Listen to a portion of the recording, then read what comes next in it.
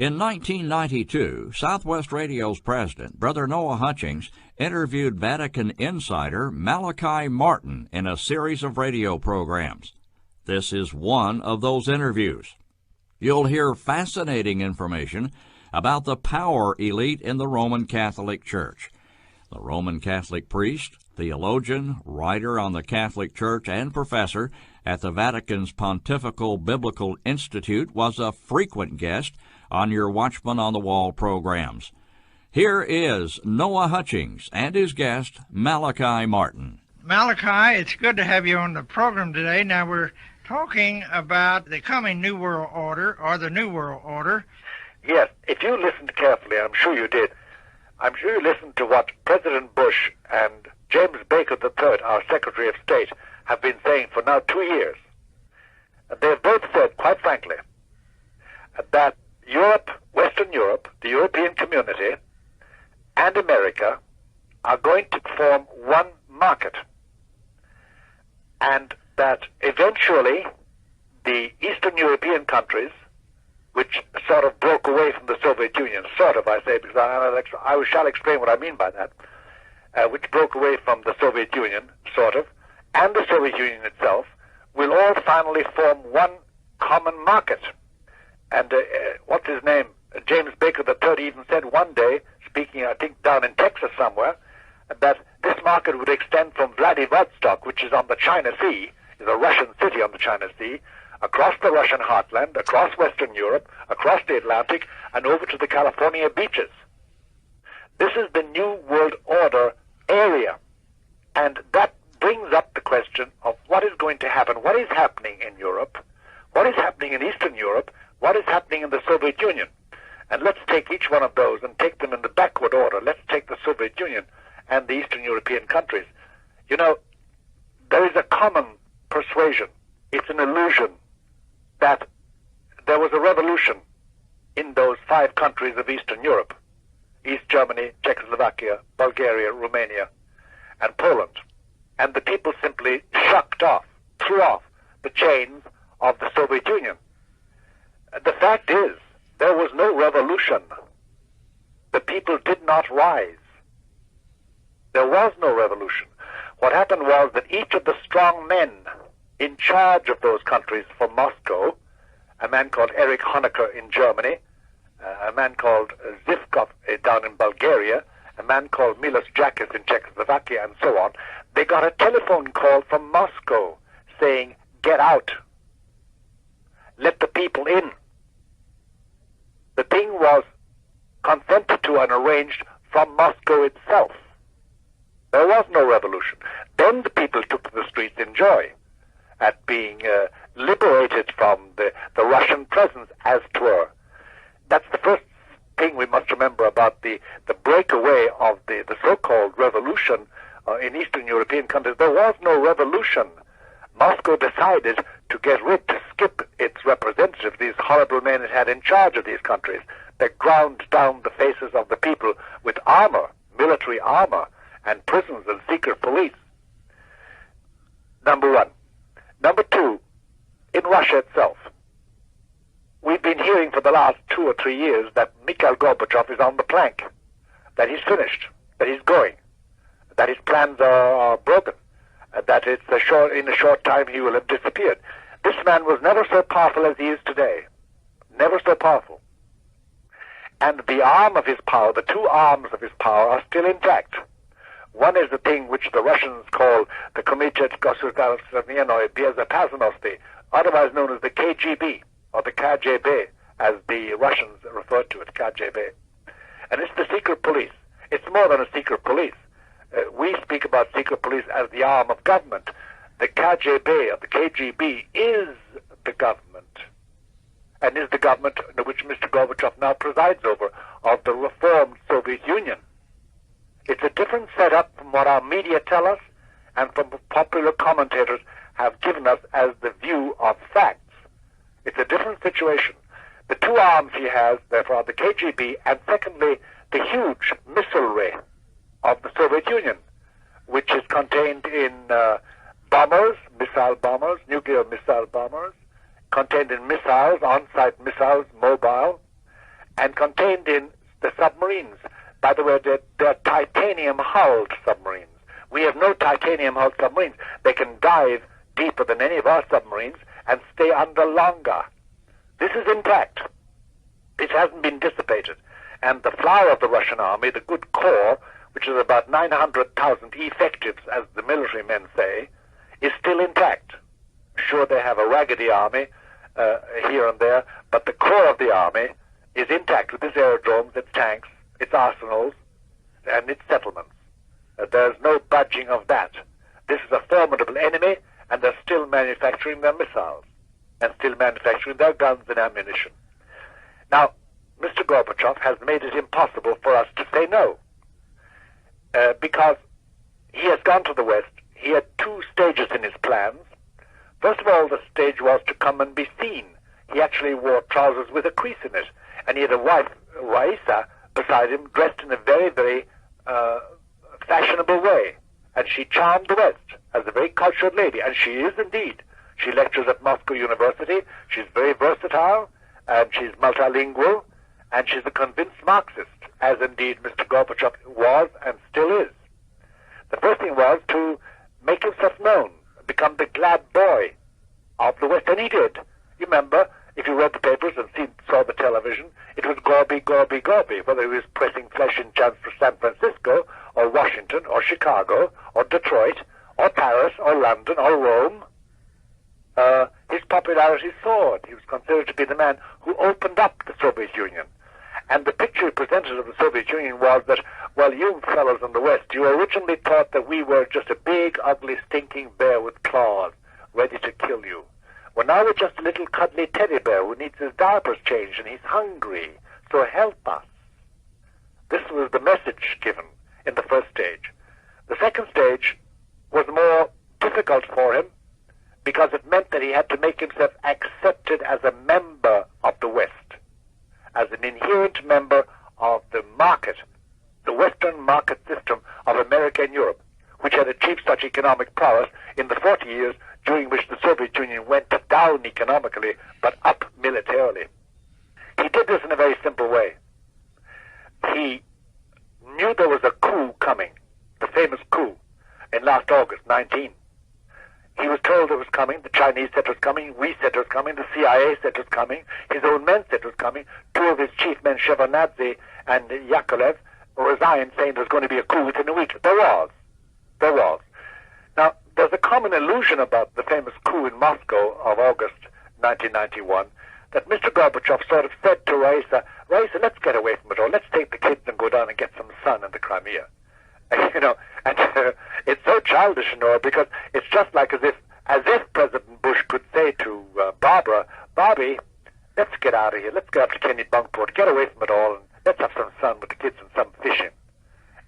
Everywhere Mr. Bush goes, he is, as every president is, goes surrounded by the presidential bubble. His instruments of war, his suitcase, the famous suitcase, and his Secret Service connections and protection, and his control of the executive branch of government. He never can take a vacation and go off sun his tummy with Barbara on the seashore by himself. It doesn't exist. Likewise with Mr. Gorbachev as president of the all-powerful Russia, Soviet Union. He could not go away, dive off and hole up in a bungalow on the Crimea, on the Black Sea shore, and pretend to forget it all. He went with the presidential bubble too. He knew there was a coup coming. He knew every step of it. And the funny thing was that we in the West looked at it all through a camera perched on a ledge overlooking the streets of Moscow. So the coup was a very funny thing. And by the way, it only took place in Moscow. We were only looking at the Muscovites milling around, and only some of the Muscovites, the major portion of the people in Moscow, were trying to queue up for food and earn their living every day. Only a couple of thousand, maximum 75,000 participated in the famous coup. It was a marvelous, as the French say, coup de théâtre, an act of theater, which led us all to believe that finally the Soviet Union was breaking up. And then we had the picture of the Soviet Presidium or Parliament talking about the independence of Kazakhstan, the republic, and the independence of the Ukraine, and the independence of Belarusia, all republics, and of the other republics. And the general impression was created that this bear had fallen to pieces, disintegrated in front of our eyes, and needed help. They were going to be hungry this winter. They had no money. They were going to be cold. They had no wheat. They had no milk for their children, no supplies for their hospitals. So hurry up, men in the West. Hurry up and help your neighbor. That was fine and dandy as a public propaganda. The fact is, though, in cold, hard terms, speaking behind closed doors across the green-top tables of power, the West was told, look, if you don't help us, it's chaos and it's war. Because we have vast populations. They're going to be hungry. We're going to let them move, not only in the Soviet Union, but in the satellite countries. They can't carry on. You're going to be swamped. Your own economy is going to be strained. You have to help us for your own sake. And we in the West, you know, we have one great ability. We know how to make money. In fact, you know, America invented the phrase to make money. In Europe, before America existed, people didn't make money. They either inherited money from their daddy, or they stole it, or they hadn't got it. We invented the idea of making money. You came to the States to make money. And money has that sacrosanct character for us. We make our dollars. We earn them, and they're ours. That's the idea of the American system, the open market system we have, where a man can earn his money and keep it. We hope. Nowadays with taxes, one wonders about that part of it. But anyway, over there, they hadn't got that idea. So we do have this inherent ability and intention. And we saw huge markets arising in Eastern Europe and huge markets arising in the Soviet Union for the sale of our technology, for the sale of our instructions in technology, for the sale of our goods, the setting up of businesses, joint ventures, the giving of credits and loans. Our banking could profit from it, our manufacturers could, and we've taken to it, down to the glorious details of our common life in the United States. So what has happened is a very different thing. Slowly but surely, an amalgamation is taking place of our systems. We are shipping over to them all our material goods and material advances. We're not giving them one value of ours. Oh yes, we're giving the idea of democracy. That's going to be a long time taking on in the Soviet Union and in the satellite countries. There's some form of democracy, nothing like what we have. But even the democracy we're giving them is a democracy for material values, not for spiritual values. None of the spiritual values that still animate us, Noah, and we still have them, none of them are being given to the Soviets or given to Eastern Europe. We don't export those. We really export materialism. And we know that at home, in America, this materialism is costing us dear. It's eating into our vitals. But we're only exporting our materialism. And they have their mouths open, hungry for materialism. They want supermarkets. They want 2 cars in every garage and a chicken in every pot style. They want all our convenience goods and luxury goods. They want VCRs. They want radios. They want good housing. They want plumbing, indoor plumbing. They want good food. They want a variety of food. They want all we have. They want our fashions. They want everything we have on the material plane, but nothing of the spirit, nothing of religion, nothing of morality. Now, the present condition in Western Europe is as follows. There are the nations of the European Economic Community, the EC, as they call it, the European Community. They're shortly going to be swelled in their ranks with 5 other nations, Norway and Sweden, etc. That will be 17. It's a total of 370 million people, a very ebullient economy, very rich in natural resources, and very, very advanced in their technology. They are establishing close links with the Eastern European countries that were exclusively the domain of the Soviet Union. And the republics of the Soviet Union, mainly the western borderline states, Lithuania, Estonia, Latvia, Belarusia, Ukraine, Moldavia, they are forming very close links with Western Europe already. And in time, and in a short time, they will be members of the European community. And that's going to be a very vast community because it's going to swell the ranks way beyond anything we know today. It's going to be a huge monolith, economic and financial, joined together by very strict rules and policed and governed by superstructures which now don't exist at the present moment, but which will regulate life, the daily life of millions, economically and financially. That's what's ahead of us. That is at least what is planned. Malachi, as we look towards the New World Order and also the Scriptures, we read in 2 Thessalonians 2, Daniel 11, Revelation 13, that at one time in the future, this has not happened yet, it might be very near, that there is going to be a Superman who is going to rise, who will bend the will of all people whose names are not written in the Lamb's Book of Life. That's right. And all the world is going to worship him, those whose names are not written in the Book of Life. That's right. That's what Paul tells us.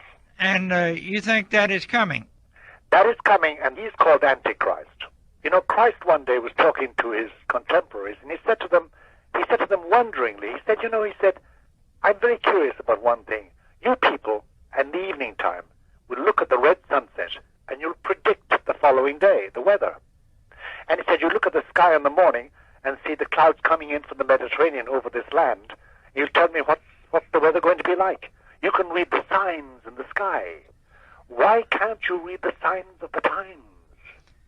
And similar with us, it's a question you can ask our contemporaries today. Why can't you read the signs of the times in the Oakland burning? Why can't you read the signs of the times in the serial killings?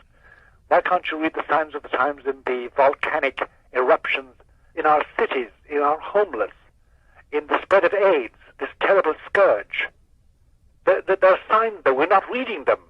These are all things saying to us, wake up, man. God is sending signs to you to know that he is displeased with the way human society has turned. There are millions starving, and you're in plenty. There are people on your own doorstep. There are scourges of morality. There's immorality. You have violated sonhood and manhood and daughterhood and the family. It's no longer holding together. You're not protecting yourselves.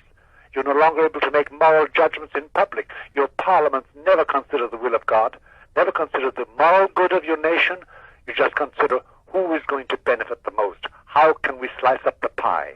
By the way, speaking of signs of the times, it is our understanding that, according to the book of Daniel and other scriptures, that after Israel returns to the land, and there, after many wars, there will be a kind of a comprehensive peace treaty signed, but out of this treaty will come no peace. In fact, out of it will come war. Now we see a comprehensive peace arrangement there in Madrid. Why Madrid? Madrid is sort of a neutral city. Noah, let's reckon all that up. First of all, let's look at Islam, the religion of Islam. Remember that the religion of Islam stretches from the Atlantic Ocean in Algiers over to Indonesia. It is 800 million strong. It is the fastest spreading religion in black Africa. For instance, I happen to know the country of Guinea very well in Africa. 82% of all blacks in that country are Muslims. They've been converted. It's spreading like wildfire. Now, Islam is a funny religion in ways. It's funny in the sense of very different from Christianity. It gives you a book, the Quran. It says you can have several wives. It says kill your enemy. It says that Islam is the only religion, and all others are infidels and are impure, and they should not be on your land. Stuck right in the middle of Islam is the tiny state of Israel, like a fishbone in the gullet of Islam. They can't swallow it, and they can't cough it up. And there is a hatred for Israel that cannot be wiped out in the present mind of Islam, of the Muslims. No matter how many hostages are given back, this macabre exchange that they're forcing on us, a body for a body, a bit of a body sometimes for a bit of a body, which is so macabre, so inhuman, so ungodlike, so unworthy of Islam even, in its worst form, that there is no way in the present mentality of Muslims from Algiers to Indonesia that Israel can finally be accepted. Israel stands alone with its back to the sea and its face towards countries bent on destroying it. So, what can we expect from the Middle East conference? Well, we can expect a temporary peace. We can expect some exchanges to guarantee a bit of peace here and there. But lasting peace? Oh, no. Oh, no. I don't expect it anyway. I wish I could say yes, Noah. But no, it's impossible. As long as the opposition and enmity and hatred, it's a real hatred, exists from the Arab side to the Israelis. And, you know, we grumble an awful lot about Prime Minister Shamir and the conditions, the difficult conditions he's imposed on James Baker to get this conference together. But just look at Shamir's position for the present moment. He has a narrow little band of land. It's surrounded on all sides, all three sides, by enemies who want to destroy it, who say they want to destroy it, who are in a condition of war with Israel, and on the fourth side by water. There's no other place for them to go, Noah. They have nowhere to go. It's either there or they're dead. Number one. Number two, look at the conference itself. Our biggest pal at the present moment is a man called Hafiz Assad. Who is Hafiz Assad? He's the strong man, the dictator of Syria. Now, we all know the evil and the crimes of Saddam Hussein. Believe you me, Hafiz Assad is a worthy companion of Saddam Hussein. There was a town, a city in Syria. Malachi, Yes. I think our time has run out, and Right. I would like to tell you something about this town in Syria because I was there. Ah. So on the broadcast tomorrow, we'll continue this subject, and I think you want to enlarge on the changes that you expect that we're going to see in the world, say, over the next 7 or 8 years. Yes, I would. So you'll be listening tomorrow, and we're going to continue this fascinating talk with our guest, Malachi Martin. The interview you are about to hear was recorded in 1992 by Southwest Radio Ministries President Noah Hutchings with Malachi Martin. It was part of a series of your Watchman on the Wall radio programs. Malachi Martin died in 1999, 7 years after the interview was recorded.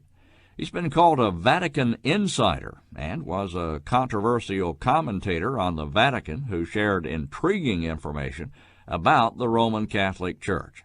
The priest served as a professor at the Vatican's Pontifical Biblical Institute. He was a theologian and writer on the Catholic Church. Malachi Martin was a frequent guest of Brother Hutchings on your Watchman on the Wall programs.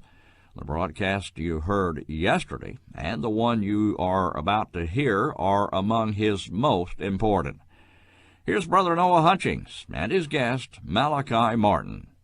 On the broadcast today, we're going to continue our discussion with Malachi Martin. Where we left off yesterday, we were discussing the conference about a Middle East comprehensive treaty that is convened in Madrid, Spain.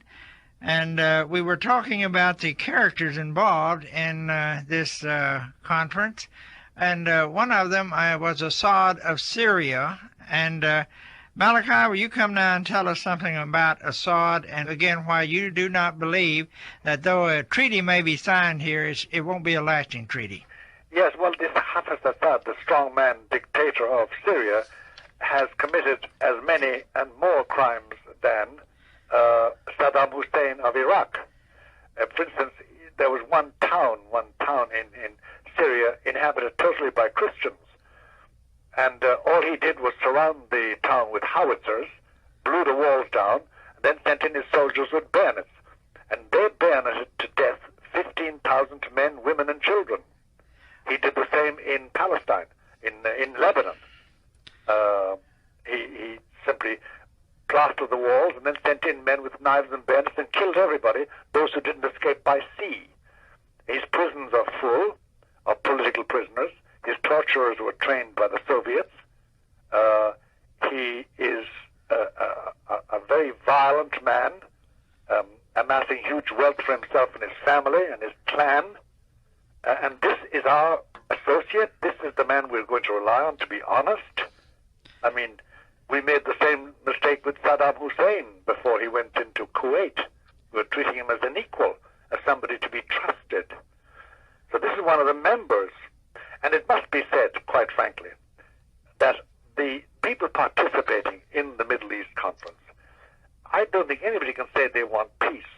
They want to acquire a position for themselves from which they can exercise more power and ultimately destroy Israel as a state.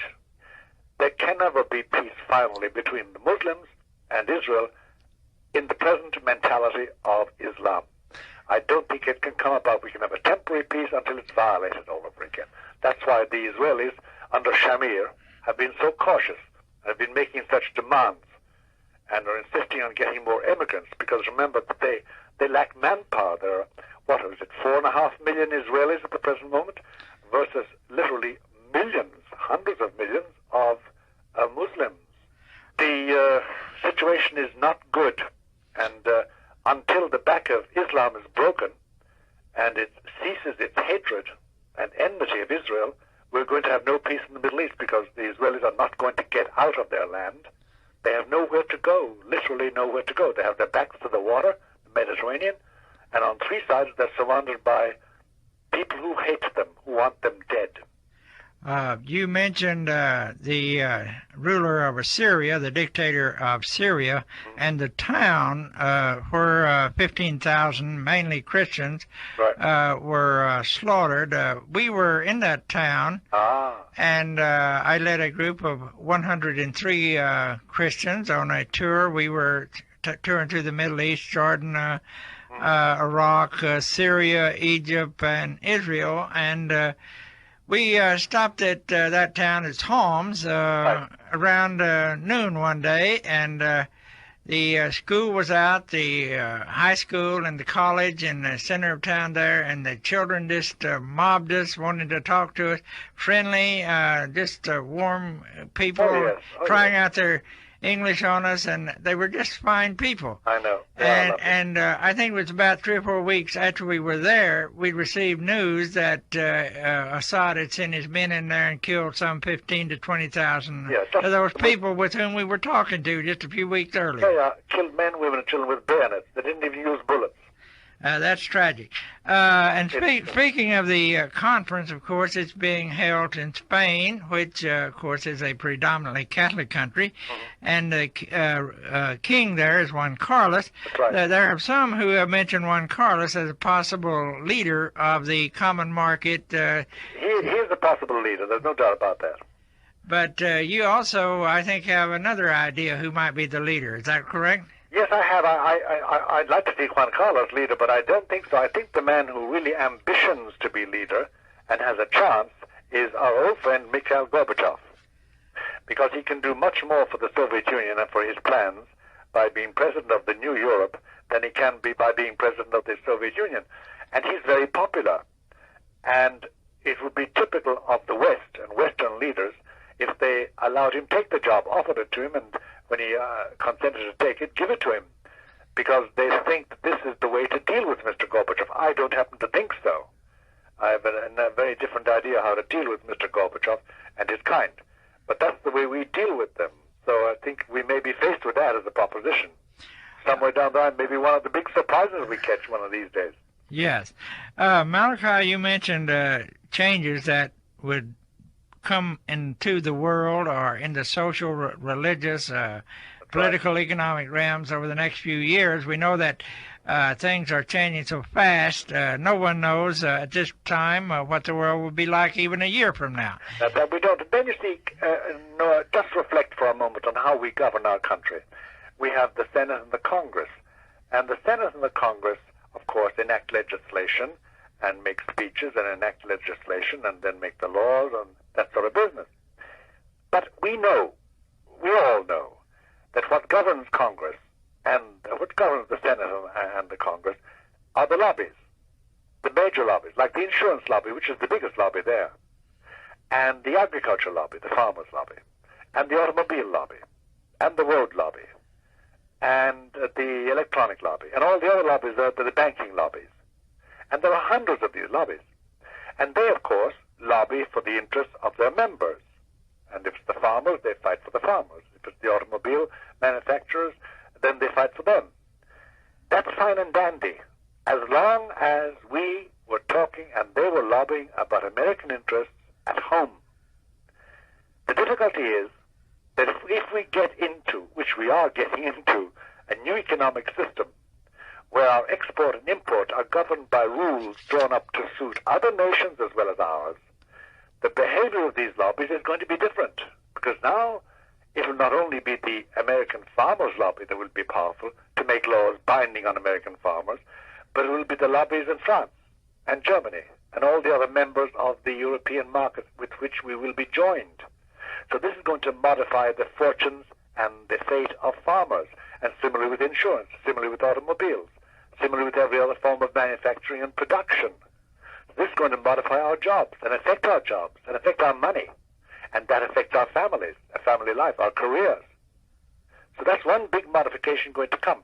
Secondly, then, there's the modification of education, severe education. Do you know that already for a couple of years, since 1985 at least, there's a group in Moscow, Informatik it's called, and there's a group in this country connected with the Carnegie Endowment Fund, who have been drawing up common curricula for high schoolers in the Soviet Union and in the United States. The only difference will be the language, but the common curricula imposed by the state. In other words, schools in the United States and Russia will be teaching from the same textbooks. That's right. That's right. And that means that the idea of values, which we had originally embedded in our education, because I got values in my school, I'm sure you did too, they'll be out, because that's not common.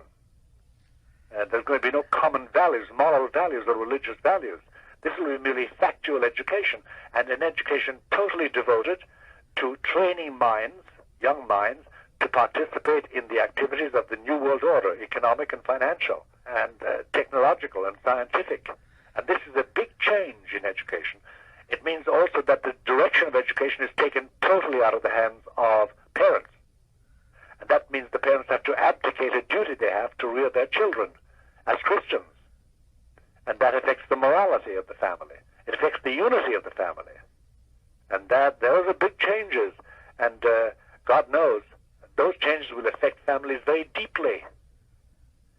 And we're not ready for that yet throughout the country. Besides that, then, there are other changes going to take place, because we're going to find that the idea of patriotism, the idea of the flag, the idea of America first, God bless America,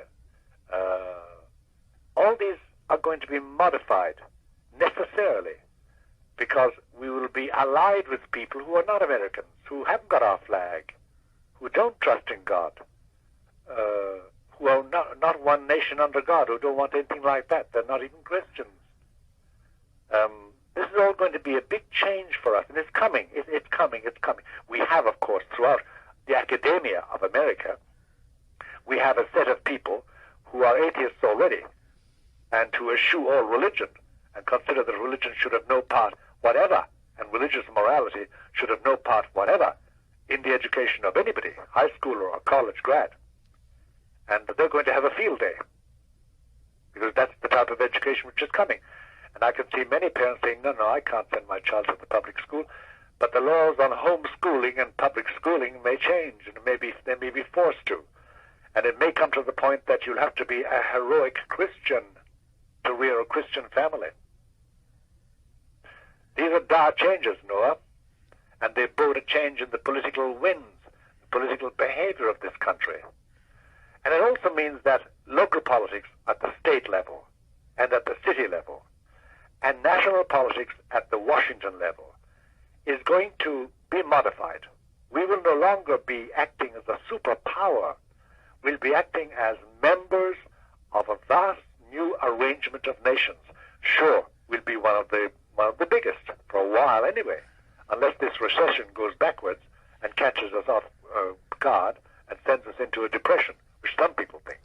I'm not going to talk about that because I'm not an economist. But we will only be one of many, and we will be bending to rules made to suit the many, not to suit us exclusively. And this is going to affect the right we have to bear arms. It's going to affect the way we travel. It's going to affect the prices of our food and the currency with which we pay for that food. There are big changes coming, and we're not ready for it as the population.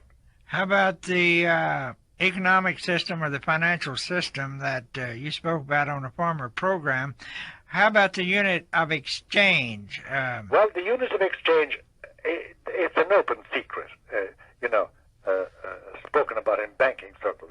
They already have figured out a unit of change, and they already have even samples printed what it's like. We're going to have a common unit of change you can use here or in France or in Russia.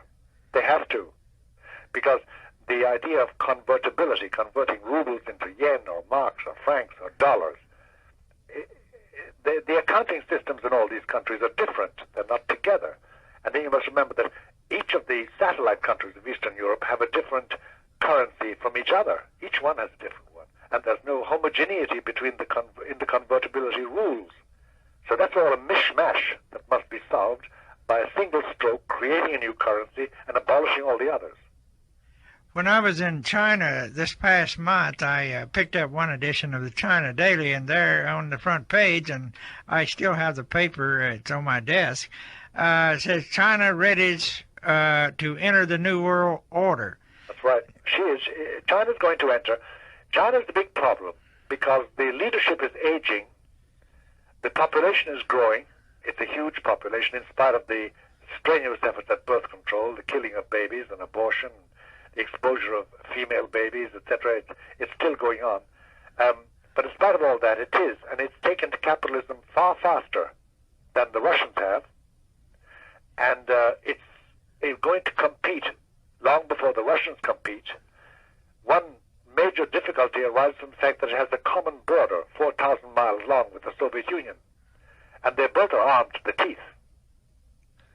And unless something is done, that will be the next area in which Mr. James Baker should exercise himself, or will probably exercise himself.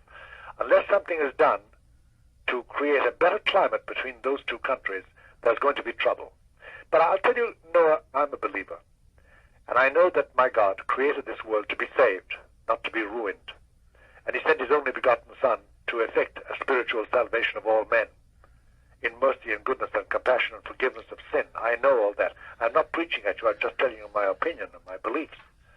And I believe that somehow or other, in spite of the dangers encroaching on us, in spite of the red menace from China, and in spite of its horrible dictatorship, in spite of the persistent communism and Marxism of the Soviet apparatus, which is still there, let's not fool ourselves, and in spite of the fact that in every town and hamlet throughout the satellite countries, as in Russia, as in all the Russian republics, communists are still in power and still running the country. In spite of that fact, and in spite of the corruption we have in our souls in the West, we're corrupted by our wealth and our luxury and our pride. In spite of all that corruption, East and West, I think God will draw out of this a salvation for men. Do you understand me? But we will have to pay a price. God always exacts a price. We pay our dues. And I think that's where we're heading. In the next few years, we're going to pay our dues. One way or the other, we're going to pay them. We read in Revelation 11:18 concerning the return of the Lord Jesus Christ that he is not coming back to destroy the world, no, but to save the world from those who would destroy it. That's exactly it. Because remember, you're a good Bible man, Noah. You know the mark of Satan is death. Yes. When God was admonishing Adam and Eve, he said, don't touch that tree, because if you do, you will die the death. And the sign of Satan, the real sign of Satan's presence and effectivity and success, is where death reigns. Death of the body and death of the soul. Now, in your book, you speak about the struggle between the West and the East, right, for control of the New World Order, or who's going to be the main power chief, who's going to run the show. What is the motivation for President Bush in all this? We know that he has been a member of the Skull and Bones. Yes. If that has any significance. No, I think in this matter that we must regard President Bush. He's a very clever politician. There's no doubt about that. And he's a very clever diplomat. And he has vast experience in China, at home, with the CIA, and in government as vice president, and et cetera, et cetera, et cetera. And he's a tough man. This man has a very tough face, and he deals ruthlessly with a situation. He doesn't always seem to make a moral judgment. He seems just to make a political judgment, but whatever. In the whole matter of the New World Order, he's a spokesman. He's a point man, nothing more. because his actions must be dictated by those who finally have the source of power in the present materialistic world, money. And finally, it is they who say, this is the way it will go, or that's the way it will go. He is the political leader and spokesman for the wise men of the West, as they call them, the wise and strong men and rich men of the West. And he is spokesman for them. His membership of various groups has educated him one way or the other in this or that or the other. He was a member of the Trilateral Commission and the Council on Foreign Affairs, as all our public figures and personages and diplomats are and have been for the last 50 years. So that's merely a common trait he shares with everybody. There's no doubt about it that that is the body of opinion which is shaping America's policy and shaping America's future and shaping the future of the world. But at that stage, we're talking about a transnational mentality, Noah. No longer American, no longer European, no longer African, no longer Asiatic, no longer Soviet, no longer Russian. It's this new thing, a frightening concept of a transnational mind, not tied to one country. It's a frightening thing to think that there's going to be no difference between the men of Tokyo and the men of New York, or the men of Miami, or the men of Oklahoma City. Finally, they will all be the same, because we're used to the differences. And one of the big difficulties Americans have in settling down to the present moment is that we no longer have an enemy. Hey. Well, we read that God divided the nation and set the bounds of their habitation. Do you think this New World Order, then, is a violation of God's edict for human government? Oh, I think that the New World Order in its concept is a violation of God's will, chiefly because it's not seeking God's will. He's willing to allow us have a certain amount of free will, but in the final count he arranges everything. He's the Lord of history. And he manages to take all the loose threads and skeins of history and bind them together into the marvelous fabric of his salvation. It's the mystery of predestination. It's the mystery of God's will. It's the mystery of his administration of the world.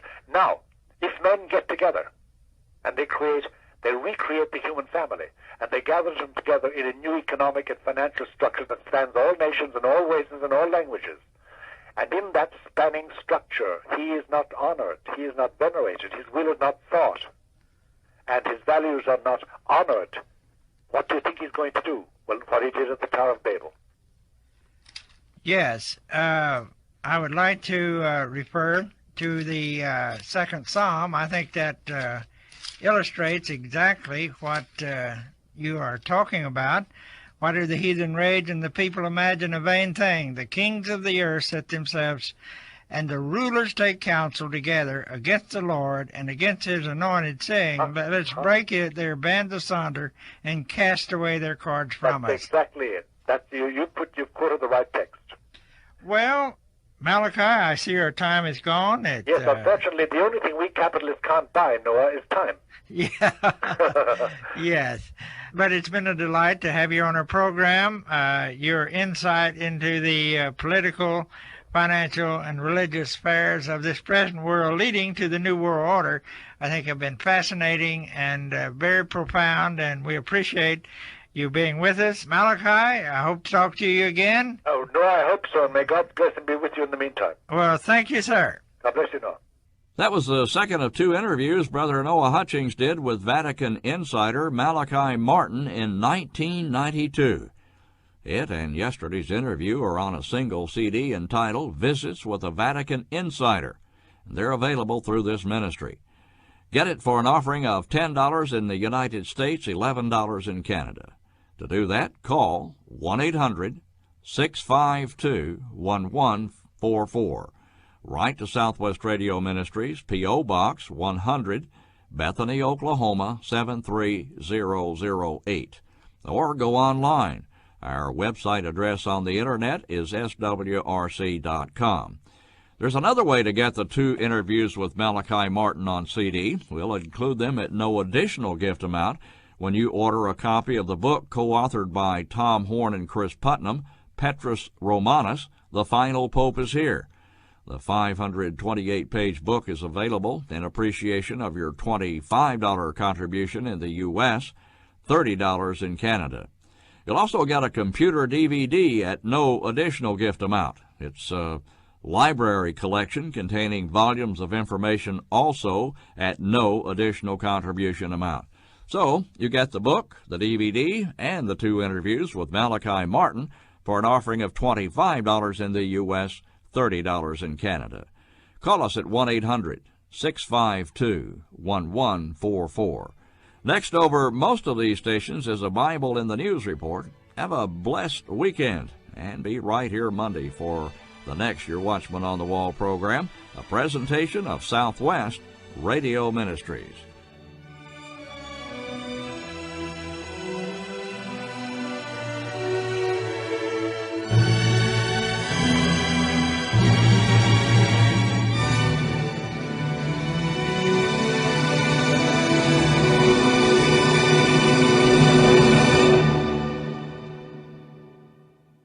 Welcome to today's Bible in the News Report, a feature of your Watchman on the Wall program of Southwest Radio Ministries.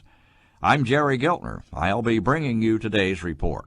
As a former United States Navy sailor, I was appalled to learn that the Military Service Force is considering naming one of its new ships for an openly gay politician. But I'm not the only one crying foul. Others in the Christian community are sounding off on what we consider another way of promoting the gay lifestyle in America, which is rapidly turning this nation into a modern-day Sodom. If this keeps up, instead of being the United States of America, we may soon be called the United States of Sodom and Gomorrah. One News Now brought the story to our attention on May 18, 2012. We quote a portion of that article. The headline reads, quote, "First a holiday, then a street. Now a Navy ship?" As a state holiday honoring a slain homosexual politician approaches, the Navy is being pressured to pay tribute in another fashion. The San Diego City Council recently voted 8-0 to name a 2-block portion of a street in honor of Harvey Milk. Now, with a vote of 2-1, a San Francisco Board of Supervisors committee has okayed a Democratic congressman's resolution asking the Navy to name a ship after the late homosexual activist. Representative Bob Filner says doing so would be a great way to pay tribute to the state's first openly homosexual man elected to public office, and to honor President Barack Obama's repeal of the military's Don't Ask, Don't Tell policy. Milk served in the Navy before he became a supervisor in San Francisco. Dran Reese of the Salt and Light Council is dismayed by how the state has shifted in favor of homosexuality. It seems that we are on a landslide right now at this moment, where those who want to promote the homosexual lifestyle and have their symbols everywhere in this state are doing a very good job of it, she shares. Supervisor Christina Oligou opposes the resolution because Milk was opposed to war. In fact, according to Fox News, some of the strongest opposition to the proposal seems to be from the gay community. Oligou prefers a national holiday honoring Milk, close quotes.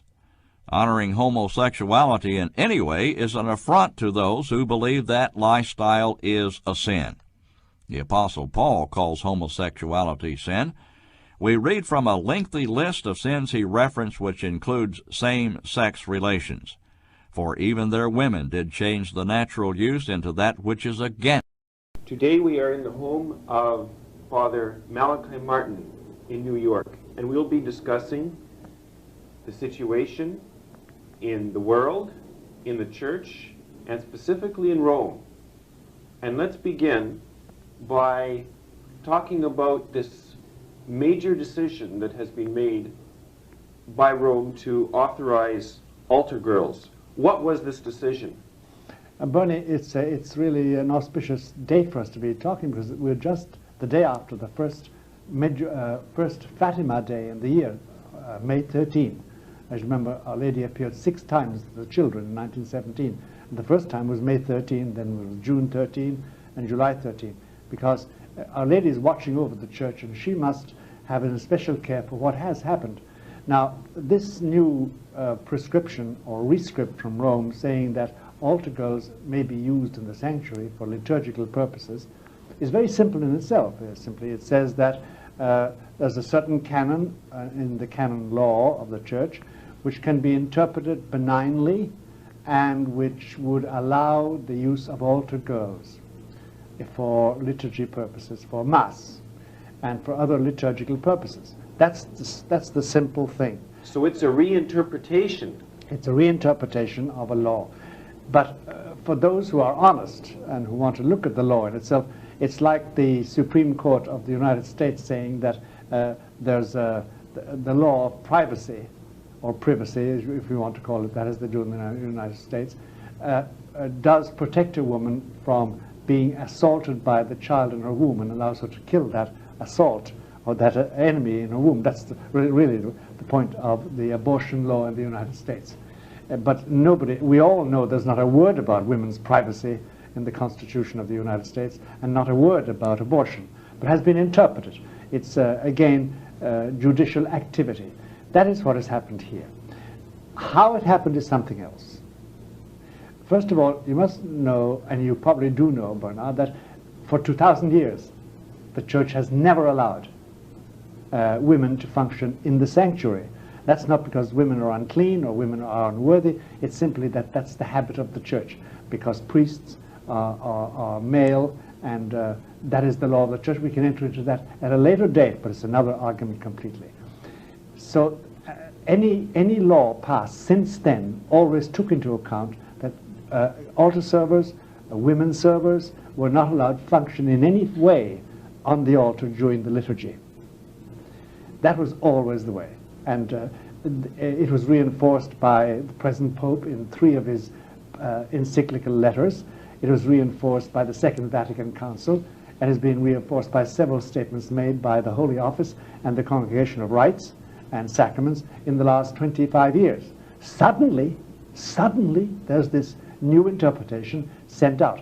Number one, suddenly. Number two, the document which was sent out lacked 2 things which make any Roman document authentic. It had no protocol number. Every document issued by the Vatican, by any of the ministries, the congregations, has a protocol number, a definite assignation number, and you can look it up then under that number forever in the records of the Vatican. Number 2, nobody signed it. There was no official signature on this document at all. And it was sent out to the Episcopal conferences, not to the bishops. It was sent out directly to them. We still don't know who sent it out exactly. There are several claimants who say that they sent it out. The Secretary of State, the Congregation for Rites and Divine Worship, 2 or 3 other congregations in the beginning, they said, we sent it out. It was sent out from this office. It wasn't. Now, finally, it has been apparently claimed authentically by the Congregation for Rites and of Divine Worship. I think that's the correct title. It's something like that. It deals with such things. So, how can we explain this sudden departure? And how do we explain the contradiction to what Pope John Paul II has written and said? Only, I think, 3 weeks ago he told Mother Teresa there would never be altar girls in the church as long as he was Pope. This is very confusing, this whole situation. Well, we better clear up the confusion.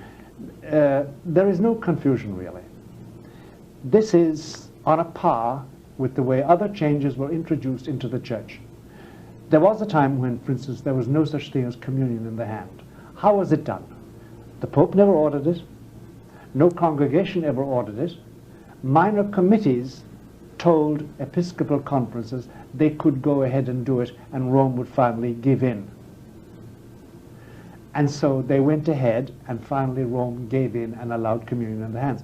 We had the anomaly one year that John Paul II went to France and Germany, and in one place he refused to give communion in the hand, and in the other place he had to because they wouldn't receive it any other way.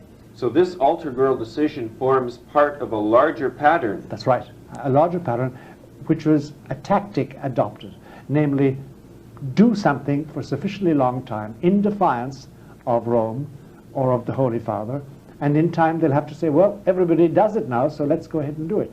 It is the tactic, for instance, they're still using about contraception. There's no doubt about it, that about 70% of Catholics practice contraception.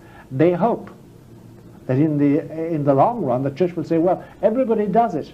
so let's allow it, or even consecrate it as the Catholic way of dealing with things.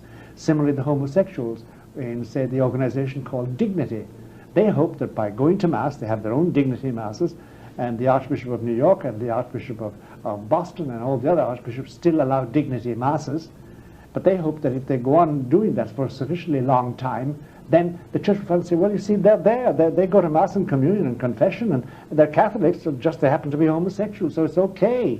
But isn't this a very devious kind of a tactic? Yes, 'tis the only tactic you can adopt with an encrusted, ancient and well-established religion such as Catholicism. Introduce a counter action, keep it up in spite of all, in defiance of everything, and finally the church will have to say yes. It is what many bishops, about say, I would say roughly 1/2 of the bishops in America hope will happen with women priests. As you know, several bishops have come out in favor of women priests. Bishop Malone, who used to be the head of the Episcopal Conference in America, he has come out openly, and many other bishops have said so too. It's about time we ordained women priests. They hope that Rome will give in. Of course, in this case, Rome will not give in, or Rome will cease to be Rome. So this is the tactic. Now, what we must know is this. St. Thomas, in one of his books, says that when a farmer comes home in the evening, I'm paraphrasing, but this is what he says, and he finds a bucket full of manure on his living room carpet, he doesn't say, oh, manure. He says, who did it? Somebody thought of doing it, some brain, some intelligence. Similarly, there's an intelligence behind this whole tactic, which has slowly changed the church and produced this awful thing we have nowadays called the conciliar church. And most Catholics are now conciliar. They don't even know what has been done to them. Some of them do. Now, the important point is that this introduction, this sudden introduction of altar girls has woken a lot of people up. And now they're beginning to say, if this was done to us like this, brusquely, suddenly, brutally, without explanation, in contradiction to perpetual church habit and what the Pope has said recently and what the Vatican has said recently, then what else has been done to us? Is that the way we are being treated? Is that the way really the church has been changed? Because the church has been changed since we were young. Now, there's one egregious example of this, and I'll stop talking on the point by now, and it's this. There's a thing called RCIA. That is the Christian rite of adult initiation into the church. Years ago, the RCIA people sent a copy of their plans to Rome.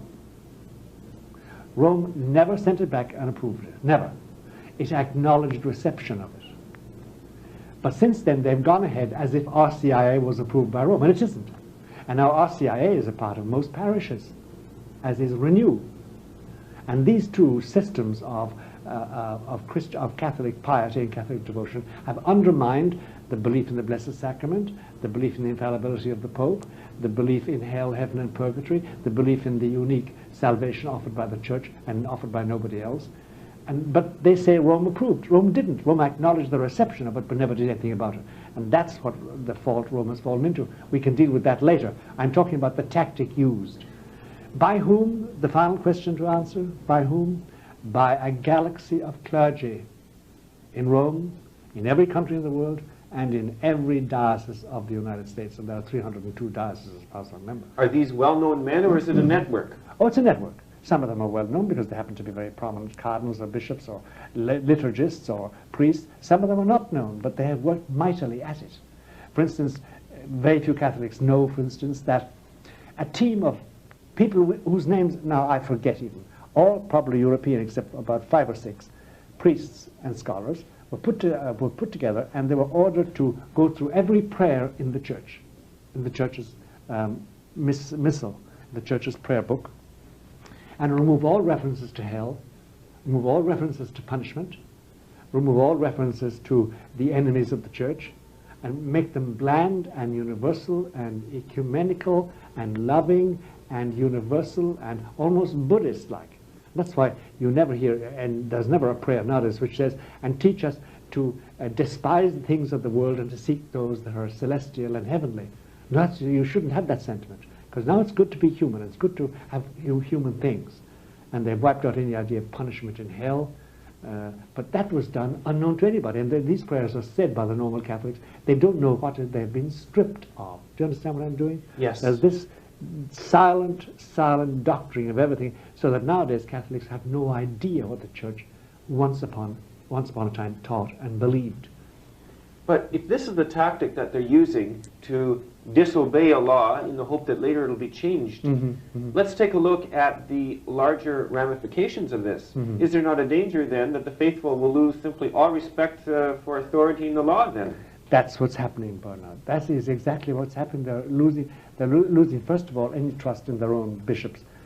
The normal Catholic in this country is not going to go and write to the bishop or visit him, or the parish priest for that matter, if he is confused as this. He doesn't know where to turn. He or she doesn't know where to go, because now there's no guiding light. Rome is, out of Rome are coming all these confusing decisions. The local people are divided. Some are for it, some are against it. The local theologians are, and the local bishops and the local priests are as confused as Rome seems to be. So there seems to be no guiding light at all, and people are finally saying, it doesn't mean a damn thing. These people don't know what they're talking about. The thing is too confused. Let's go home. And they go home. What is the role of the Pope in all this? What made him change his mind all of a sudden to go along with this? This is the terrible thing about it. For the few days following the issuance of this rescript or this order from Rome, the Pope went around talking about fraud and saying this fraudulence must stop. He had nothing to do with it. It wasn't his decision. It went against his mind, his open mind, his declared mind, his known mind. But this is the way they have of embarrassing him, because now what can he do? Rescind it and say that. They don't do that in Rome. Once a thing is decided like that, they leave it stand. So was it done behind his back? Completely behind his back. He didn't know it was coming. He didn't know it was coming. He has said the very opposite. Now he must deal with the fact that cardinals, very, very reverend cardinals in their full robes, say, well, it's done, Holy Father. You can't let us down in public now. And it has been the habit for the last 25 years in many parishes and in many dioceses. Bernard, do you know, for instance, there's a Bishop Gracida, I think it's in Corpus Christi, Texas, and he has not only had altar girls, and he's known as a good archbishop, by the way, and he has not only had altar girls for the last, I don't know how long, every year he has a contest for the best altar girl of the year, and there's a whole procession, and he has awards for the winners. This is despite the tradition of the Church, despite the prohibitions of the Church and of canon law. And it's the same down around the street here. There's a church which has 30 altar servers and 2 altar boys. And the 2 altar boys are going to quit soon, I think, through simply male chauvinism. That's something else. But the idea of having 30 altar girls in one small church, and the New York Times, of course, dug the knife in very deep to us in publishing this news the day it came out. It had a long article and a picture of the Pope, of course, and then a picture of a church in New York, and 3 little girls with bobby socks on and bows in their hair, chatting and smiling, sitting in the sanctuary, talking about the new decision. Now, Bernard, in the sanctuary of our churches, if it's a genuine Catholic church, there is one person resident called the Lord God, the Blessed Sacrament. You don't sit and chat in his presence. You kneel in his presence and pray to him. And the idea of the New York Times putting this down, saying, look, it's a farce. If the little girls can go in and sit cross-legged on benches or on the floor of the sanctuary and chat and laugh over the new decision, what sort of a sanctuary is that? Won't people lose a certain amount of respect then for our Lord if that's the way he's treated? No. There's no respect for our Lord. They lose respect for the Church, and therefore they say it's a sham, it's a farce. They don't believe Christ is there. They don't believe the Lord God of hosts is in the sanctuary. Otherwise you wouldn't let your little daughter sit cross-legged on the floor chatting about things and laughing. You don't do that. They wouldn't do that in the presence of the President of the United States, or the Pope himself, for that matter. Now let's also bring up another point about what you said about the New York Times. It's interesting that the same day in Canada's national newspaper, the Globe and Mail, there was that same big story right on the front page. Oh yes. Do these networked people, do they have their hands in the media? Of course they have. Of course they have. They give all the publicity going, and they're allies in many other things too. They think that homosexuality is a valid way of life. They think that Abortion is fine under certain circumstances, in moderation, but abortion is okay. Contraception too is okay. They share all those things that we, the church, has to condemn and avoid and declare to be mortal sins and to be offensive to God and destructive of the family.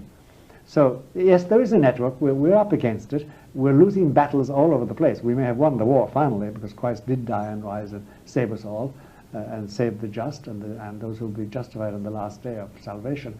But we're going to lose battles. This is one battle we have lost. One bad battle we have lost badly through being deceived, through treachery. What is the psychological impact of this decision and other decisions like this, let's say like the communion in the hand decision that was made under Pope Paul VI? That's right. On the faithful? Because I'm sure that you and I have both received feedback from the faithful, and they feel betrayed. Of course, they've been out there and betrayed and confused, both of them. Those who are very traditional or are traditional-minded and know what the church was and should be feel betrayed because nobody is defending them. Finally, they were told, no, there will never be altar girls. Just as we've been told there never will be priests, there never will be deaconesses, there never will be women priests. And now, suddenly, out of the blue, without warning, 3 or 4 weeks after the Pope himself declared to somebody in public, to Mother Teresa, there would not be altar girls ever, we have altar girls by order of some congregation in Rome, by a document without a name, without a protocol number, and then confirmed later as official, and as now unrescindable, and as the law of the Church, universal law of the universal Church. They feel betrayed and confused, because now they're saying, is Rome any longer the center of doctrinal purity, doctrinal authority? Why did the Pope allow it? Then, when we tell them the Pope didn't make the decision, that it was done behind his back, that it was done in contravention of his will, that they did it deliberately to discredit him, to show that he wasn't able to govern and he should resign, that he's no longer in command, that the people have taken over, that the bishops are just as powerful as the Pope in making these decisions.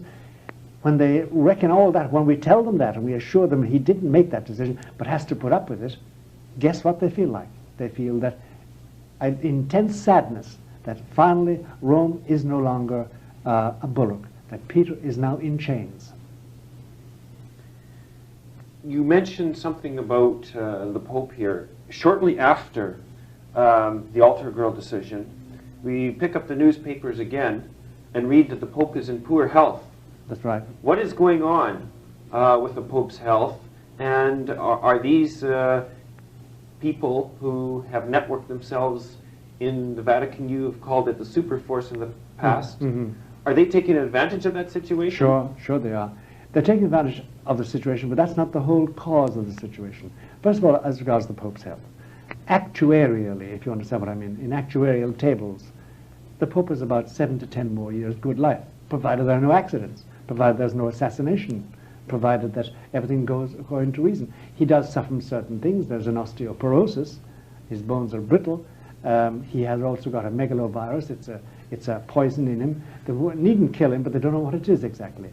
He's had something removed from his insides, which was cancerous, and he's 74. He's shoving on, and there are the usual weaknesses of old age and seniority, what we used to call senility, and that became a synonym with madness or craziness, and he's not senile by any means.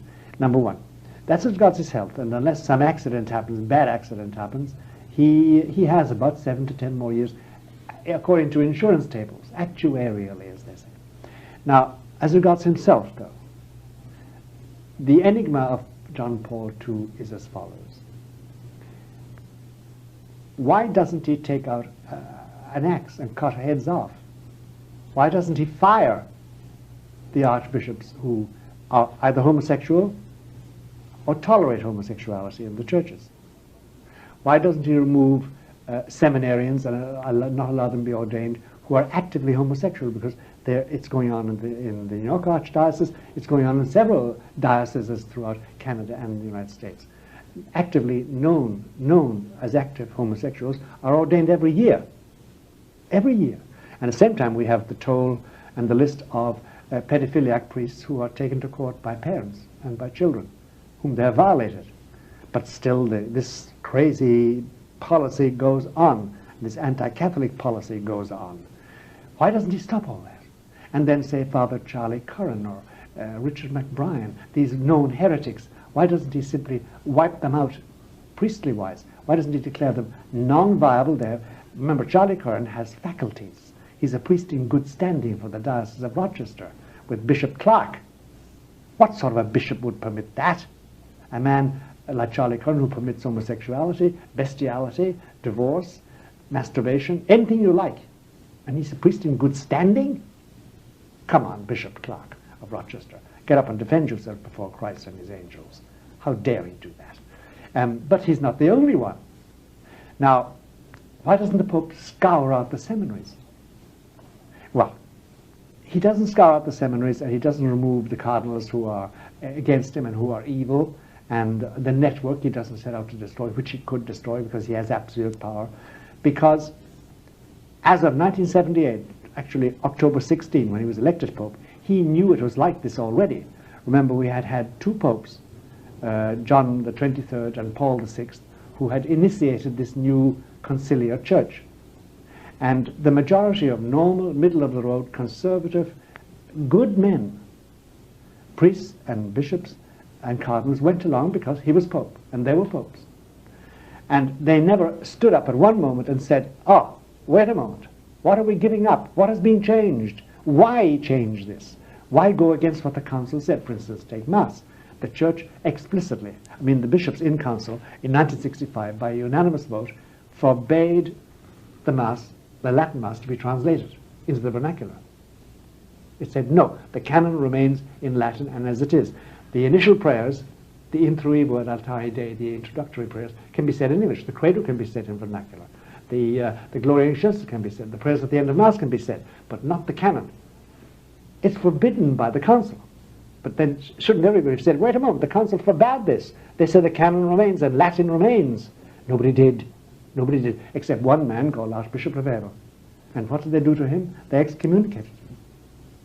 Now here's another question that many people ask, which is similar to the question of why doesn't the Pope remove all the bad men? Why doesn't the Pope come to the aid of those people who support him the strongest?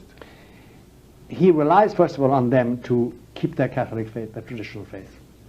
And you see, Bernard, it's a very tough thing for men, good men, I'm talking about good men, the normal middle-of-the-road conservative Catholic, who are good, faithful men, to find themselves being led down this road for the last, 25 years now, by popes and by directives from Rome, and to know in their hearts that something is gravely wrong, but they haven't got the authority to change it. And they haven't got the gumption or the courage to stand up and say, no, I will have nothing to do with it. Several people have, but they always faded into obscurity. They were removed from their job. Cardinal Ottaviani, for example? He just simply faded out. And Lefebvre would have, except Lefebvre said to himself, Archbishop Lefebvre said, no, I'm going to stick a fishbone in the gullet of Rome that they can't swallow and they can't cough up. And he founded the Pius X Institute and ordained 4 bishops to carry on after him. That's a separate story. Now, but to get back to the Holy Father, the point we're making at the present moment is, why does he tolerate it? Because as of the beginning, he knew that it was over. What do I mean by that? I mean that the damage done by Paul VI and the damage done by the bishops and the coordinators of this new conciliar church between 1965 and 1978 was so vast that the Pope said to himself, I can't change it now. And he couldn't. To empty out the seminaries of all the heretics would mean the end of seminaries. A lot of seminaries would close. There are no men trained. What are you going to do with the Biblical Institute, which is now contradicting everything the Church has said about the book of the Bible, the creation? How, do you close it? What happens? There's no Biblical Institute in Rome any longer. What do you do with the crowds and crowds of priests who are firmly convinced they should be married, who get up in the pulpit and preach that God loves everybody, that nobody goes to hell, that there is salvation outside the church, that a good Presbyterian is as good as a good Catholic, a good Jew is as good as a good Catholic. There's no difference. They're just going by Route 21 and we're going by Route 19, or some other image they use. Is that, how can he deal? He can't deal with it. It's gone. And then how do you put back the altars? How do you restore the tabernacle? In my birthplace, Kerry, Ireland, there's a beautiful cathedral in Killarney, and it had a lovely tabernacle and a lovely altar. Now you can't find the altar or the tabernacle. They're stuffed away. They've been broken to pieces and stuffed away in holes and corners. And the present Bishop O'Sullivan of Kerry is simply ashamed of the church. Ashamed of the church with his glib piety and his lack of traditional knowledge. But how can he revert all that throughout the whole Christian West? He can't.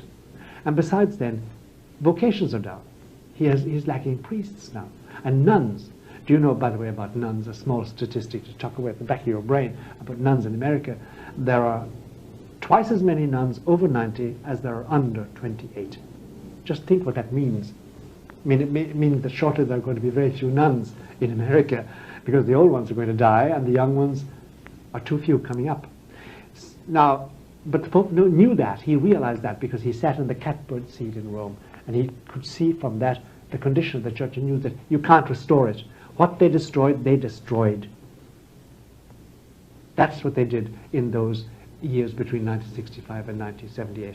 And the Pope, mindful of Fatima, mindful of Our Lady of Promises, relies on her to come and restore faith, because faith is gone. Let's face it, Bernard, faith has died out. For instance, let me give you an example. If I'm a priest, and if I minister at church, and I distribute Holy Communion, and I have a mass for, say, homosexuals, very good people, very respectable citizens, but I know that the night before they sodomized each other, and they're going to do that the following afternoon or the following morning, and I still give them the body and blood of our Lord in communion. Do I really believe it's the body and blood of our Lord? No, I can't. No, I think it's some sort of a symbolic gesture, and therefore my faith has gone. And if I go to see a new church or a new priest in any city in this country or in America, the first thing I do is I watch the priest in charge, how he behaves in the church.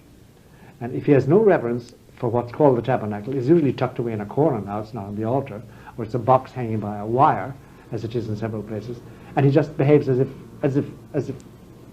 there was nobody there but him and he and I, then I know he doesn't believe any longer. Come on. If in this room, say, President Clinton was sitting, do you think we could carry on a conversation with ourselves and neglect him? No, we couldn't. Or even a policeman, we'd have to say, listen, sir, good morning to you, who are you? But if you don't acknowledge God's presence, if you're at home with your wife, for instance, and you never say hello to her, you never kiss her, you never tell her, I love you, you simply don't eat with her, you simply forget she's there. Do you really love your wife? Do you really believe she's there? You don't. She's a non-entity. And that's what happens with people when they break up. Similarly with our Lord. They don't believe any longer. Belief is gone. The Pope realized that. And he doesn't know how to restore it. He doesn't know how to restore it. So this explains then why the edifice of the church then is collapsing. That explains, let's say, why some mad priest will destroy all the statues. That's right. Because once the faith goes, then the edifice that's been built up over the centuries will also There's no reason for it. And on top of all that, then there's this devilishly clever new horizontal church where you no longer look to God. You look to the people of the community. And the people of the community, they create Christ. They bring him down on their altars. The priest is not a priest any longer. There's no sacrifice. There's no sacrifice of Calvary. And Christ does not die in an unbloody fashion at Mass. That's all hocus pocus, to use the old English anti-Catholic expression. Hocus pocus, which is a bastardization of hocus corpus meum. You know that. That's where the word comes from by the British Protestants. Now, they no longer believe that, so the Pope realizes that and knows he can't put it back again. Humpty Dumpty is broken, Bernard, and you can't put him together again. As we finished our last interview, we were talking about the liturgy. What does it do to the laity when the liturgy that is being conducted in all the parishes is constantly changing? It does this. It does precisely what ever recurring change does to a human being. We all find, Bernard, in our normal lives that we always have a basic routine we go through every day, and within that routine we can have variations. But there's no routine, there's no change in the basic routine, otherwise we don't know ourselves any longer. Our children don't know us, we don't know, nobody can find us. Life is in constant change. It's what happens during wartime. And I remember during the Second World War, it was the dreadful devastation when there's houses were bombed and cities were bombed. People couldn't find themselves any longer. They had no routine in life. Similarly with prayer, if the way I pray to God and the gestures I use and the words I use are constantly changed, and really changed, there's constant change. If that goes on long enough, I become confused. Because we depend on routine, basic routine. Children do, human beings do, adults do, married people do, everybody does. And there's a continual change which is deliberate, and that's meant to constantly keep us moving away from the fundamentals of Catholicism into new territory. One of the latest territories, for instance, is Enneagrams. This is a new system of deciding what sort of a person you are. And when you've completed the course, which is now given by Jesuits and Franciscans in parishes, instead of Stations of the Cross, instead of retreats, instead of missions, you are given 4 initials to put after your name describing your character. And that will tell you who to marry, and how to behave, and what your passions are, and what your weaknesses are, and your strengths are. This is all psychological profiling. And that's instead of now the sermon on, say, the 10 Commandments, or sermons on the 6 Commandments of the Church, or on the doctrines of the Church. So that, and that will change for another fad next year. It's worked out by some other psychologist. So this changes continuously, and then they have various canons of the Mass and various new prayers and various ways of doing things. And anyway, the Novus Ordo itself allows great ingenuity. Literally, you can say the Novus Ordo, the Mass at the present moment, in shorts, in Bermuda shorts with a sweater on you. There's no demand on anything, and the variations are huge. So that this change, in this constant change and the lack of routine, lack of the same songs to sing, produces destruction of belief. For instance, if the national anthem was changed every 4 or 5 years, do you think people would finally ever sing it? Would have any idea of the country? A national anthem is supposed to honor the country itself. You repeat the same words, and everybody knows them, and they have a long memory, and they recall everything in the past, and that retains the memory of what we are. They lose a sense of what the country stands for. That's right. That's right. It doesn't stand for anything at all, because it's always changing. And similar with the flag, there are certain things that must remain. But the network of our counter-plotters, the people out to destroy the Roman Catholic Church, have adopted an attitude of constantly confusing and removing people from any solid memory of anything permanent in religion, because they want to remove that. See, the strength of the Church always was that it was a permanent rock, using the same ceremonies, repeating the same commandments, giving the same rules for life, always adapting them to the age in which they were. That was the strength of it all.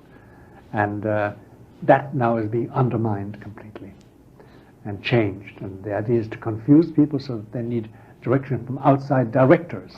And that's where the shadow of Big Brother comes in. Big Brother telling you what to think, what to feel, how to get married, how many children to have, and how to have them, and how to pray and how to settle your life. Now, in the United States last year, there was an attempt to change the Grail Psalter and the Sacramentary. Mm-hmm. That was blocked. It was blocked. Finally, they began to realize, the mass of the bishops and priests began to realize that there was a sinister move in this. So they blocked it. They blocked it. It was stopped. But it will start again. The initiative will come up in another way. Well, this is one reason why the altar girl decision maybe surprised some people, is because here they had blocked a change. They thought, okay, now we finally brought stability to the conciliar church. And stop the change. Right. And then this other change opened up over here. Sure. And then on top of all that, now, I was talking with a young priest a few weeks ago, and he was telling me about this new parish system, where the parish priest is eliminated, and you have this new pastoral leader idea. The plans are infinite, and they will keep on because they are intent on changing things. They're intent on destroying the structure of the church as it is. And you see, Bernard, there's a point which we've made before, and we must make again, is this. If you looked at the church in 1960, or 1961, or 1950, the structure was very simple, really. You had Rome, the central hub, and out from that there ran lines of communication, pipes, if you wish, out from the central hub. And through those pipes flowed from Rome instructions and commands and decrees and books and doctrine from the Holy Father and from his various ministries. And through the Pope's backs came obedience and zeal and contributions and saints and mission efforts and etc., etc., etc. Vatican II changed that structure. It created in each country at least one new hub, which has its own life. It is no longer dependent on Rome for anything. Not really. It acts independently. It has its own series of committees, bishops' conferences, priest conferences, nuns' conferences, priest senates, National Organization of Women, of Catholic Women, National Organization of Nuns, National Organizations of Priests, of Monsignoria, of bishops, of archbishops. Well, it's become also complicated with all these committees and subcommittees. Everything is a committee. When anything has to be done in a parish or a diocese, the bishop forms a committee. Forms a new committee of laymen and some nuns and some priests. So you have now all over the world these regional hubs, and it's the Pope's hub is only one hub, and they don't function together at all. And Rome itself is isolated, and now it has been penetrated, and therefore that it no longer is the directive, the source of direction. And the Pope is only one voice in many voices. So the Pope doesn't know everything that even goes on in Rome. He can't know. He can't. In Rome itself, he can't. You see, the difficulty with people talking about Roman Catholicism and the Pope, and how the Pope doesn't do this and he should do that. If you lived in Rome and worked there, you'd know that you're in the middle of a rabbit warren, a honeycombed hill. There are committees and groupings and consultancies and ministries and missions that the Pope doesn't even know about. He doesn't even know about them, much less know the personnel. He doesn't know them. He can't get around them.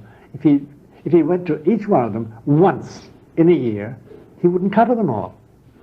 And then the rest of the church would be going to hell at the same time in a handbasket because he wouldn't give it any attention to attend to any of them. And the men serving in these various places, the heads, the cardinal prefects, as they call them, of the congregations, most of them dislike this Pope intensely.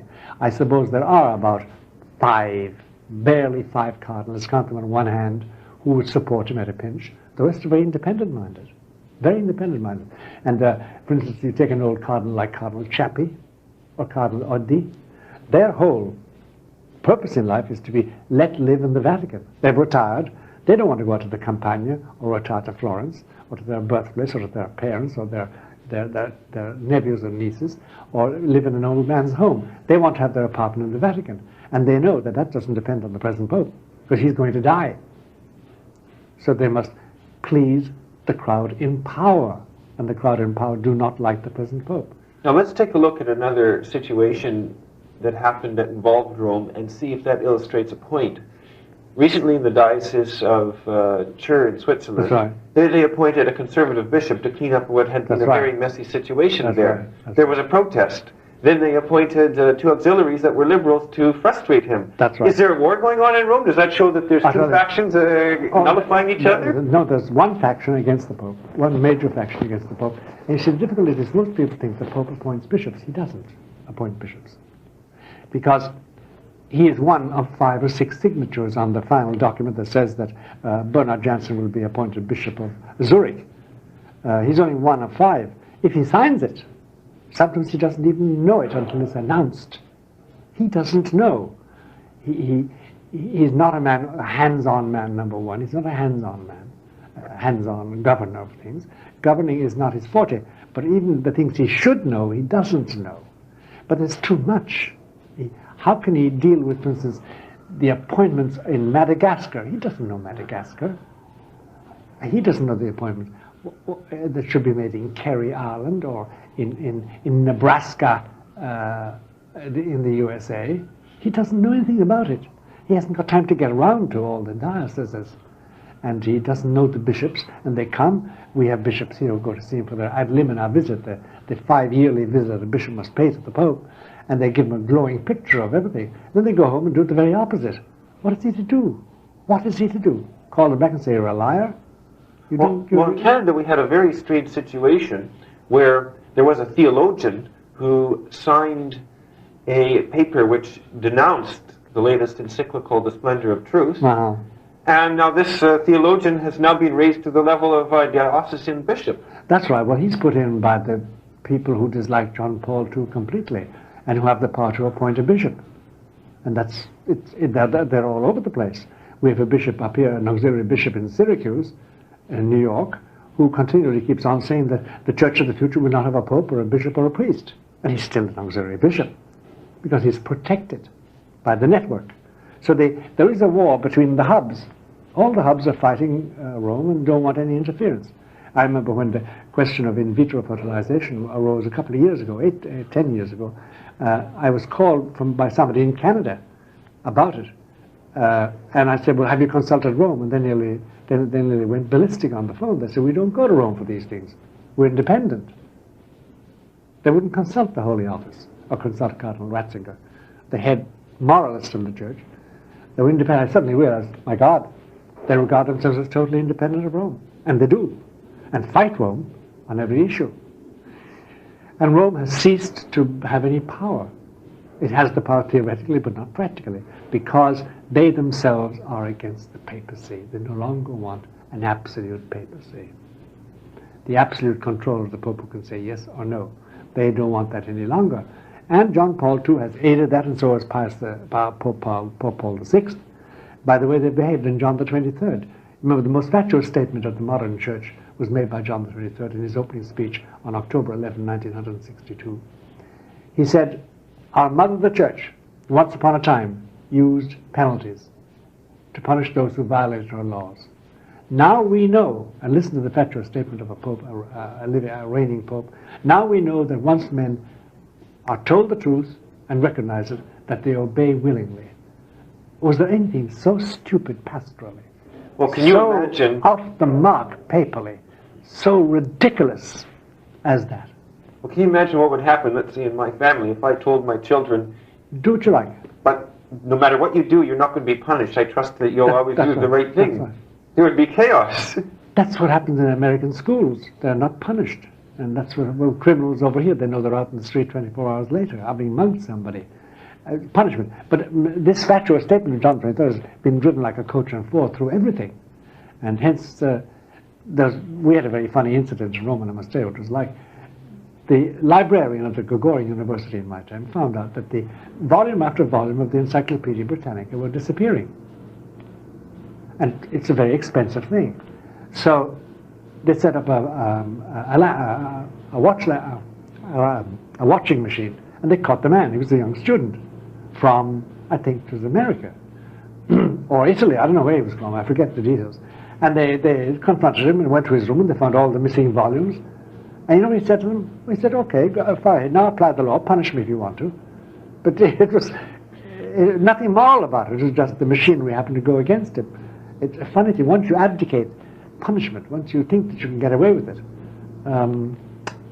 you have no respect for the law. Now, there is no longer any respect for Rome. Rome can't punish anyone. Who is Rome going to punish in the name of God? How can it punish a bishop? How can it punish Richard McBrien? How can it punish Charlie Curran? He's supported by his own bishop. They're all in good standing, and most of them are heretics. And there's so many to punish. It's gone. And it reinforces the one fact I've kept saying to you, but not in these conversations. The Pope saw it was over in 1978. He saw it. And he said, I'm not going to waste my efforts at doing this because I can't do it. It can't be done. God has subtracted grace. He's withdrawn his protection from this visible organization. It is cursed by God. It is going out of existence. I'm going to do something else. That's his attitude to it. Now here's another very confusing situation that I hope you can shed some light on. In the United States last year, there was an appeal to Rome from 6 faithful Catholics who had been supposedly excommunicated. In Honolulu. Right. And they won their appeal. And there was an order that said that the whole thing was null and void. That's right. Now I pick up the newspapers and hear that an interdict might be applied to them. What's going on? That was the doing again. This is the scam behavior of the present Roman administration.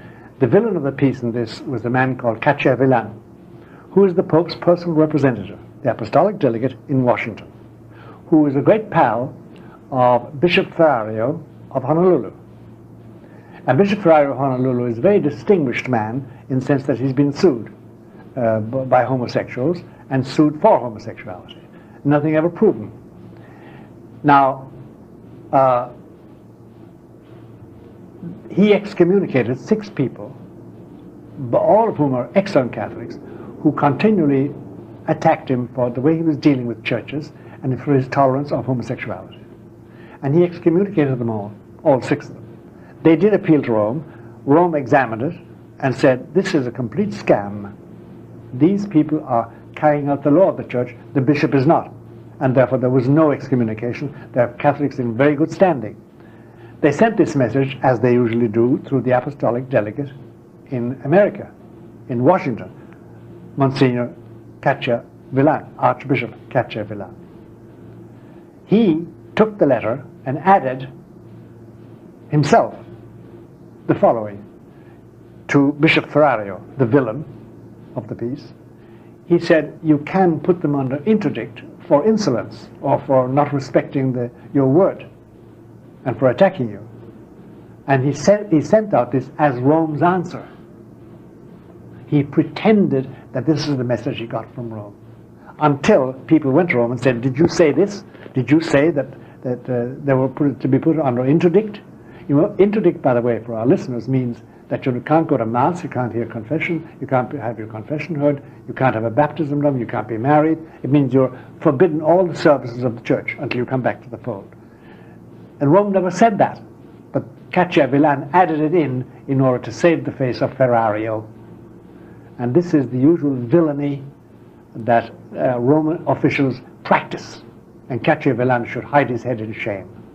Now, what is the authentic role of an apostolic delegate or a papal nuncio? What do they do? He's the representative of the Pope to the state, primarily, and then to the bishops. Anybody anybody can call the apostolic delegate. Don't call this man, but in theory, anybody can call or send him a letter complaining about things, about the religion, or about bishops, or about priests, or about anything at all. He's the Pope's representative, and there are about, I suppose, about 85 of them, almost 100 of them throughout the world. And they're politicians, they're diplomats, and they have a shortwave radio. They're in constant communication with Rome. During the war, it was one of the great ways of communicating through the apostolic delegates. And during the war in Iraq, this was the same thing. We had a man in Baghdad, a very good man, a Polish prelate, who could communicate with the Pope and tell him what was going on there. Now, I know of some situations in Canada where the faithful have seen terrible abuses going on in their parishes and written to the papal nuncio, and nothing happens. Well, the papal nuncio in Canada and the apostolic delegate here, the Pope's representative here and in Canada, and in most places, in Haiti, for instance, are a disgrace. A disgrace. Because you see, their reasoning, but listen to their reasoning, it's very simple. A man like Cacciavillan says, well, I'm younger than this Pope. I'm going to be alive when he's dead. And if I'm not on the side of those who make the next Pope, or one of whom is going to be the next Pope, I'm going to be out of favor. So they're looking to their own benefit. Besides, there's the grim, horrid truth that faith has diminished amongst the clergy. We now have the spectacle of bishops and priests and cardinals whom we know in their intimate lives don't believe a damn thing, but are not going to quit their job, because what are they going to do? And why should they quit membership in a gilt-edged club, which assures them dignity, stature, privilege, money, and a lifestyle which, how they afford otherwise? But isn't it the faith that is the glue that holds the whole church together, which explains then why it's at odds with itself now? That's why the Pope said the glue is gone, the cement is gone, the building is in shambles already. Already by 1978, remember, the church was in shambles. At the end of the reign of Paul VI, he was in for 15 horrid years, and he successfully dismantled the church. And he himself, in his misery at the end, mumbled words like, the smoke of Satan has entered the church. And we will finally end up, we Catholics, as a fragmented remnant on the fringe of society. Imagine a Pope saying that. There's no strength in that. There's no courage in that. There's no belief in that. There's just the misery of a man guilty of one of the greatest crimes in the history of the papacy. Now, when we're talking about the disbelief that's going on in the church, how does one explain, let's say, a prelate like Los Angeles's Roger Mahoney, who undermines the efforts of good laity to fight against abortion and homosexuality? Faith. Faith. Bernard, at the back of it all, there's faith. If you lose your faith, you see, let's talk about faith for the moment. Most people look on faith as a gift, and it is a gift.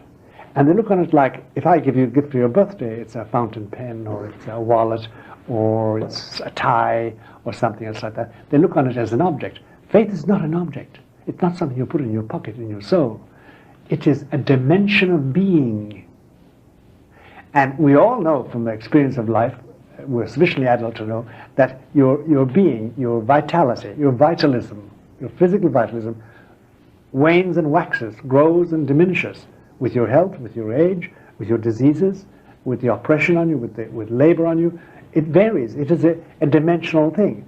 Similarly with faith. I can, for instance, believe most of the things given to faith, but I do not believe in avoiding contraception, because we have 2 children, we don't need any more. This is a hypothetical case, and therefore I diminish my faith by that amount. But that affects other things. Finally, it erodes my faith. But then my faith diminishes, and I can finally end up believing very little, except that I should be a Catholic, a practicing Catholic, but I'm not. And there are many Catholics like that today, because they're divorced, because they contracept, because they have killed off some of their children to an abortionist, because they become Freemasons, because they masturbate, because they're bisexual, and they know that's all wrong, but they can't get out of it. But their faith is diminished, because if your faith is diminished at such a point, you don't have it. Now, there's a point about faith which we must insist upon with everybody, that they know it. If you lose your faith, you don't know you've lost it. Bernard, if you take a man, cultured man, and you reduce him to barbarity, and they know how to do that nowadays. The Nazis were able to do it. The Stalinists were able to do it in the Gulag. He doesn't know he's been barbarized. He doesn't know he's been reduced to his culture. Similarly with belief. If you lose your belief, you don't know you've lost your belief. Otherwise, you'd run like hell to get back and get it. You don't know you've lost it. You think that you're okay. You think that the other guy who undertakes these labors because of faith is stupid. Why have more babies if you can avoid them? Well, don't be so stupid about it all. Because he's lost his faith. You don't know you've lost your faith. The penalty for losing your faith, which you always lose deliberately, is that you don't know. And you can't get it back by saying, okay, now I'll return to the church. Oh, no, it doesn't work. It doesn't work like that. So there's a certain blindness in all of this. Completely, you don't know. You don't know. And you look at the other guy who's observing the law and observing his Catholic ways, you say, what a bloody fool he is. He hasn't grown up. It's like the famous phrase of Lord Palmerston, any man over 50 who believes in God must be a jackass. He committed suicide, by the way. But it's this blindness. If you don't know it, so don't appeal to somebody who's lost his faith and say to him, well, you shouldn't do that. He thinks you're a fool. He doesn't know. He's lost his faith. And you don't get it back, by the way. You don't get it back easily. This is the terrible thing once you throw that pearl of great price away. You will not get it back easily. You may never get it back. You may simply go straight to hell when you die. This opens up a very serious question. Suppose there is a prelate, a bishop in some diocese, or a theologian teaching in a Catholic university who has lost his faith. Do they still hold their offices? They should not. But nowadays we have them all over the place. We have them in Catholic University of Washington. We have people who deny the divinity of Christ teaching there. Priests. Not prelates, they're priests. We have prelates who don't believe these things any longer. We know they don't believe it, but they're still maintained as bishops. Why? Because superiors in Rome have lost their faith and get paid by him, or are in the same network of homosexuality, or just pals with him. So they support each other. But of course they should be fired immediately. They shouldn't be tolerated. and there should be watchdogs to make sure we know if a person is a believer or not. There was in the old church, but since that fatuous statement of John the 23rd, we now trust people, which is the most ridiculous thing going. We don't trust ourselves. Why should we trust anybody else? We must be supervised, and when people do deviate, then they should be called in on the mat and said, you have deviated, and either you correct your behavior, pray for your faith, get back to it, or you leave. There must be. But that's the new conciliar church. Everything is allowed. But that's the situation then in which the average layperson is going to have to make a decision on their own. Absolutely. Whether or not to follow this particular theologian. They can't rely on the Rome to sort that out for them. No, you can't. Nowadays you cannot go to the parish priest or to the bishop or to Rome and say, what should I do? They won't tell you. They don't know, or they're already heretical and they're going to give you the opposite. Bad advice. They're going to give you the opposite of advice to what you should get. That's the unfortunate thing about it. And Bernard, you see, that's the difficulty of the layman or laywoman today who have children and who have to rear them, and for themselves too. They have got to educate themselves all by themselves. Nowadays, there is a new movement amongst Catholics, though. They're now beginning to print catechisms and have special groups apart from priests and apart from the church to educate each other and to educate themselves. And I participate in several of those here in New York and in Boston and in Philadelphia. I direct several score of those groups of people. Now that they're reading, they're buying books, they're searching back for books that are out of print. They're reprinting books and educating themselves, because they say, we're not going to be educated by the churchmen, and we will finally be without the churchmen. Is there a reason perhaps why God has put families in this situation where they have to rely upon themselves? I don't know the mind of God except in what he does. And Bernard, apparently Christ has made a very radical decision about our age. And the radical decision is apparently a very harsh one. Once upon a time, when I was very young, you could be blasé about certain things because there were safety nets everywhere. Your parents, the community, the cops even, the teachers, the social workers. You could rely on them to correct you if you went off the rails. You were caught. There were safety nets. Now there are no safety nets at all. Christ hasn't done that. And he will not put up for one moment with any misbehavior. He won't stand impurity in your life. He won't stand dishonesty. He won't stand infidelity. And if you say on a Sunday, well, I'm too tired, and the wife and the children are too tired, and we will skip Mass because we've all been working very hard during the week, and God will understand. It's very difficult to do that in the beginning. Do it 4 or 5 times, and it's very simple. And Christ's decision is, he will now not give you the means of getting back. Nobody will reproach you. In fact, you'll find everybody says, okay, you're right, take it easy. Life is difficult enough already. The taxes are high, and you work like a dog. So he won't make it easy for you any longer. And once in a while, he'll pass by you. He passes by every human being and looks at them, like at the rich young man. And either you say, yes, I'll follow and be faithful in spite of everything, or you won't. And he won't come back. He won't come back. He will leave you sink into your unfaith and into your sins. And that is apparently the decision he's made about churchmen and churchwomen, nuns and priests and bishops. Now they've given into this and that and the other. He will leave them there. He doesn't any longer send them. So he doesn't step in to save people from themselves? No, he doesn't. He doesn't. This is his radical decision about today. Do you know why? I think, it's my guess is this, that it's now you can find out the truth if you want to. You have a means of communication. You can travel. You can find out. You can talk to people. You can read books. You can find out what you should do if you want to. We're no longer isolated. We're now a globalized, mediated world. You have plenty of means of educating yourself. Don't blame anybody else. And if you've been going to the Novus Ordo and got nothing out of it for so long, and no longer believe in the real presence, and no longer say a rosary, and no longer pray at night, you never get down in your hunkers in the morning or at night, and you don't rear your children well, you don't teach them morality, who are you going to blame? In this third interview in our series, we're going to discuss the new world that is coming into being, and how the faithful Catholic must deal with it, and how the faithful Catholic fits into it. To start with, let's look back a few years to the Cold War. During the Cold War, Americans and their allies in Canada and England in Australia and some of the countries on the continent in Europe could be confident that they were on the side of good and they were fighting against totalitarian communism. But they don't really know where they stand today. Today, is the United States on the side of good or evil? Yeah, that's about the situation. We have been driven into a position which we never expected to occupy, and faced with problems we never thought could exist. And we haven't got the problems that we envisaged.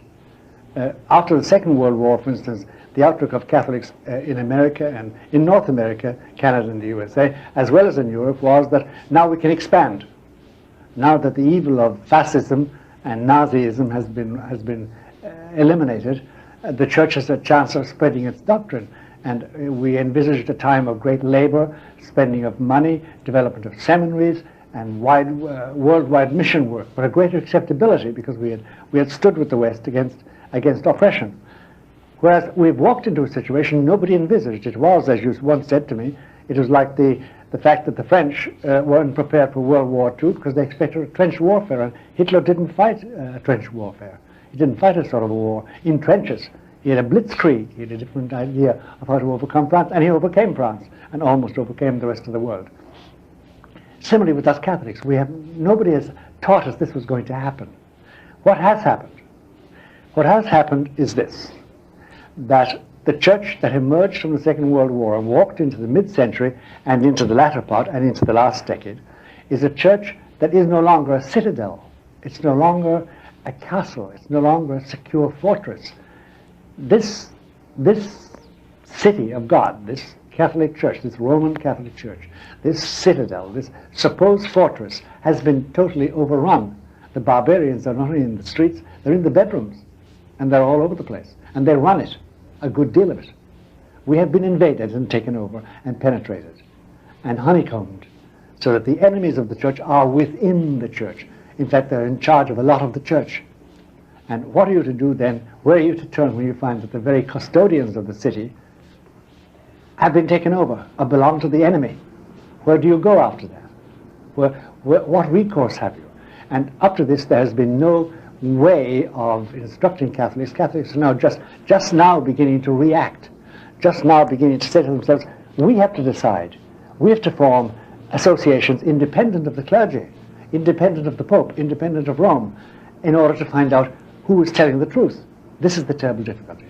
And in the past, Catholics were expecting more of the kind of persecution that went on behind the Iron Curtain. Yeah, and it's very simple. That's very simple. Somebody says, I'll kill you if you don't deny your faith. You say, I won't deny my faith, and you're killed, or you're put in prison, or you're tortured, or your nails are pulled out, or your wife is raped in front of your eyes.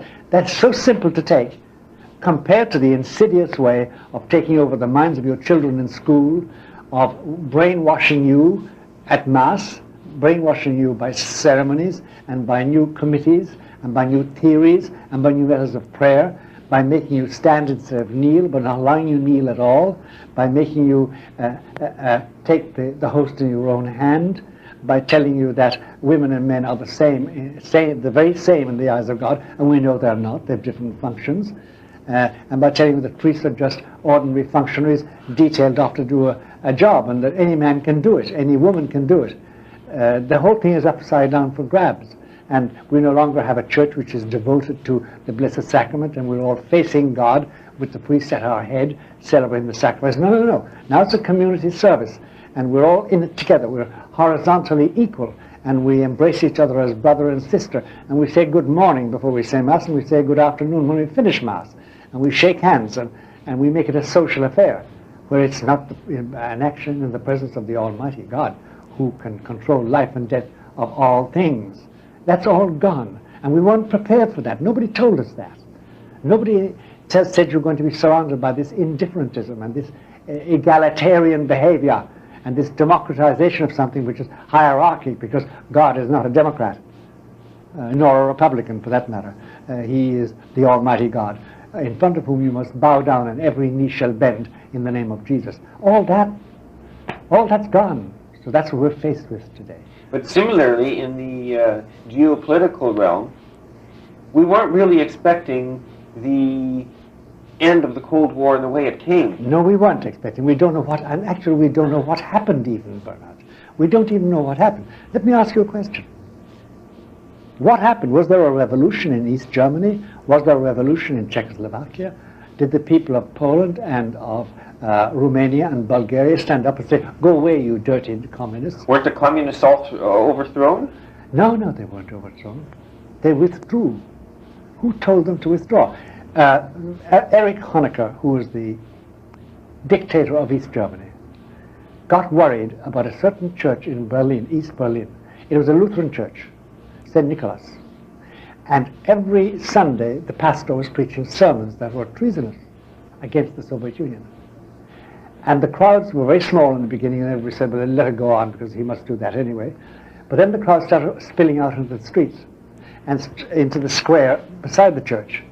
And the crowd started getting rambunctious, and the sermons got louder. They put up loudspeakers. The sermons could be heard outside, and they were still treasonous. So Erich Honecker got on the phone to Gorbachev, who was the head of the Soviet Union at that time. And he said, what shall I do? And Gorbachev gave him the very surprising answer, leave town. And Mikos Jakis, who was the dictator of Czechoslovakia, had the same problem. And he called Gorbachev, and he said, what shall I do? And Gorbachev said, leave town. And Zhivkov of Bulgaria, the dictator of Bulgaria, called Gorbachev and said, what am I to do? I have the same situation here. And he said, leave town. And the man Jaruzelski in Poland did the same and got the same treatment. And one, Ceausescu of Romania, said, I will not leave town, and he was killed. And we now know the KGB operatives, KGB was the secret police of the Soviet Union, mingled with the crowds that chanted in the streets, cheering all these men when they left. So something happened that was no revolution at all. Then there's a bigger problem than that. The KGB, which was the secret police, had a team, or in all, they had about 4 to 5 million operatives. Spies, counter-spies, spy masters, couriers, engravers, killers of all sorts. Then they had 2,800 gulags, that is, prison camps, run by wardens, and who had their torturers and their captains and their slave laborers. And what happened to all that? Are they all gone now? Where are they? Well, nobody tells us. Nobody was put in prison. Nobody was brought to court. There were no trials to find those who had murdered and killed and tortured for all those years in all those 2,800 gulags. Nobody's spoken about it at all. Are they still there? Are the prisoners still in the camps? We know they are, by the way. Oh, there are. But nobody speaks about it. Is there no justice? What are we doing paying them billions? We now pay them billions of dollars to recover. Who's getting the money? And now, is it funny that the latest people, for instance, elected in Hungary in so-called free elections are all the ex-communists, the so-called ex-communists. And same thing in the Ukraine and all over. Lithuania and Poland too. Yeah, what is happening? I mean, what has really happened there? There was no revolution. So what happened to all the operatives? Then, by the way, the KGB had an army of 800,000. Where is it? And they had their own arsenals, their own aerodromes, their own bombs, their own atomic bombs, their own ship and fleet. What has happened to all that command? Where's the high command gone? The generals who were in charge of it. Will somebody tell us where it's all gone to? And the money they had stored away, the bank account, the KGB bank account, based on the Russian gold mines, which are the biggest gold mines in the world. What has happened to all that money? Well, what's going on? And then what about the 10 secret cities? As you know, Stalin built 10 secret cities. They're magnificent cities, by the way, the only good cities he ever built. The names are never on the map. And nobody ever leaves there or goes there without permission. And they do only one thing, they manufacture nuclear weapons. What's happened? Where are they? Are they disbanded? Are they destroyed? Where are they? Who's in charge? Who's in charge of what's happening? We're not told. Which leads us on to a big question. Who has so arranged our media that we're not told these questions? Even the questions are not raised. Who tells them not to mention these? Because they know as much as you and I know about it. Why are we not told about it? Why doesn't somebody raise the question? Nobody does raise the question at all. And it's like, you know, nowadays they're just discovering things that happened. For instance, that Eisenhower condemned 30,000 GIs to die in Russia. We're only finding that out now.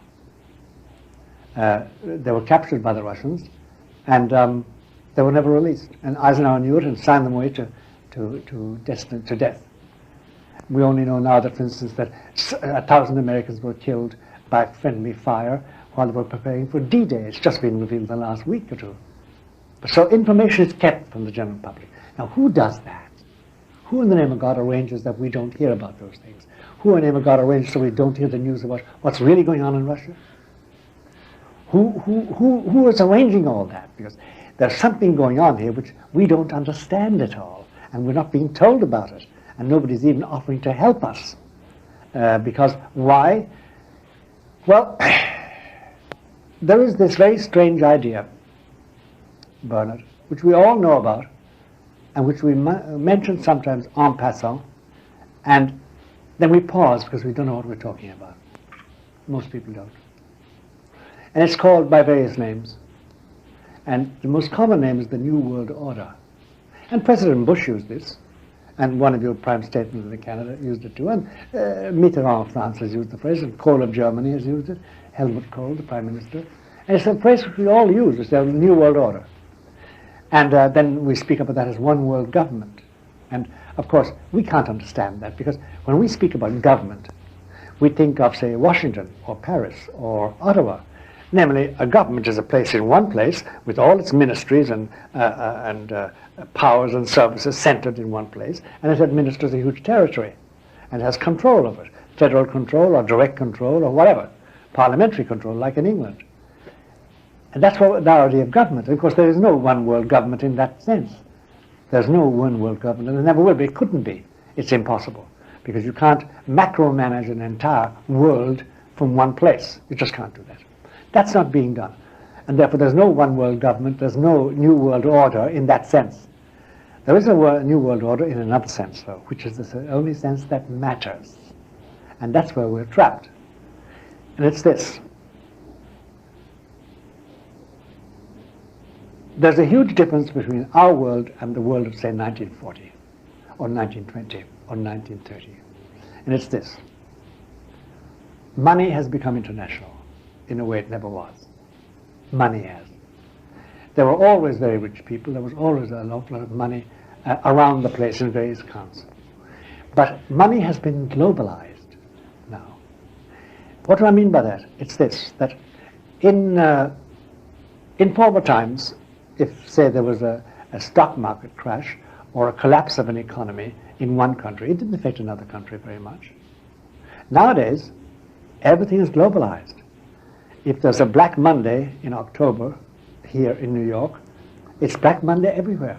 In the money markets, Tokyo, Singapore, Paris, London, Rome, Rio. It's a black market everywhere, because the market is now unified. Money is globalized. Why is it globalized? Because we have now a new stage in capitalism, which is peculiar. See, capitalism started off, first of all, with individual men.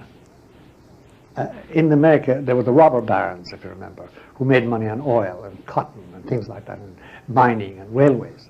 And there were single individuals with powerful dynastic families, like the Buckleys, like the Kennedys, like all the other big families that made huge fortunes, and the Rothschilds, and dominated everything in their day, in their particular trade.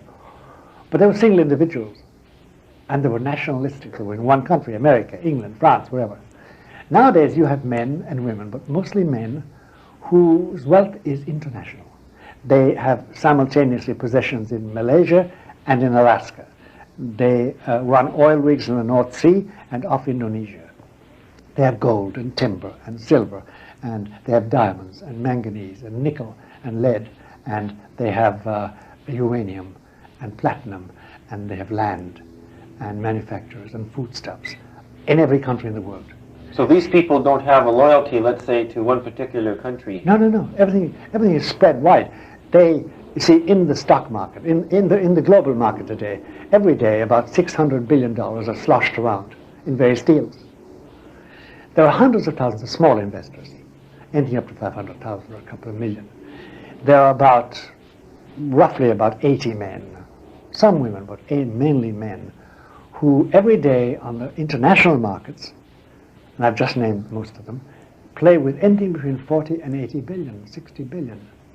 And as the present Pope is saying, if you have 40 men in a room, and 10 of them are 10 foot high, and the rest are 4 foot, I'll give you one guess as to whom the 10-foot high men speak to. They obviously talk to themselves. They can really compete, make deals. Somebody who's a minor deal with 100,000 or 200 or 2 million, come on, not to be funny. How can you match 60 billion? And these men govern the flow of capital and the flow of capital goods and decide and decry the life of nations, whether they live or die. Those men, they run this international thing called money, which is now another thing completely. It's on paper, it's funny money. It comes out in real cash finally and in results, but it's control. It's control of funds for living.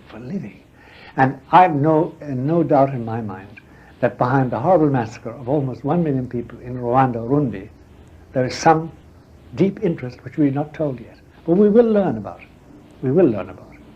When we were all shocked at the death of Dag Hammarskjöld in the Congo and of Patrice Lumumba, who was the local leader in the Congo, the former Belgian Congo, in the 1960s this was, nobody knew what was happening. It was all about uranium in Katanga, a province of the Congo.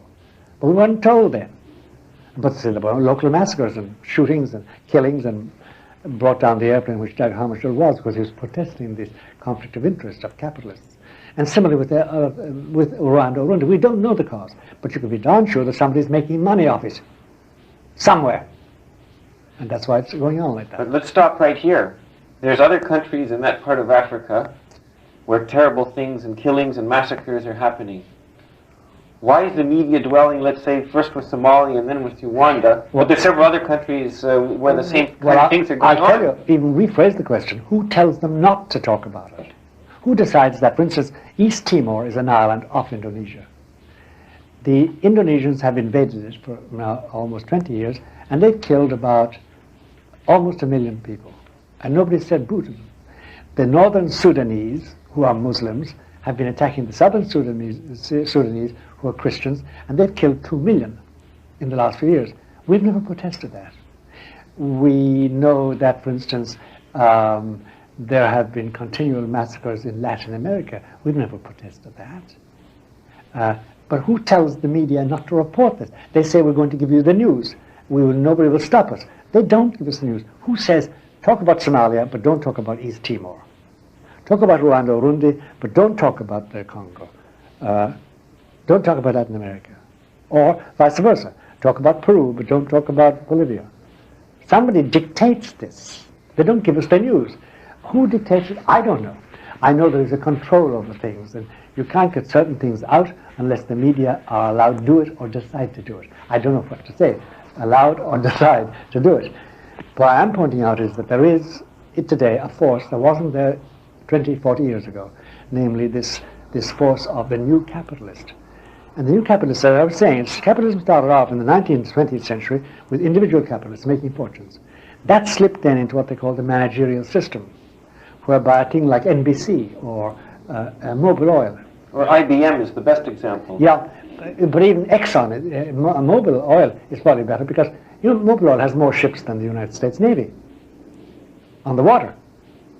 There's more floating real estate. And nobody owns it. Nobody owns NBC. No single man owns IBM. That was the managerial system. Now it has slipped into the arrival of kingpins, very rich men. Jimmy Goldsmith of England is one of them. I mean, there are about a few. They surface, and they're fabulously wealthy. And Turner of CNN is another one of them. He has risen to that level of that capacity. And these are the money gentlemen who run the money in the world, and that runs life, that runs everything.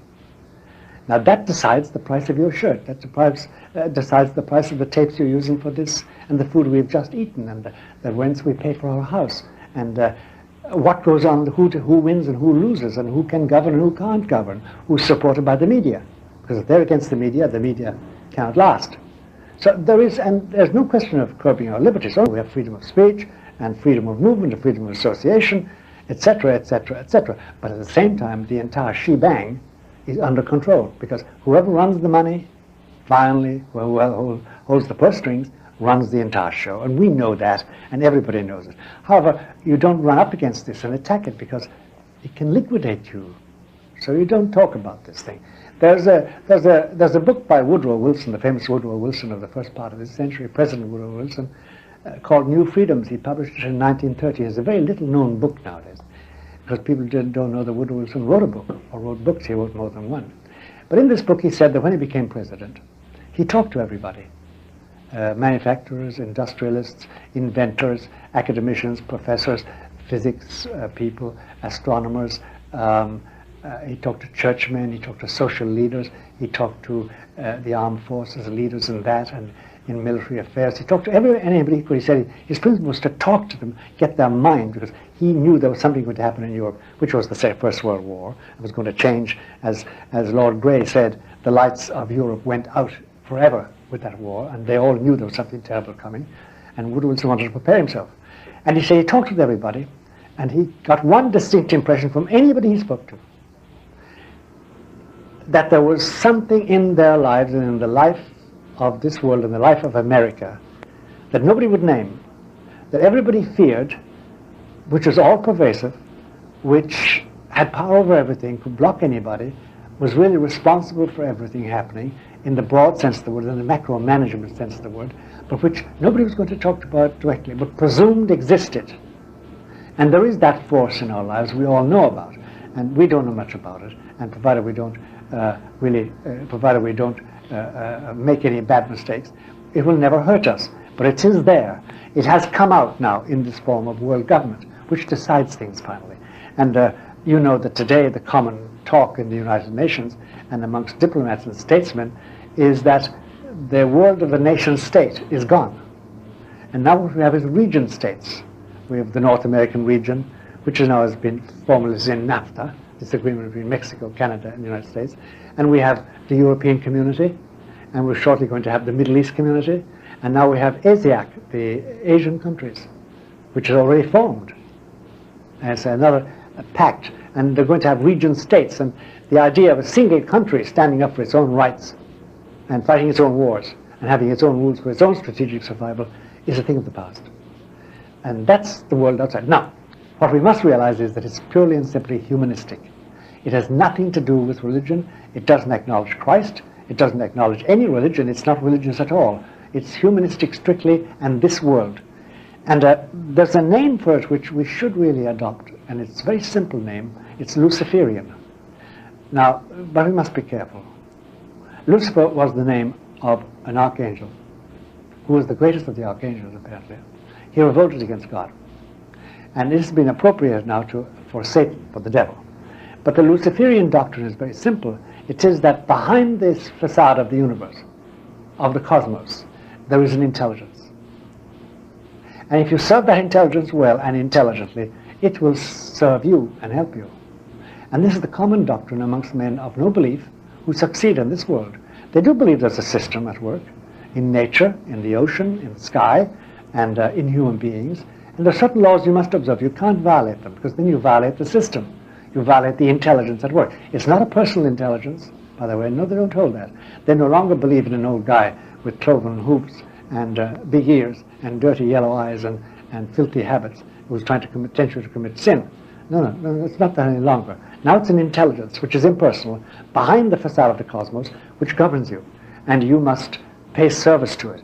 You mustn't deceive yourself with thinking about God and heaven or the angels or hell and the purgatory and all that. And is this force changing the way in which you and I and the families that will hear this tape live? Oh yes, oh yes. They're changing it completely. They want to break down the family. The Luciferian intelligence says the family served its purpose. It's no longer good enough. We must now have families that are directed to the group, to the state. And therefore we must have a new method of education, which transcends all the superstitious boundaries of the past. And that is what's taking place in our schools with what is called outcome-based education. They're teaching the skills of community relationships, cooperation, submission to authority. They're not concentrating on facts any longer. That's why most of our children are badly educated, except in these leadership skills and in community skills, as they call them. But it's more than that. It's that history is reduced then to contemporary history mainly, and it's also reduced to scientific and physical facts. The idea of God, the idea of faith, the idea of anything based on the supernatural revelation, of a message from beyond the stars, is out. There's no message from beyond the stars. It's this worldly. I want to stop right here. We've already talked in previous tapes how modern man has lost the vertical dimension. Mm-hmm. Now what you seem to be saying, and I agree with it from my own conclusions, is that the importance of history is being diminished. So men are losing a sense of the past. The past is only important insofar as we have something from the past, like an invention. But the lessons of the past, what men have learned, how they built civilization, what civilization was originally, what were its roots, that's all gone. Well, then basically man is being reduced to one dimension. That's right. That's right. And what ramifications does that have? It has this, that it stamps out the possibility of belief. There is no room for belief in it any longer. That's archaic and antiquated and out of date, and it's not in accord with the history books or with the textbooks put in your hand. It reduces man to a horizontal level, and the sky is made of bronze and the earth is made of earth, and there's nothing in between except you and me and our lives, and a thing called history. You'll notice that the people who preach this doctrine, who direct this movement, they always speak about history. We must serve history. We must follow in the footprints of history. History will be good to us if we're faithful to history. And it's another pseudonym, it's another name for the Luciferian view of the intelligent universe that we must submit to. Because then we'll be treated well. Some of us will die by disease or by accident, but on the whole, the world can be a happy place. Now, here's the difficulty, Bernard, that as of 1965, through its Pope, the then Pope Paul VI, the Church was told to greet this world, to help build this human habitat, to welcome the world as the only solution for man's ills, that the Church was going to turn around and finally become part of the world. This was the terrible sin, the terrible sinful conception that this man had, and that many Catholics adopted. And therefore they adopted the idea of being completely worldly, of joining all the worldly movements. And the idea that we were on a road of travel here, pilgrims for eternity, has faded out. Did you ever hear have you heard a priest say recently that we are on a pilgrimage to our eternal home? It's language you never hear. Whereas that's the language of the Roman Catholic traditional apostolic church. We are pilgrims, and we're beset by the world. The world is evil, will never be good, will never be perfect, and will try and derail us and send us to hell. But we never hear that anymore. So that's the result of the horizontal outlook. Now that was the look that was imposed by the people who implemented Vatican II, the Second Vatican Council. Well, I know that the documents of Vatican II very often have glowing praise for this world and the modern age. That's the idea. We've dedicated ourselves to belong to it. Whereas Christ said, don't belong to this world. This world is evil. This world is going to kill me and will kill you too.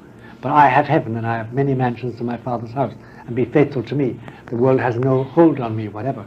Now, this is the great difference. And you know, the basic criticism of John Paul II, it's a very basic criticism, and so he has failed egregiously. But again, I want to say to you, I think God has used this failure.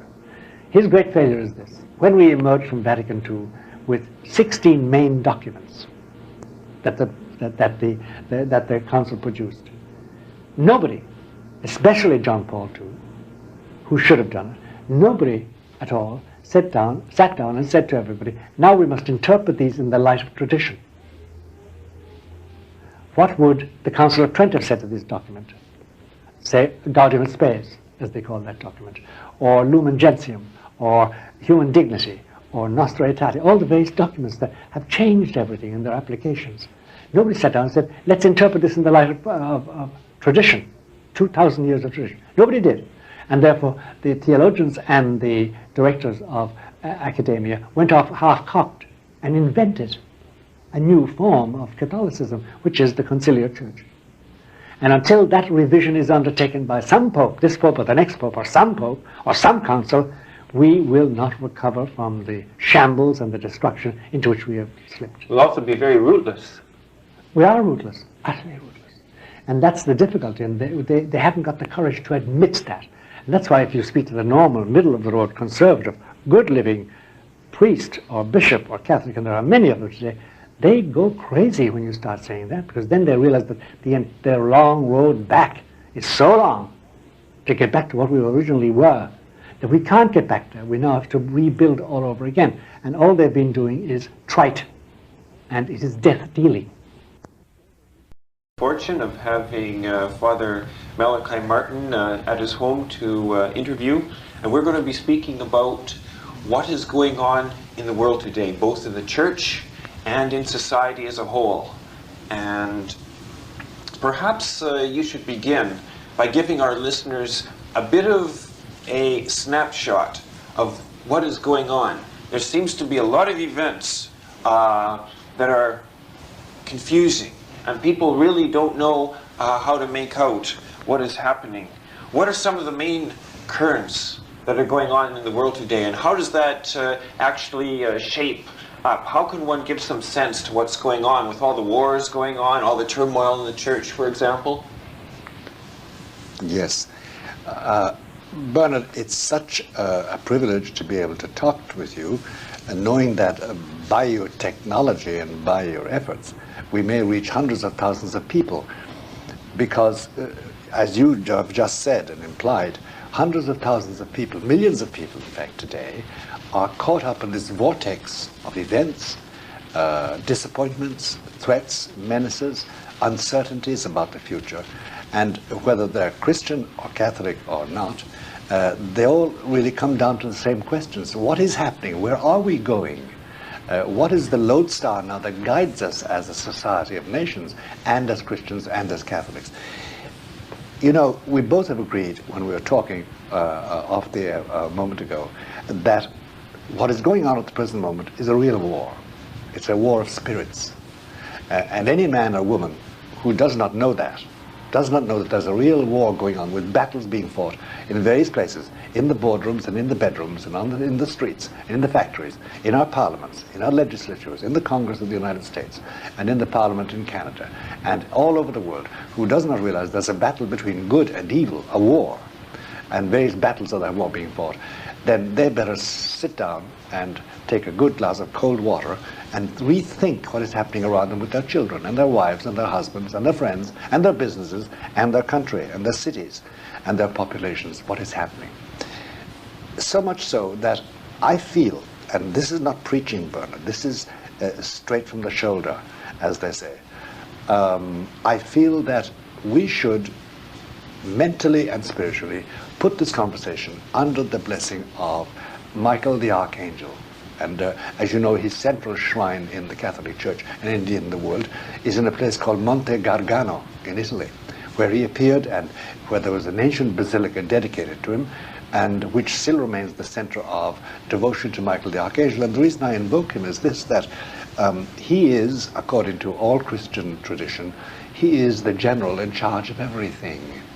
He is the boss of all bosses, as regards all the angels. And in the nine choirs of angels, Michael's word is the word of our Lord Jesus Christ himself. So let us put that under his guidance. And you know, every time you say the Our Father, the first three invocations, you're using those in unison with three of the seven seraphs who are always in front of God. And when we say, Our Father who art in heaven, hallowed be thy name, it's the sanctifier amongst the seraphs who's talking with us. And thy kingdom come is the proclaimer. He's the seraph proclaimer. And thy will be done on earth is the legislator amongst the seraphs. Michael even dominates those very privileged beings who are always in front of the throne of God. So in the name of God and in the name of Michael the Archangel and Our Lady, the Queen of Heaven and the Mother of all the living, let's start this good discussion and communicate some light and some guidance to the hundreds of thousands who really depend on the apostolate of the Word of God. All right? Okay. Now, it does seem to me, Bernard, and I think we both agree, that we must start with the essentials and then go out to the wider field. I think that in the last 5 years, the most significant event that has taken place is the recent trip of His Holiness to Denver. What did you think of the visit to Denver? Did you follow it on TV? I followed it. There seemed to be a large turnout of people. all the media attention focused on the confrontation between John Paul II and the Clinton administration. Perhaps you could begin there. Yeah, well, there's a preliminary remark to be made about the Denver meeting.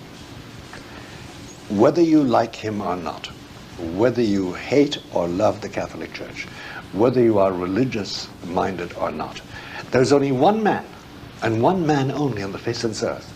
And it's not the President of these United States, this superpower. It's nobody, it's no film star, it's no millionaire or billionaire. There's only one man who could invade a country, like John Paul II did, stand at the center of it, be greeted by at least 500,000 people, be the focus of the media, one way or the other, for the 4 or 5 days he was here, speak in front of the President of the United States and give out a doctrine which was repellent to that man in his foreign policy, in his domestic policy, and get away with it. What man could do that on the face of the earth? Only John Paul II. And therefore those who, like Stalin, are always saying, oh, there's no power left in the church.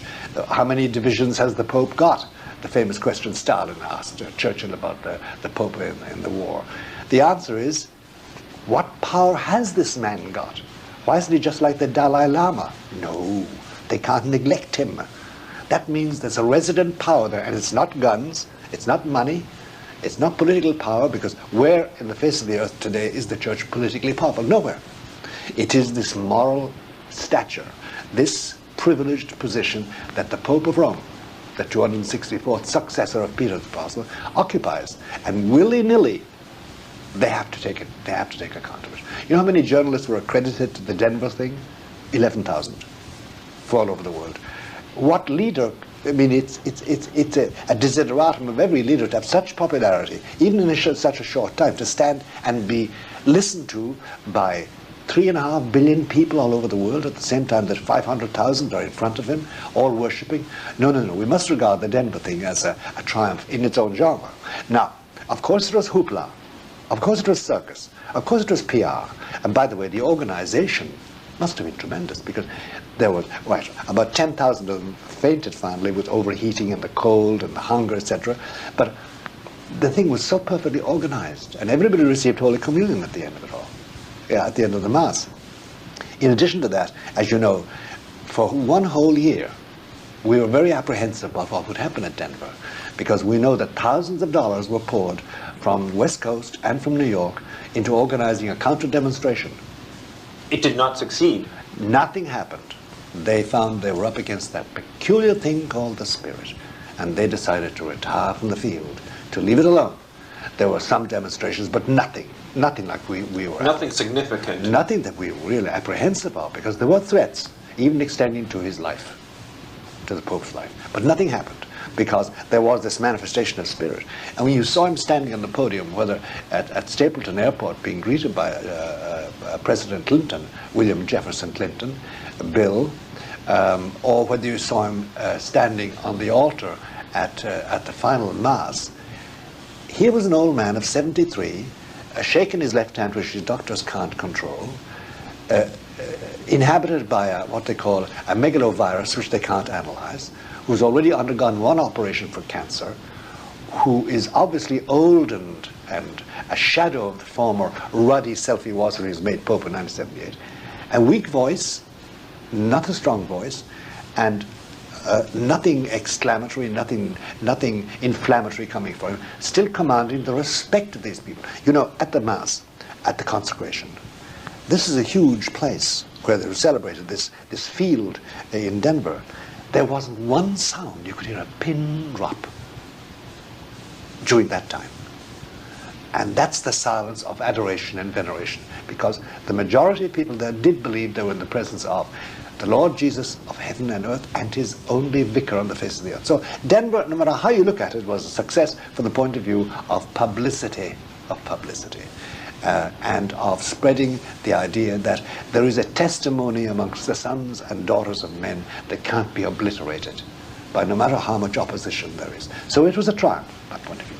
Now, but that does focus on John Paul II and his church. And I think that's where we should start.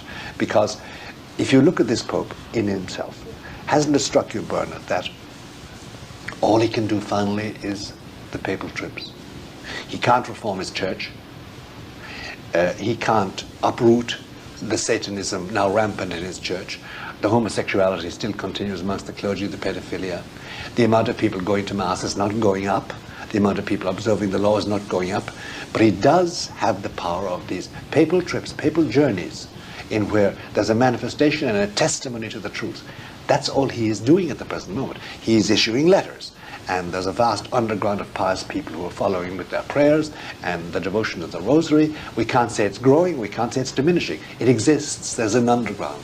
But at the same time, there is his poor, beleaguered, tatterdemalion church, its organization. So we have to deal with John Paul II and his church. I think that's the first thing we deal with, because he is an enigma for many people. He's an enigma. A lot of people feel abandoned by him. He appoints bishops that are unworthy of being bishop. We know they are, and we can give their names out on the public radio because everybody knows who they are. He has cardinals who are not really with him, who are in opposition to him, who want him to resign, want to get rid of him and have another pope to their liking. He is not liked by secular governments because he preaches a hard doctrine about population control, about birth control, and about abortion. And about abortion, where this conflict occurred between Clinton and the Pope. And fetal research. And the extraordinary thing about the Denver visit was that no matter what the media did, no matter what they did to take the light off John Paul II and his message and place it on the squabble between us and the secular powers over abortion contraception, it didn't succeed. For instance, the newsmen held, at Denver, they held a news conference, and they had a group of young people from all over the world there, and they tried to get them riled up on the question of abortion and contraception and male and female priesthood and women's ordination. And the young people said, we're not interested. The church has spoken and it's all over. The media failed completely, and they simply withdrew. They couldn't understand it. They can't understand it. And the fact was that these theologically unwashed media people were trying to claw their way at a 2,000-year-old church, and they got nowhere. The Spirit of God was with those young people. And similarly, after all the wave of articles emphasizing the amount of Catholics who commit abortion and contraception, and the amount of homosexuals there are in the church, and the pedophilia, heaping all the offenses of Catholics in a huge pyre in front of the world, the fact is that people stood back and said, no, this is not the issue. There's something else going on here we don't know. And John Paul II himself, I must say, in his press, they're very bad propagandists for themselves. And perhaps perhaps like Rhett Butler, he doesn't give a damn. Perhaps it's enough for him to state the truth and pass on, because he is a pilgrim pope. But so Denver does focus on the one man who is a key today. You know, Bernard often speculates that if the papacy disappeared, if the enemies of the papacy got their will and wiped out the papacy and made him just another bishop in Rome, squabbling with other bishops, as they do in the Anglican Church and the Orthodox churches, within a short time all Christianity would disappear, because the lodestone, the lodestar for all churches is their difference or their coincidence with the Roman Catholic Church. Wipe that out, a big black hole opens immediately for every other Christian sect. Let's just stop here for a moment. What exactly is the Pope? Is he the chairman of the board? No, he's not. The Pope himself is the 264th Pope and the 263rd successor to Peter. And Catholics have this one thing which everybody else covets. They are the only church, the only Christian group, who have a line, an unbroken line of men going right back through history, 2,000 years, to Jesus of Nazareth, who spoke to the first Pope, Peter. And no matter what their failings were, no matter how much they neglected the church in ways, no matter how many imprudences they committed, all of them, there are historical connection with Jesus in his mortal existence. We're the only people with that, and that's something we can be proud of. We have that. Despite all our weaknesses and failures, we still have that connection. And you must have that historical connection. If you start in the 16th century, or the 17th century, or the 18th century, or the 12th century, bye-bye birdie. Your representative did not speak to Jesus. He didn't confer on you this, that, or the other. And you know, there are people today some Protestant bishops and some Orthodox say, well, why don't we now form a common sort of a prayer where we can all gather, no matter what our differences are theologically, and let us reform it? The answer always is, Christ has not spoken to them. To none of them did he say, thou art Peter, thou art the rock, on you I'll build my church. And the gates of hell will not prevail against it. You will last forever. And whoever sins you lose, they're forgiven. Whoever sins you don't forgive, they're not forgiven in heaven either. So we have this advantage. That doesn't make us saints, Bernard, by any manner of means. So the Pope is the representative of that. And, you know, the Church has a law in its canon law, repeated always in all canon law, all the various codes of law, which says, Pontifex Maximus, a nemine judicatur. The Supreme Pontiff can be judged by nobody. He can't be lugged into a trial, a courtroom and tried by anybody. There's nobody fit to judge him. And there's a very good reason for that. Because, you know, you and I, all our lives, we've had somebody above us. I had my father and mother, you had your father and mother. We had the teachers in school. When I became a Jesuit, I had my Jesuit superiors, and we had the parish priests and the bishops. There's always somebody higher. There's only one man on the face of this earth who has nobody higher, and that is the Pope. And he stands with his back to the people he's the head of and faces the abyss of God. He must answer God. It's a terrible responsibility. Now, if any man has not been in that position, he can't judge the Pope finally. He can produce an opinion, he can say, well, I think this is wrong, this is bad, blah, blah, blah, blah, blah, blah. He committed an imprudence there, he committed a sin there. That's all possible, because all men are mortal, including the Pope. He can make mistakes. But as Pope, nobody has this responsibility of facing God for the people. He is the vicar of Christ. And see, we must remind ourselves that Christ is sweet and loving and merciful and forgiving and pleading. He wants our love. But he also has dignity and majesty. And remember that the scripture is terrible about Christ when it comes to punishment. It says that in the last day, when the Antichrist is reigning, Christ will come on earth and destroy him. And the scripture is so contemptuous. He doesn't destroy him with fire or with lightning. He doesn't make the earth swallow him up. The scripture says merely, spiritu oris sui. He's going to blow him away like a bit of dirt. And when, as you know, in the last judgment of Michelangelo, Christ is condemning the evil ones to hell, and he raised his right hand. Look at that part of the Last Judgment sometime for about a half an hour and see the expressions Michelangelo, by divine inspiration, put on the face of Christ and his hand. The impression of power and ruthless punishment. No mercy. Depart, ye cursed, into the kingdom of Satan. So we mustn't forget that behind the Pope stands this powerful, majestic figure full of his own dignity of deity and Godhead, who is ready at any given moment to defend his Pope and to propagate his church. So let's be very clear who the Pope is. He is that, with all his weaknesses. And we have a man who was born in Poland 73 years ago, Karol Wojtyła, who lost his mother and lost his brother and was reared by his father, and who lived under two terrible regimes, the Nazi regime and the Stalinist regime, and who was elected, as it were, by accident in 1978, faute de mieux, as they say in French, because there was no other man they could find who could bind the factions in the conclave of 1978, September, together, and that was Karol Wojtyła. Now, it's very interesting to think of what sort of a church he got. He was put in his hands as on a platter when he became Pope on the 16th of October 1978. It's very interesting to think what sort of a church was given to him. Let's stop here for a moment. We see in the church today, within the church, homosexual groups, feminist groups are growing stronger by the day. What is the cause of this? Well, Bernard, this is what I meant by the type of church was put in his hands as Pope. Now, when we say church, remember this. We're talking about the visible, palpable, audible organization.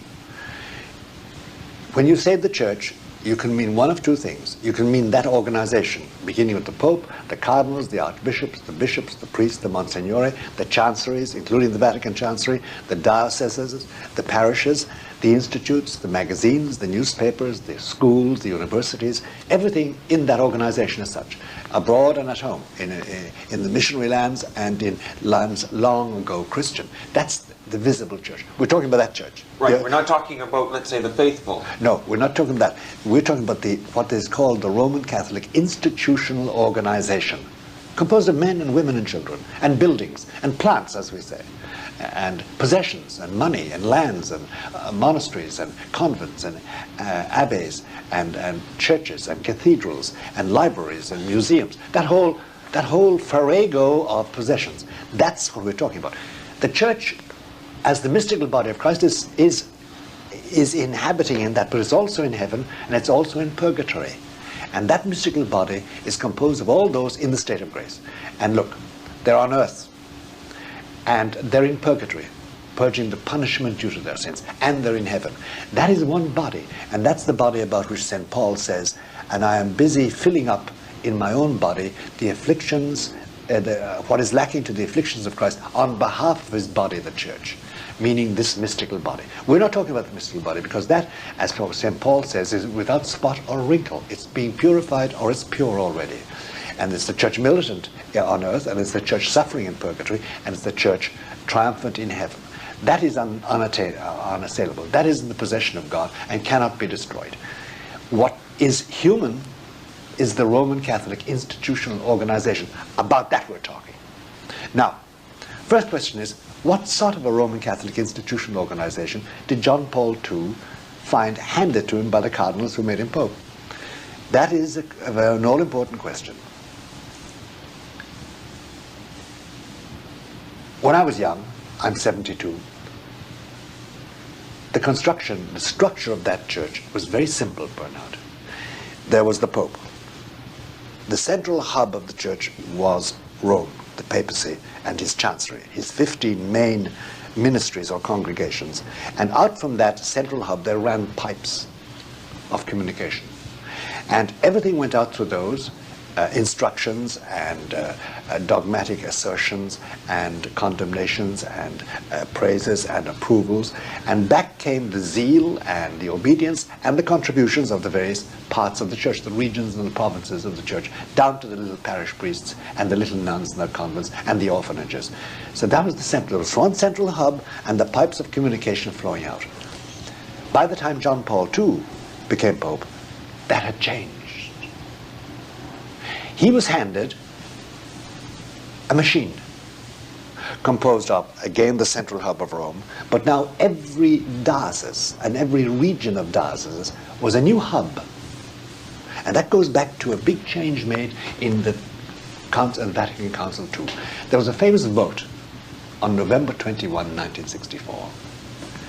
And by the way, we have to think on this for the moment, because it's very important. You would say, wouldn't you, that the Pope has supreme power in the church? Yes. And the bishops have power over their dioceses. That used to be the formal teaching of the church. There was a vote that day in which it was asserted that the bishops shared the universal power of the Pope, always subject to the fact that he had the privilege of overriding everything. But there's a story behind that. The night before that vote, a certain aide, a certain assistant to Pope Paul VI, went down to a conference room. He had left his comb or his breviary or something there by accident. He went down to pick it up late at night. And the room had been used all day by the periti, the theological consultants, and some bishops. And as he was leaving, his heel scuffed a few sheets of paper somebody had dropped on the ground. And he picked them up and was going to throw them away, but he saw the handwriting of a very famous peritus, who is now dead. And he started reading, and his eyes nearly popped out of his head, because the sheets outlined how, once that vote was taken on the following day, they would use it to unseat papal power. It was a strategic plan. Somebody had dropped a copy of it. So he rushed back to Paul VI, up to the papal apartment. It was about 11 o'clock at night. And he showed it to the Pope, and Paul VI said, "My God, they intend to use this vote tomorrow to destroy my central power as Pope, my primacy of authority and my primacy of infallibility. So then they said, well, stop the vote. You have the power. He said, no, I can't do that. But I will write an explicative note, it's called Nota Previa et Explicativa, a note which must be attached to the vote when it's voted on the text, which explains that the power of the Pope, his privilege of infallibility and his primacy still remains, and he can override anything. He wrote that at that night, and it's a long note. And they took the vote the next day, and that vote then declared, formally, the text said, that the bishops of the church share in the universal jurisdiction over the church, which placed them on a par of power with the Pope. Now the Nota Previa et Explicativa, saying, side by side with that, you must remember that the Pope is superior to every council, and the Pope can make a decision without the Pope, without the bishops. Now if you consult somebody like, say, the one official, as it were, edition of the documents of the Vatican II, say Flannery, Father Flannery, Dominican, you'll find the Nota Previa et Explicativa is not part of the text any longer. In other words, the bishops took that, dropped the cautionary note Paul VI had put in it, and asserted their own power. Now from that has flown, has developed this new structure of the Roman Catholic institutional organization, where every diocese and every region has its own hub. And you see now the whole lines of authority are obscured by tons of committees at every level, the parish, Remember, church schools. Out of that has come the National Conference of Bishops, like the NCCB, and its political left-wing arm, the USCC, the United States Conference of Catholic Bishops. And out of that has come the regional conferences. Now the difficulty is, how does the Pope communicate with all that? On top of all that, on top of that new structure, the priest senates and the national organizations of priests and the national organization of nuns, the committees in each diocese, they've sprung up like mushrooms. Now if the Pope wants to communicate, for instance, in June of 1988, he wrote a letter. Take this as an example of his difficulty. Dealing with this engrenage, this huge zareba of different hubs whirring away in their own way and administering without any regard to Rome at all, or in regard to the central hub of Rome, the Pope himself and his ministries. Here's an example for you. He wrote a letter to the Universal Church, the Pope, this Pope, asking each bishop to institute in every parish, every week, an hour's adoration, with the rosary and with suitable prayers, for two motives: that the Holy Ghost would send good priests to the church, and number two, that the chastisements of Fatima would be mitigated. Have you ever heard that letter read? I've never seen the directions carried out, for sure. Yeah, there was one obscure bishop in eastern Poland who has put it into practice, whom I know, I've been in contact with, and I have a copy of it. But what happens is, when the Pope writes a letter like that, it goes to the Secretary of State. And the Secretary of State, Cardinal Casaroli in this case, who is now retired, scribbles his impressions of the letter and sends it on then to the various diplomatic representatives of the church, say Cacciavillan, Archbishop Cacciavillan, the United States Apostolic Delegate here in Washington. He scribbles his notes on it and sends it to the Bishops' Conference. And they have a committee to deal with these things, a very quiet, discreet committee, and they'll examine it and see what they will do with it. Well, somewhere along that line, it was blocked. They decided they wouldn't do it, and therefore they didn't publish it, and therefore the Pope's voice is silent. Now, that's an example of how the instruction goes. If the Pope, for instance, wants to appoint a bishop, he's not the only signature. There will not be a bishop unless there are 3 or 4 other signatures with him, and they fight over it because they don't want conservative bishops. They don't want orthodox bishops. His enemies, because his enemies extend right up to Rome. Now, for instance, another thing which illustrates the confusion or the impotence of the Pope as regards his church is homosexuality. Look, you can be sure that already for 7 years we have filled his ears with audios and filled his eyes with videos and his cabinet with reports. He knows exactly what's been going on. He knows the amount of homosexuality amongst the clergy. He knows the cardinals who are homosexuals. He knows the cardinals who are Satanists and pedophiliacs, and the bishops and the priests. He knows all that. But the difficulty is they have entered the church. They are clergy. And for instance, there is no seminary that I know of in the United States which doesn't ask a young man who wants to enter the seminary, what do you think of homosexuality? If he says, I don't want it, I don't like it, I condemn it, he's sent away as pastorally insensitive. Because there are homosexuals in charge. They've been covering up all these years, shifting their men around once they're discovered. Now they don't want to be without homosexuals. And the Cardinal of New York recently ordained 3 active homosexual seminarians. How are you to make everything like that? And the present Cardinal of New York, for instance, and it's public knowledge, defended the right of homosexuals, active homosexuals, to hold a blasphemous mass and receive the Holy Communion blasphemously. He said they have a perfect right to this. You shouldn't disturb them. What sort of a mentality is that? It's a mentality which says homosexual agenda is in the church, we will not destroy it, because there are homosexuals in the church. What can the Pope do about that? Nothing. Nothing. And time again, when we've sent reports to the Holy Father, they've gone up a certain distance and then they put it at the bottom of a pile. Nothing is done about it. Nothing is done about it. That's another example of the blockage in this system. But it means, finally, that the Pope is not allowed to exercise his power. Now, it's much more complicated than that, Bernard, because you could say, Malachi, why doesn't he do it? He has the power. Why doesn't he just behead them all? Get rid of them all? If the situation in the church is that bad, why doesn't the Pope simply fire all those bad cardinals and bishops and pro-homosexual ministers, etc.? Because, Bernard, that's only part of the mosaic of trouble and decadence in the church. When he became Pope in 1978, he had already made his assessment of the condition of the Roman Catholic institutional organization. He found out that the prayers in the Mass had been corrupted. Somebody had gone through them systematically and eliminated the Catholic element in it. Anything about hell, anything about penitence, anything about God's punishment for sin, any appeal for mercy. The truly Catholic elements had been eliminated. There are books on this now, showing they had a team of theologians who went through eliminating and reforming the prayers in a non-Catholic sense. And why was the Mass changed like that? The Mass has changed like that because they hate the Mass. And as you know, this is one of the biggest mistakes Paul VI made. Instead of, you see, the Vatican Council, Second Vatican Council was quite clear about the Mass. It said, let the Latin Mass remain as it is, but you may change the partes populares, that is the Credo, the Gloria, the Introit, the prayers at the end. You may change all those into the vernacular, but leave the canon stand. Now, if that document, voted unanimously, by the way, the last day of the council, if that, in 1965, if that had been handed on to the proper agency, it would have gone to the Congregation for the Sacraments. But it wasn't.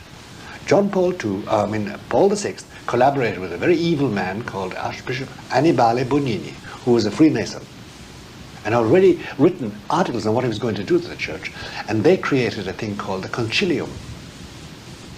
It was a council, obviously the word means. It was an agency directly allowed by Paul VI to administer the new rite.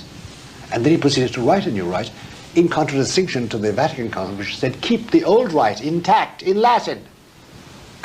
So Paul VI, his grave error, and those who are trying to get him canonized soon are going to run up against this difficulty, that willingly and deliberately he bypassed that which could have saved the Mass and created his own Mass, which, as you know, in its first form was condemned by the cardinals as heretical, and he withdrew it and created the second one, now called the Novus Ordo, and put it in the hands of Annibale Bonini, whose explicit aim, he says in his articles, is to create a rite that anybody can accept, Christian or non-Christian. In other words, wipe out the Catholic rite. But at the back of it all, Bernard, there was a hatred of the Mass. And there was a hatred of the Mass because if the Mass is wiped out, the Church ceases to exist. Why? Because the sacrifice that maintains us all in existence and maintains some balance of good and evil in the world is wiped out. The eternal sacrifice of Christ on Calvary has ceased. And on that day, humanity is finished. In other words, the defenses are gone. Defenses are gone. Now, it didn't turn out as simple as that. because we had a man called Archbishop Lefebvre, whom we'll deal with down the line somewhere. But the point was that this is the type of church John Paul II had handed to him. Secondly, then, he found that in most seminaries there were heretics teaching, people teaching heresy. They were teaching heresy about the priesthood. They were teaching heresy about the real presence of Christ. They were teaching heresy about heaven, hell, and purgatory, about sin. They were teaching heresy about the Pope's infallibility and about the power of bishops. They were teaching heresy and error about the position of women in the church. They were teaching heresy about abortion, contraception, fetal research, masturbation, all the common moral issues that we now are debating wildly today. And it was universal. It's all over the church. North, south, east, and west. And what was he to do? He would have to change literally thousands of professors, thousands of bishops. And at that stage, he made a decision which depends on his Polishness. And this is a thing which we must remember. You see, when he became a bishop in Poland, he was under the jurisdiction of a man called Wyszynski, Cardinal Wyszynski. And Wyszynski was known as the Fox of Europe, because he outrooted the Nazis and he outrooted the Stalinists. And he said, we're not going to imitate Cardinal Mindszenty of Hungary, who stood up and said, no, we're going to talk to the Marxists. We're going to make them talk to us. They're not going to eliminate us. And he started the Slavic solution, which was to start talking with the Stalinists, at the same time burrow beneath them in the underground. And so he created a system of universities, high schools, kindergarten, printing presses, newspapers, seminars, libraries, all beneath their noses, and they couldn't touch it. And there were 34.2 million Poles, the majority were Roman Catholics, and they all joined. Even Jews joined it, because everybody hated the Stalinists. So he created a parallel structure. That's right, beneath, underground. At the same time, he had this famous mixed committee of bishops talking with the Stalinists. And gradually they out-talked them. And they couldn't touch it because he had established also close ties with the Americans and with the papacy. And they were afraid to touch him. And Russia kept on telling the Stalinists in Poland, you've got to manage this, otherwise we'll invade and take over the country, invest it militarily. And of course then they instituted, his underground institution organized the Go Slow, the piecework. A factory worker who had to wear, say, gloves doing his work would cut up the work of putting on his gloves into 24 pieces. There was, first of all, the thumb he'd put in and pause of his left hand, and then the index finger, so that he'd never get to work. The work slowed down. The economy stagnated, so that the economy went down. And then the Stalinists found that they had to appeal to the cardinal to make the workers work. And gradually, they finally came to him and said, you've got to save us from the Russians, from the Soviets. They're going to invade unless you do something. Then they started a real talk. But he beat them on their own ground, the Slavic solution. But he accepted the situation, the status quo as it was. He didn't fight against the Marxists to get rid of the government. He talked to them. Now let's take a look at the situation in Poland as it was, let's say, when he was dealing with the communists in the 1950s and 60s, and look at our situation in the church today. In both cases, there's many parallels in that the forces of evil are dominant. That's right. Now, John Paul II's decision almost on the morrow of his election on the 16th of October 1978 was that it's all over. I can't fight it. There is no way I can replace these men. There is no way I can remove these bishops. They'll go into schism. They'll thumb their noses at me, which they were doing anyway. They won't publish my documents. They won't obey me. They won't receive me in their countries. They won't practice the devotions I suggest. They will not obey my laws. They already have violated the question of communion in the hand. They're violating in altar girls. Some of them are ordaining women already, as they did in America. By the way, we have ordained women in America who are not priests, but they went through a ceremony with a certain bishop who's now dead and one bishop who's now still alive. So he said, it's all over. Nothing can save this organization. It's thoroughly, completely rifled and honeycombed with corruption. Christ must be abandoning it. And you know, there's a marvelous priest called the Bacon priest, Bernfried von Straten, who founded the Church in Need organization. He's called the Bacon priest because his first thing was to get strips of bacon and give them to the starving Germans. Now he is a multi-million-dollar organization that supplies material goods to the whole church. And he gave a famous sermon here in which he said, Christ is deserting the tabernacles. He's walking, he's no longer there. The masses are invalid. The bread is bread and the wine is wine. He's leaving you. Like Rhett Butler in Gone with the Wind, finally he doesn't give a damn. If you neglect him, if you have a bastardized right, if you teach the opposite of his law and say this is Catholicism, if you teach children to do what they like and allow married couples to do what they like, Christ is going to walk away. He doesn't need you. So the source of grace is dried up then. That's right. And John Paul II saw that and said, okay, the Slavic solution. I will not condemn these bishops. I'll do my best to draw them. I'll make them make their limina visits.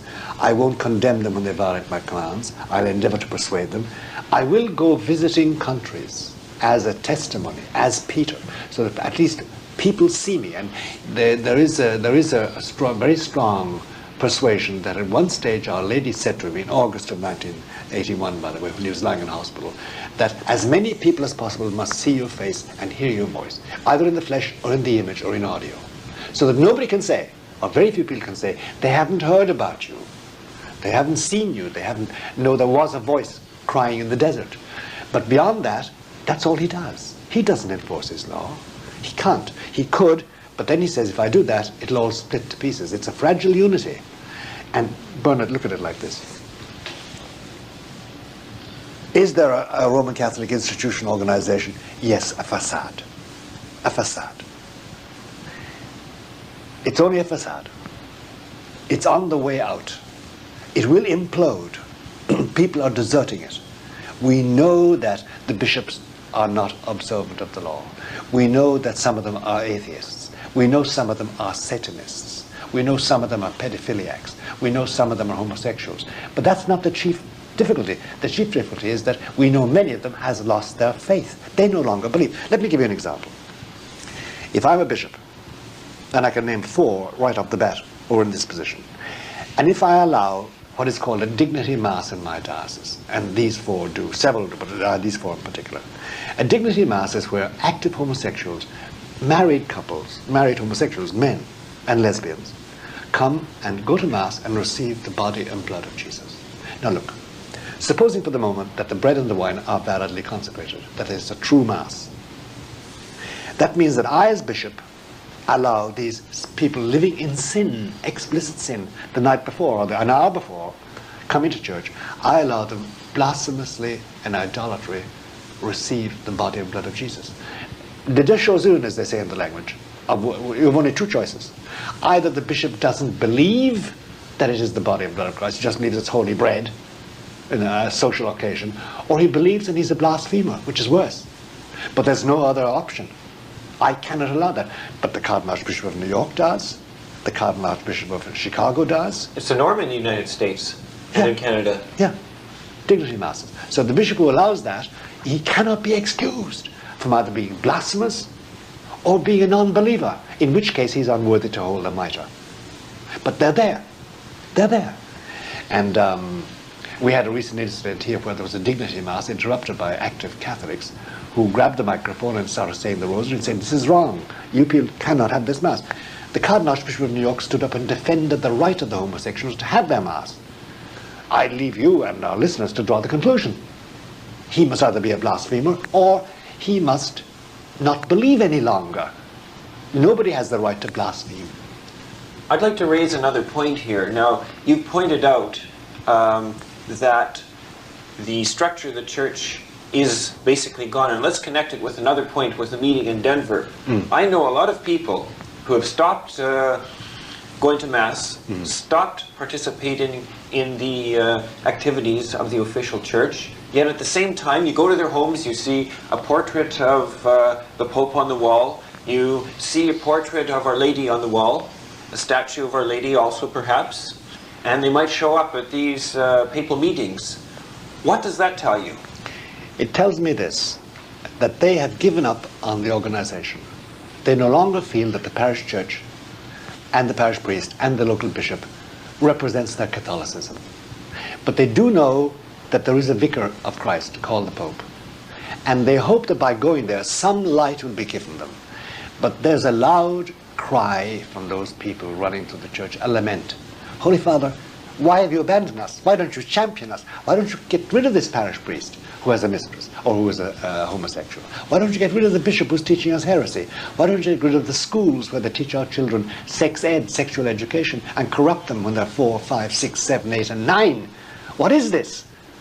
Help us. But when they see the Pope coming, they do know and believe he is the Vicar of Christ, and therefore they go there. And they may say their rosary, and they may find a traditional mass which they go to quietly once a month, traveling 300 miles sometimes to get there with their children, or not. I know people who can't get a traditional mass, and therefore don't go to mass. They say the rosary and they cry and weep at home on a Sunday. It's become weeping day. But that's what they're left with. Now they're in a very peculiar position, but that's the decision John Paul II made. He didn't set out on a witch hunt. He didn't set out to burn them all up, to cut their heads off, to expel them, to create blood. No. The reason was not because he didn't want to, because he's a Pole, but it's gone past that point. There is no resurrection of that organization. That's his conclusion. There was no way of resurrecting. Just as Wyszynski said, there is no way we're going to convert the Marxists.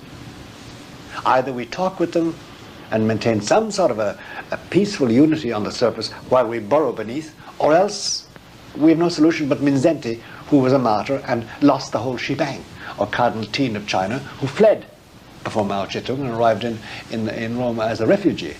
But Wyszynski had this fox-like mind. He said, no, let's fool them. Let's talk to them. Let's insist they talk with us. And he did, and then creating his underground. So the Slavic solution consists of John Paul II is nourishing certain religious orders with quiet, secret vows to him. He's nourishing a lot of people by personal visits. He wants no organizations. He wants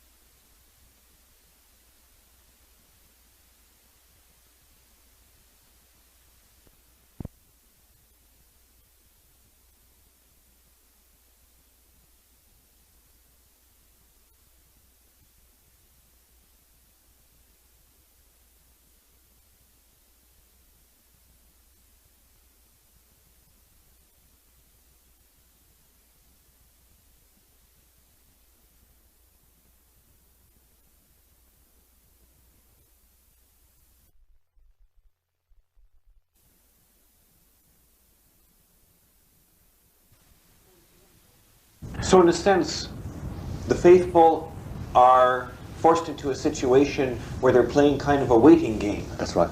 It's a complete waiting game. But then it's a burden on them. And when you meet them, when I meet them, Bernard, I'll tell you the way I act. Because you meet them, they're in tears. And they say, well, what's the Holy Father doing? Why is he not doing this? And why there's so many people around the place saying that they know what to do and saying the Holy Father is wrong and I can't find a good mass and the priest, they won't hear my confession. They say there's no hell, there's no punishment for sin. It's un-Catholic. I always say to them, look, you have the gift of faith. All that's required of you is to stay away from sin, say a rosary, go to Mass if you can find a valid Mass, and receive Holy Communion and confession at least once a year. That's all that's demanded of you. You're not responsible for the Church. You're not responsible for this parish priest, or the bishop of the diocese, who is a sinner, or for the cardinal, who is just as bad as anybody else, or just as good as anybody else. You're not responsible for the Pope. You're not responsible for anything but your own soul. Take care of that and put up with it. That's God's will. That's where he's put us. So part of God's will in our lives is that we simply have to bear this cross graciously. That's right. And maintain our beliefs. And pray, and keep our faith and inform ourselves. Now there are plenty of books. Now there are plenty of priests. Now there are plenty of organizations. If you want to know what to do, in any case, you have it at your hands if you search. But you've got to search. Because remember, this now is a war. We are now girded for war. There are a battle every day of your life. If you want to know, should you have more children? If you want to know, can you practice contraception? If you want to know, is it wrong to masturbate? Is it wrong to support fetal research? Is it wrong to vote for Mr. Clinton? Is it wrong to attend such and such a Mass? Is such and such a teacher in the church, a theologian or a seminary professor or a bishop, are they wrong or right? You can find out, if you want to find out. But now it's an effort. And there's this difference too in Christ. You know, when I was young, That was a long time ago, 40 years ago, in my teens and in my early 20s. But it was so easy to be a Catholic because we had a Catholic community. We had Catholic teachers, we had a Catholic church, we had Catholic cops. The community was Catholic. And if you deviated, somebody lashed you behind, or somebody called you in. It was always something to hold you, to keep it together. Now, and you could be therefore blasé because you knew there was a safety net. Now there's nothing, no safety net. You're on your own, buddy. You either know the law, and if you don't know it, you get acquainted with it. And if you want to know if you have difficulties and you want to get answers, you can search and find it. But you now have to search. The responsibility is yours. You do it now for your children and your wife and your husband or your friends or your family or your factory or your shop. Now you must find out. You can't simply presume you're okay. You're not. You've got to find your own information. But this is the church that was handed on a platter to him. And he had the decision to make. Either do I start a witch and take out my axe and cut off heads, expel people, clean out these Augean stables of the dirt and the muck? Do I get rid of all my heretical bishops? Do I get rid of these cardinals who don't believe any longer and who are in the pay of foreign governments, or who are homosexual, or that are Satanist worshippers? Do I do all that? Or what? He said, if I do that, then what remains of unity is gone. It'll destroy things. Now, he made the decision not to do that, to maintain whatever fragile unity there was. And if he was snubbed by bishops, which he has been, and if he's neglected and he's insulted, I remember a very prominent cardinal just called him a ham actor, and a very prominent Bishop Weakland of Wisconsin has shown great contempt for the Holy Father as a person. He never, as John the 23rd said about the people who calumniated him, he said, no, I've never bent down and picked up the stones, flung at me and flung them back at my enemies. And he hasn't done that either. But he does keep on doggedly doing what he does. He's accepted it as it is. Once a piece breaks off and floats away, he lets it float away. Because that's the responsibility. He will not enforce things. He knows things about his bishops that are disgraceful. He can't do anything about it. He's got to put up with them. Sit up and shake their hands, get their kisses ring sometimes, and you must give them their blessing, knowing that they don't believe any longer. They don't believe any longer. It's a facade. They're now members of a gilt-edged membership club. They've got money, they've got influence, they'll never want, and they're friends, and they can find their pleasures. And what can he do about it? He could scupper them all, get rid of them, but then the church ceases to exist as a visible organization, and that's all he has. So he's waiting too, and he's always waiting for the Virgin, waiting for Mary to come. Is there an underlying spiritual reason for this crisis in the church? Is Satan being, let's say, especially active now? Yes. Every indication we have, and it all stacks up to one conclusion and one conclusion only. These, we know, are the last days of these Catholic times. These Catholic times were the times up to the 90s when the church existed as an organization, accepted everywhere, and viable and powerful and strong. That's all over. Apparently Christ has decided that he wants to liquidate that organization and have another one. We don't know what one will come out. We know it will contain a pope, and it will contain bishops and priests and the Blessed Sacrament and the Rosary. Beyond that, Bernard, your guess is as good as mine, or the Pope's. We don't know. We know the present one is being liquidated, because nobody in his right senses today will say the church is flourishing. Nobody in his right senses today will say that Russia is converted, that the Baltic states are returning to religion. They're not. Religion is dying down and dying out. Could we have a situation where whole countries apostatize and the faith never returns? We have situations where whole countries, virtually whole countries, have apostatized. Whether they will return or not, I doubt it. I doubt it. Countries don't return until the chastisement comes. That's another subject we'll discuss. But the point is, the present situation, concentrating on the church John Paul II got and the policy he formulated, that's it. And he still maintains the facade. He still welcomes the bishops for their ad limina visit. He still treats them as if they were doing their duty, knowing they are not doing their duty, knowing that some of them are plotting against him, knowing that some of them want him to resign before his time and get out so they can elect a man after their own heart who will be an anti-pope.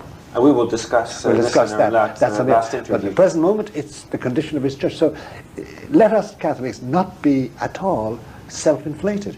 We have an ailing, decadent, unstable organization, honeycombed with evil, in the possession of our enemy, dominated by Satan, who now has free run for the last time to do what he can before the end, before Our Lady comes. This is the organization we belong to. And we have weak parish priests, we have some nuns that are very good, and a bale of them who are in feminist rage, this peculiar new feminist rage, which is anti-Marian, anti-Jesus, anti-family, anti-God, anti-fatherhood, anti-motherhood, anti-sonhood, anti-daughterhood, which is out to destroy everything, which is, of course, Satan's purpose. We're in the grip of that, and let's not put a tooth in this either. We have churches in which Christ has ceased to dwell. He has left our tabernacles. It's merely bread because the priest doesn't intend to consecrate. There is no consecration. There's no valid mass. We have bishops who are not validly consecrated. How can they ordain priests? They can't, if they're not validly consecrated bishops. So we have this organization which we can't be proud of. We have to defend it, and we have to maintain our status in it. But we cannot defend it as godly. It isn't any longer. It is now in the possession of Satan to a large degree. And it would be counterproductive for the faithful to go on rages against the Pope for saying, why doesn't he step in and do something? He's doing the one thing, the only thing he could do to preserve some sort of a facade. And remember this, that he is impotent in this sense, that unless he were to disrupt everything in a crusade against himself, against his own church, he can't change anything. God has withdrawn grace. You see, look, when you and I are tempted, supposing I go into my friend's office and I find that $2,000 lying on the floor, somebody has dropped. I supposing I'm a non-Christian, I'm whatever, and I decide, I'll grab that. Nobody will know it. And it's $2,000. I can get at that moment what is called an actual grace from God, helping me to resist the temptation. Similarly, if I see a beautiful woman or a beautiful man, instead of letting my lust go, I can get an actual grace from God for that act of saying, no, I won't touch the money. No, I will not lust after that man or that woman. An actual grace. But I won't get sanctifying grace. Sanctifying grace comes through the sacraments. Now, supposing your baptism is invalid, supposing your confirmation is null, supposing you don't go to confession, supposing when you receive the sacrament it's only bread and wine, it's not the body and blood, you have no sanctifying grace. And God has a very peculiar law, which we all know about, but which we don't reckon with. Adam and Eve violated his law. I'm punished for that. God has this funny law about human beings in the coagulations. For instance, supposing you and I are married, and I'm a lush mother, I'm a drunk, and you're a crack father. We produce a child who is alcoholic and crack. The child never did anything. But God's law is they go in groups in coagulations. The Bible says that fathers ate sour grapes and the children's teeth are blunt. The whole race is blamed, as we all are blamed for Adam and Eve. You know, the church has never called them Saint Adam and Saint Eve. No, never. They're not canonized. And he says, we have some big questions to ask Father Adam and Mother Eve. Why did you do it? Why did you condemn us all? But we were condemned on their say-so. We didn't exist. And all sin and all misfortune and all disease and all death entered the world because they ate the fruit when they were forbidden. So God, in this case, too, is the same thing. He has unworthy priests, unworthy bishops, invalidly ordained priests, invalidly ordained bishops. We suffer. He doesn't send an angel to make up the deficit. No, he doesn't. He doesn't even make the Pope put them back, but the Pope can't. Here's another thing. You can't necessarily count on God intervening at a certain moment and putting everything right. No, he doesn't do that. That's not the way he governs his church. He governs people because people have free will. And either you follow that or else the consequences come on the innocent. On the innocent. Look at the present moment, Bernard, as you and I talk. You can be morally certain, metaphysically certain, that somewhere in America, in the USA, there are 50 to 80,000 embryos living in tanks. These are children conceived and then isolated for experiment. They will never be baptized. They will be killed by force in experiments. Some of them will be used for in vitro fertilization. Others will be used for genetic research. Others used for shampoo and that kind of thing. It's unbelievable. Where's God? What has happened? Why does God allow that? These are what we call the prisoner innocents. We pray for their baptism by desire. We pray for their baptism by some means by God. And we pray, I do in my Mass every day, I baptize them by a formula used by the present Holy Father, in the hope that there's some measure of mercy in God's providence, which we all believe there is, but we don't know it. All we know is that they suffer and they remain embryos, but they're living souls. Every one of us is a living soul, saved by Christ, waiting for the waters of baptism. Now, why doesn't God intervene? He doesn't. That's not the way he governs his world. It's a different macro management principle we have. Coming down to brass tacks for us, though, it means that John Paul II said, all right, the organization is corrupt beyond repair. And Our Lady has said she's coming with chastisements and finally with restoration of the church. I will wait. I'll bolster it. I'll get to see as many people as possible. I'll speak as many languages as I can master. I will visit as many capitals and draw as many people. I'll be seen and heard by as many people in the flesh or in image or in audio as possible. That's all he can do. And wait and wait and wait. And that's what he's doing. That's the Slavic solution. Many people don't understand it. And traditionalists blame him for not reinstating the traditional Mass.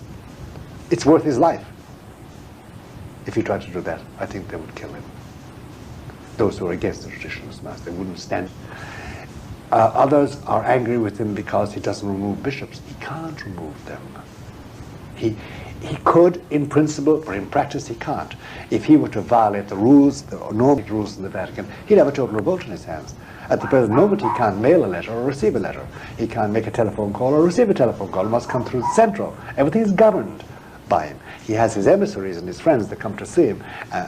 It's one-on-one, the diplomatic pouch, and he has his own way. But that's a limited activity. He is trussed up like a chicken, and with more than one visitor, and I was there once, he stands up, puts his arm by his side, and said, look, I'm just like that here. I'm a prisoner. I'm trussed up like a chicken. I can't do anything. He's St. Peter in chains. Above and beyond the traditional critique of John Paul II in that he hasn't been struggling with the bishops and the dissidents is a second component of a critique.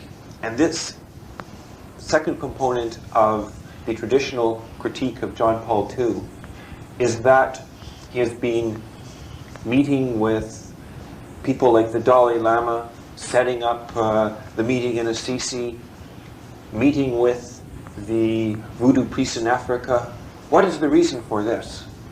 And how do you reconcile it with the idea how do you reconcile of the Vicar of Christ? Right. Wouldn't you think you should go in front of the voodoo priest and say, I proclaim to you Jesus Christ, convert or be damned? Exactly. That's the traditional critique. That's right. You know, Bernard, the first thing I think we should remember is this. As loyal Catholics, that is, as loyal believers in Jesus Christ, who said, you are Peter, upon this rock I will build my church. The first duty we have is, despite our human conclusions, is to have a prejudice in his favor and to say, okay, let's sit back and look at this and consider it closely in the light of this man's entire history and the condition of the church and the condition of the world. Now, here again, we're up against this basic option John Paul II made once he was made Pope. He was faced with the stark realization that his Roman Catholic institutional organization was dead. It was finished. He was contemplating its last days. And he is, as now we know from various indications, he is the last pope of these Catholic times. There never will be another Roman pope of his stature and of his kind. He's the last one. Now, side by side with that, there's this persuasion he has as pope, that because it is in its last stages, because around the corner comes utter catastrophe for this organization, as well as for the human race, in the form of chastisements, that a new era is going to open in which the Holy Spirit, which is always moving wherever men are good, no matter what they are, voodoo priests, or Protestants, or Catholics, or Jews, or Muslims, or whatever. He knows that there will be a rallying by Mary as Queen of all the living and as Queen of heaven, that she will enlighten people's hearts, that she's coming in the clouds of heaven, in her reign, soon, and that this will touch voodoo priests and Orthodox and heterodox and all the people of the world, showing them where they stand and what the church is and who she is and who her son is, the Lord and Savior of humanity. And therefore John Paul II's ministry as vicar of Christ to all men, he's not vicar of Christ merely for Catholics or Protestants, he's vicar for all men. He represents the Father and represents the Son and the Holy Spirit. He is supposed to mirror in some way or other the benignity of that before the miracle of conversion takes place, the miracle of revelation. And his idea is, and it's true, if you examine all his words, and I make it my business, as it were, I'm paid to know what he said to the voodoo priests, and what he said at Assisi, and what he said to the Dalai Lama, and what he said to everybody non-Catholic who comes to him. There's never a budging. He never renounces his position. He told the Jews at the synagogue in Rome when he visited them, which violated a lot of people's ideas, we believe in Jesus Christ, a member of your race was the Son of God. Threw it at them, that was that. There's no mincing of words. And when he had the Patriarch of Constantinople, Demetrius, over there, he told him the same thing. And when he's speaking with Alexei, this scoundrel who's in charge now of the Russian Orthodox Church in Moscow, the Patriarch, he's nothing but a scoundrel, he told him the same thing. There was no budging away from that. And remember that I'm a historian and a theologian. I have to go back as far as Cardinal Bellarmine in the 16th century to find a pope who has spoken so clearly about papal privilege. On, I think it was January 17 of this year, he gave a talk in which he was utterly intransigent about papal infallibility, about papal primacy. Nobody can mistake what he says. But he insists that he does bear the Holy Spirit, and that in visiting the voodoo priests, and in visiting the people in Assisi, and in having the Orthodox, the Lutherans come down from Scandinavia to St. Peter's and celebrate some sort of prayer with him, he is maintaining his position as the vicar to all men, preparing their hearts and souls, and of their parishioners, that they did see Christ one day in this man. They had the option to opt for the future when it comes to the shape of Our Lady's reign. There's nothing wrong basically with that. It does violate everybody's idea of what the Pope should be. And listen, brother, let me be awfully frank with you for one moment and be very human. I don't want a Pope I shake hands with. I don't want to sit at breakfast table and ask him to pass the salt. I want a Pope in amber of reverence. I want him, I kneel and I kiss the instep of his foot and his ring and say, Holy Father, what should I do? That's my belief as a traditional Catholic. But I know that those days are past for the moment. He has to behave like a normal man. And for instance, when he sent a message to the United Nations a couple of years ago, he didn't say, I, the Vicar of Christ, the Patriarch of the West, and the representative of God on earth, tell you this. No, he addressed them, he said, I, John, Bishop of Rome, and Son of Humanity, advise you this verse. This is the accent of Jesus. Jesus, you know, never said, I'm the Son of God, explicitly. He never said, I'm going to come in the clouds of heaven and kill you all unless you do what I say. No, he had this meek and mild invitation, come and follow me.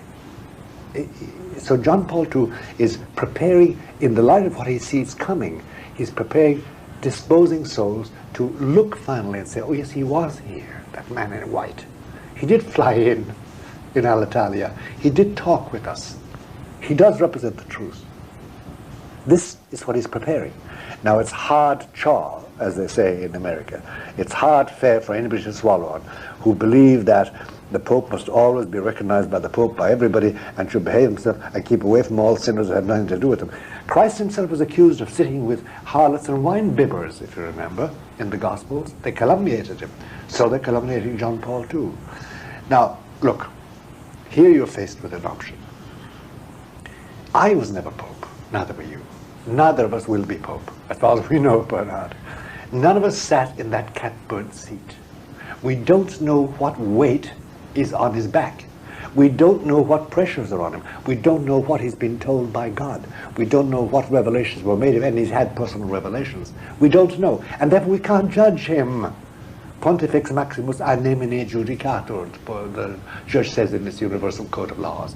We can't judge him. We can have our reactions saying, goodness me, how could he do that?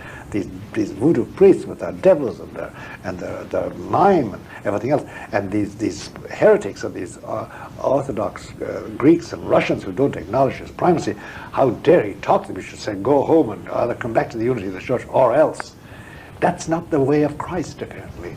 Nobody is in any doubt in his mind where John Paul II stands. He says, I am the vicar of Jesus. I am the successor of St. Peter. I am the patriarch of the West. I am the vicar of God for everybody. Protestant, Catholic, Jewish, Muslim, non-Christian, atheist. My enemies themselves, I represent God. And the big, see, there are things that happen to the Pope that have happened to him that we don't know. For instance, with Mikhail Gorbachev, his 2 visits to the Pope. If people think that they discussed politics merely, if people think that Gorbachev didn't ask forgiveness for his sins and ask direction, if people don't know what John Paul II said to him in his native language, Russian, as to his function in history, then if you don't know, don't judge. You don't know. You were never in that seat. You don't know what pressures are on him. You don't know what responsibilities he has. All you have to do is to believe in his vicarage as Christ's representative. You have to believe that his intentions are correct. He has never yet violated a rule in dogma. He has never announced anything that he shouldn't renounce. He has never given up one iota of his authority. He's never said to bishops, do what you like. They do what they like. He has reproached them as far as he can. But there's a certain point he can't go beyond without utterly sending them into total and complete schism and breaking the church up. He wants to maintain a fragile unity until the church comes. He also wants to seed abroad. And there's no doubt about it, if I am a voodoo priest in Haiti, say, but at the same time I meet a poor man and I give him a cup of water. At the same time I resist temptation to sleep with somebody who's not my wife. That can only come about through the Holy Ghost, the grace of God. And that grace comes through the Catholic Church, not through anybody else. You know the old conundrum, can I be a good Presbyterian and go to heaven, not become a Catholic? Can I go to heaven if I'm a good Jew or a good Muslim? The answer is yes, you can. But not because you're a good Jew, not because you're a good Muslim, not because you're a good voodoo priest, but because in the light of whatever good you did under the inspiration of the Holy Ghost, you get the grace of the Holy Roman Catholic and Apostolic Church. Invisibly, but really. Do you understand? Yes. That's the way it happens. So he is seeding all that.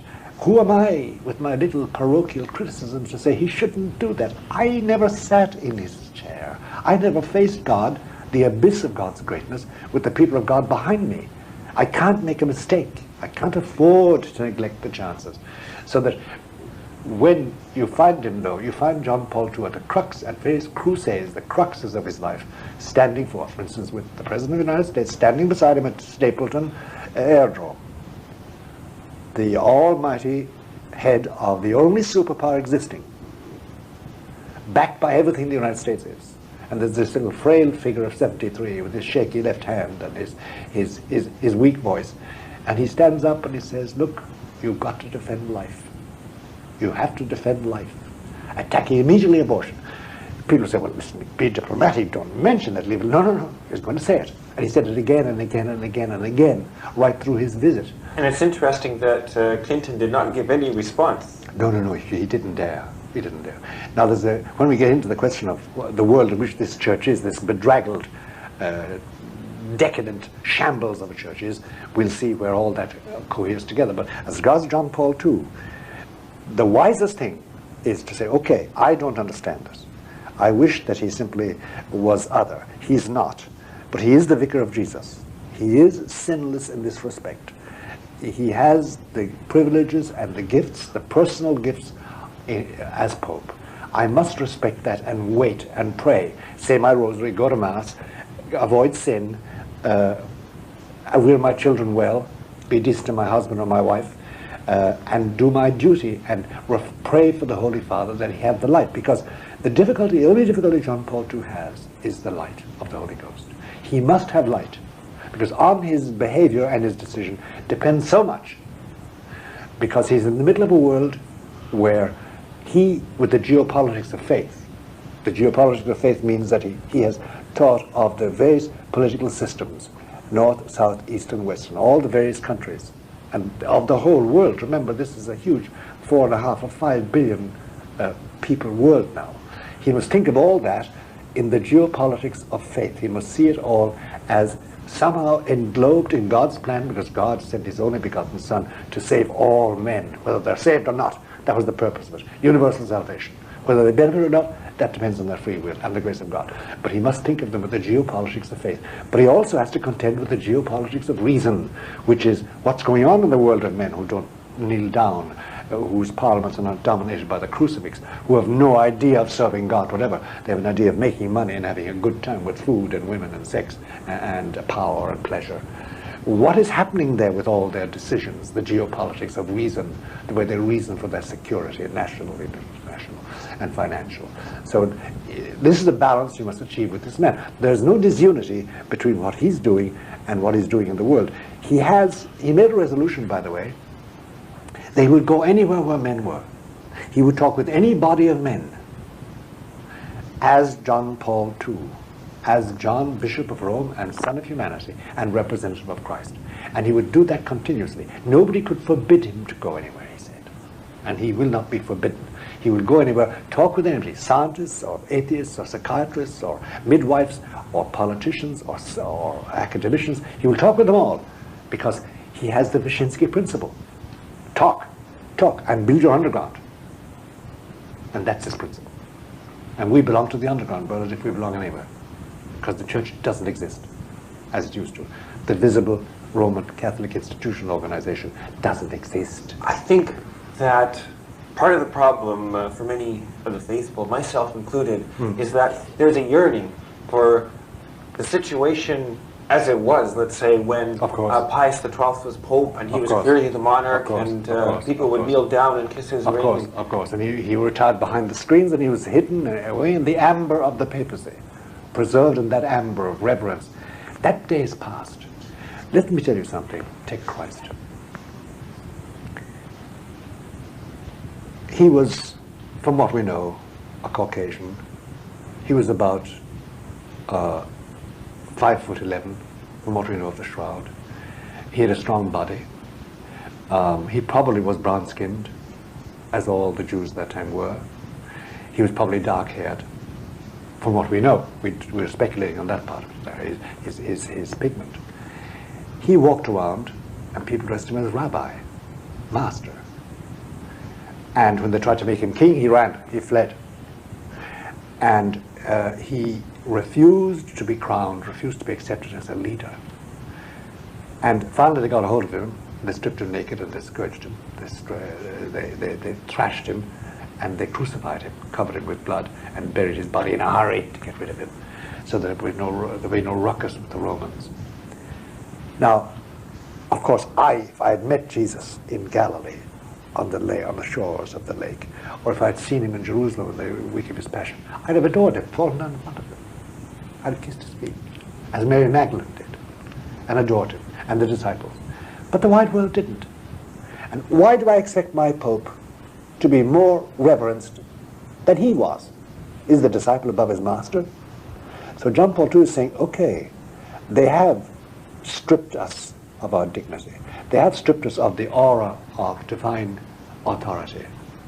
Let's walk as Jesus did and suffer this passion of calumny, detraction, commonization, and what's the word? Bastardization of my status. I'll still walk with dignity through this passion. So why shouldn't he do that? If that, in his opinion, and he's Pope, is the only way he can get around. Is he getting along with in order to go along? Is he going along in order to get along with? Sure, just as Christ did. Christ went along in order to get along with. He didn't say, I'll wipe you all out. No, he didn't.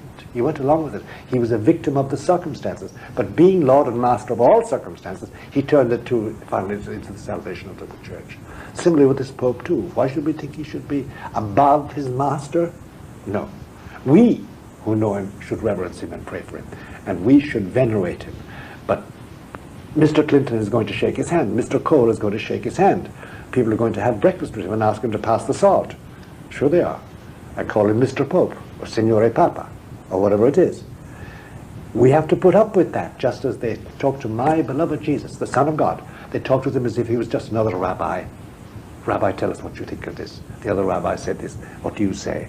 And ate with him and slept with him by his side and walked with him. How many of the disciples were like that? Even after he rose from the dead, the disciples still said to him, when are you going to restore the kingdom of Israel? Because they wanted to be the chiefs, the presidents and the military men. Even then, before the Holy Ghost came, they didn't understand. So it's no fault of ours that we don't understand, but above all, let us not make a final judgment on this Pope until Our Lady comes, until the denouement takes place, until his vindication takes place.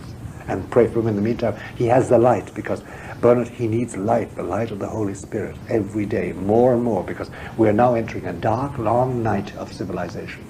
And he's the Pope, he's the last Pope of these Catholic times. Let's now take a look at this dark, long night which is descending upon the world and the circumstances that the Church finds itself in today. We're now entering what we call the geopolitics of reason.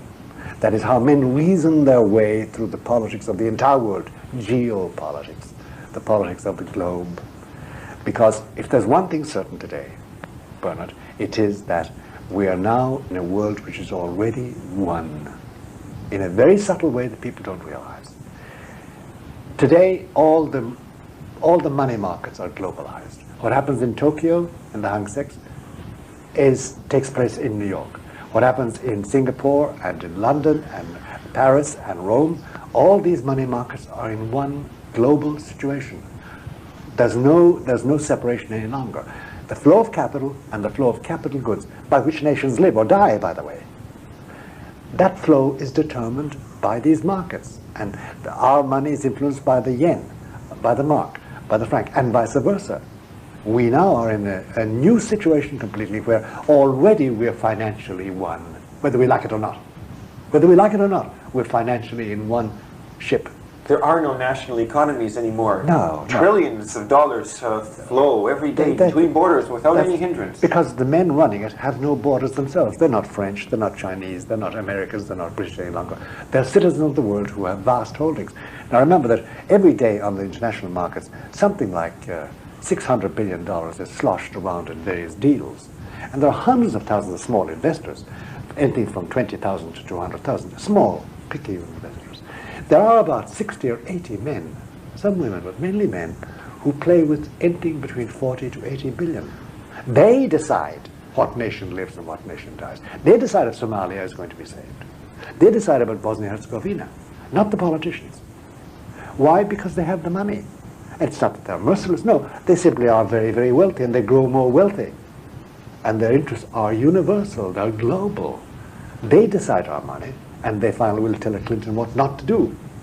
And he has not to do that, and he has to do what they tell him. Because we now, remember that nationalism is no longer strategic.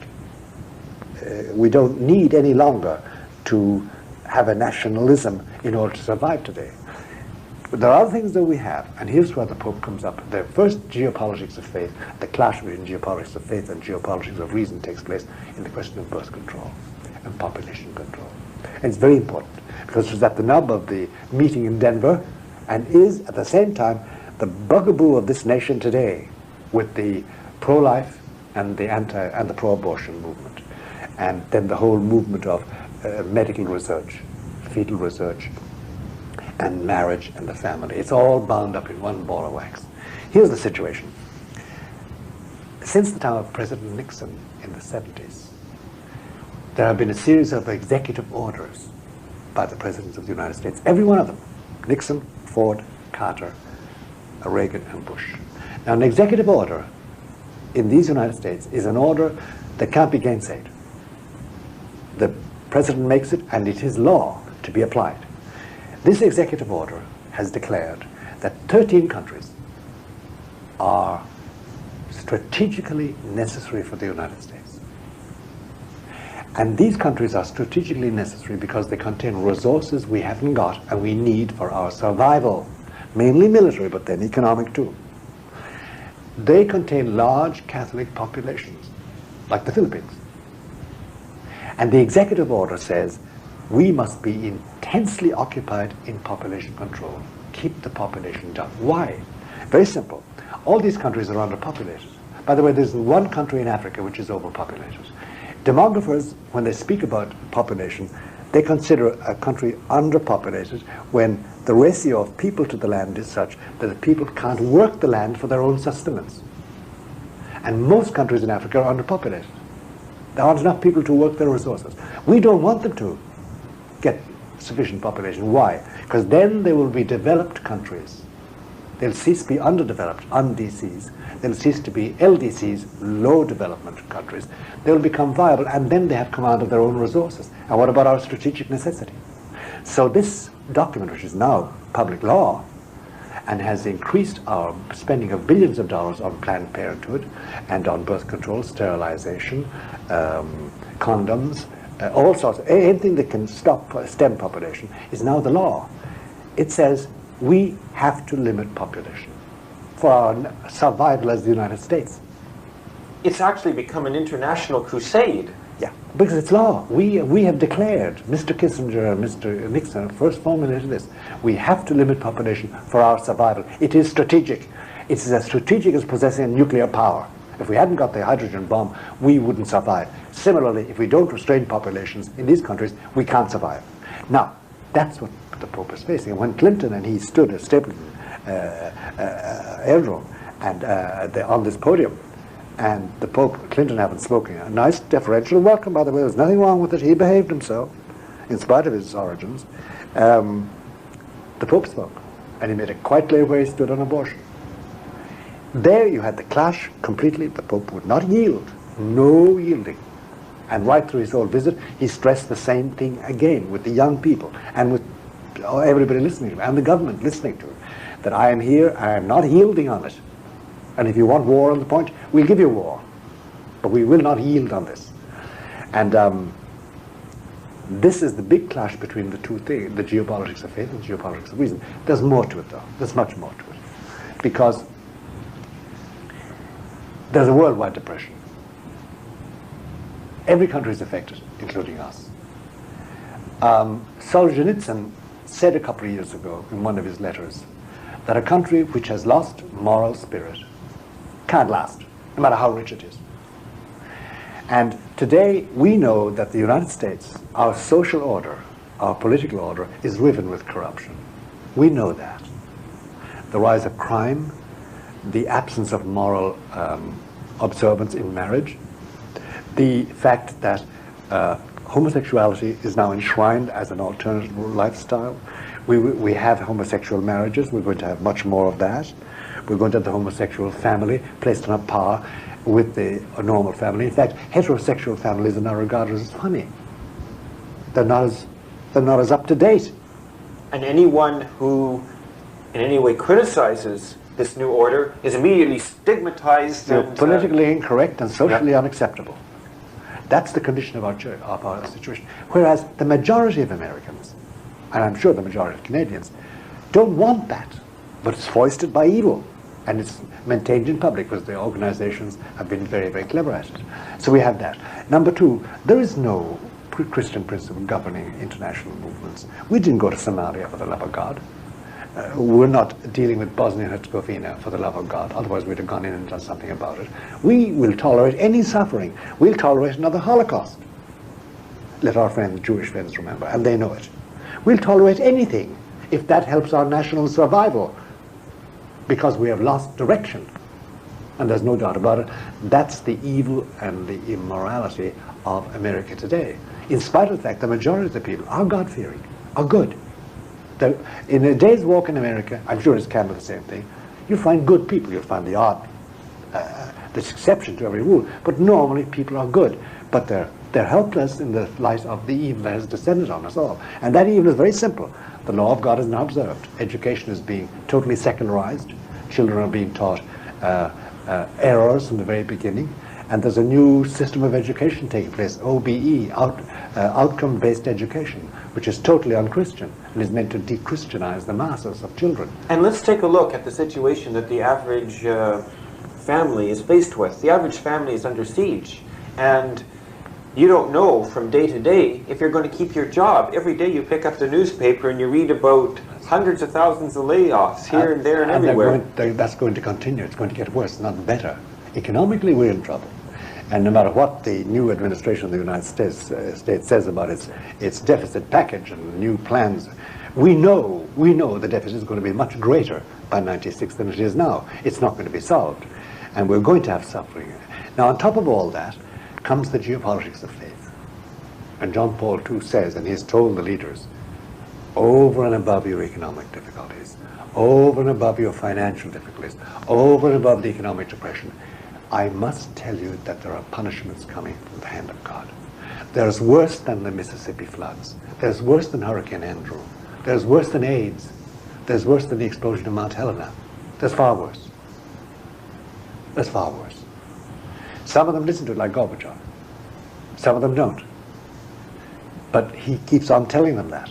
And this is only a prelude to it all. Unless you convert to Jesus Christ, because finally the king of the world is Jesus Christ. He must be acknowledged on every flag and in every parliament and in every city. Do you think that's why this New World Order doesn't seem to be working very well? Well, it's working very well from the point of view of the organizers. Money is one now. There's one system of money. And the big decisions are made by few people and implemented in macro management worldwide. Oh, it's working. But we are not benefiting from that because we happen to be in the trenches. We're what my father called the poor bloody infantry, the PBI. We're not the privileged ones, but it's working. So they don't mind if there's hundreds of thousands of layoffs every day, or they if... don't mind the killings in Bosnia-Herzegovina. They don't mind the Holocaust. Any Holocaust, the Armenian Holocaust, the Jewish Holocaust, the Sudanese Holocaust, the East Timor Holocaust. They know all these things are going on. They supply the arms with which these Holocausts are performed. They don't care about the drugs. American chemical companies manufacture the chemicals necessary for the laboratories in Latin America, in Colombia and Peru, that make the drugs that are corrupting our people. They don't mind that.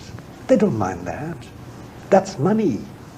So the New World Order is working perfectly as far as the instigators of the New World Order goes. Is there a place for Christianity in the New World Order? None. There is no place. There is for the moment. That's why they would like to get control of the papacy by getting a man elected who's after their own hearts. Because there's no doubt about it, Roman Catholicism, even in its sociological condition today, is a source of stability. And the American government has tried, if you could get the papacy to lay off abortion, to lay off its opposition to birth control, think of the boost it would get in these 13 countries. The church propagating condoms, and the churchmen do, the church propagating sterilization, propagating what the Chinese do, limiting one child to one family. What a boost. It would solve the problem overnight. There'd be no more overpopulation. The battle would be over. Place for Christianity in the New World Order? No, not ultimately. For the moment, yes. Those who are managing the New World Order see the church in its structure, in its visible organization, as a source of social stability. It's schools, it's universities, it's people obeying what they're told to do. If you can get a hold of that organization, you literally control the lives of nearly 1 billion people. Remember, we are almost 1 billion people today, nominal Catholics.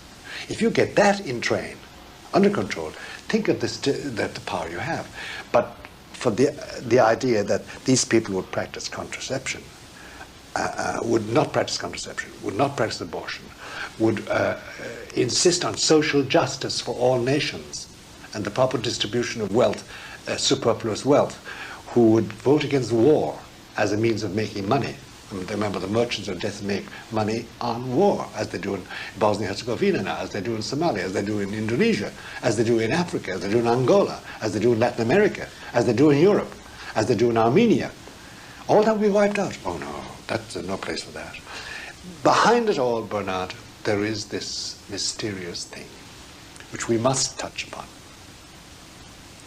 And we can't say much more than what I'm going to say. There's no doubt about it that it's not merely that there are a crowd of men and women who are, strictly speaking, Luciferian. That is, they believe that this universe is dominated by an intelligence which is intracosmic, which is worldly, which is not God. It's Satan, really. And that if they carefully follow the dictates of this spirit of intelligence, they will create a safe and happy world for some people, for themselves. But there's much more than that. We have sufficient evidence to know that within the Roman Catholic institutional organization, Satan has been enthroned. He has been given a place by his adepts and surrogates amongst the clergy and amongst the people. And one of John Paul II's difficulties today is that he is frustrated because within the fold, within the sanctuary, as Paul VI said, there's now a positive influence by Satan who has servants among us. Servants among the priests, service amongst the nuns, service amongst the bishops, servants among the cardinals. He is being served. And therefore he can frustrate the will of the Holy Father and the will of Jesus through the Holy Father. We know this. The historical circumstances of the enthronement of Satan in the Church of Rome is something else. But this is a fact we have to deal with. We can't get rid of it until Our Lady comes with great power. Because once you do something like that, once that happens, God doesn't act immediately. He's a macro manager. He manages things in the long run. And if men turn their back on him, he lets them turn their back on him. He doesn't force them back. And there is this now power within the church, satanic power. It's Satanist. And it is influencing our actions and decisions as bishops and as priests and as cardinals and as administrators of the church. Until Our Lady comes and cleans that out, sorry pal, we have to carry it and fight it. That's why Satan has such power today. That's why there's such corruption. That's why grace can't work.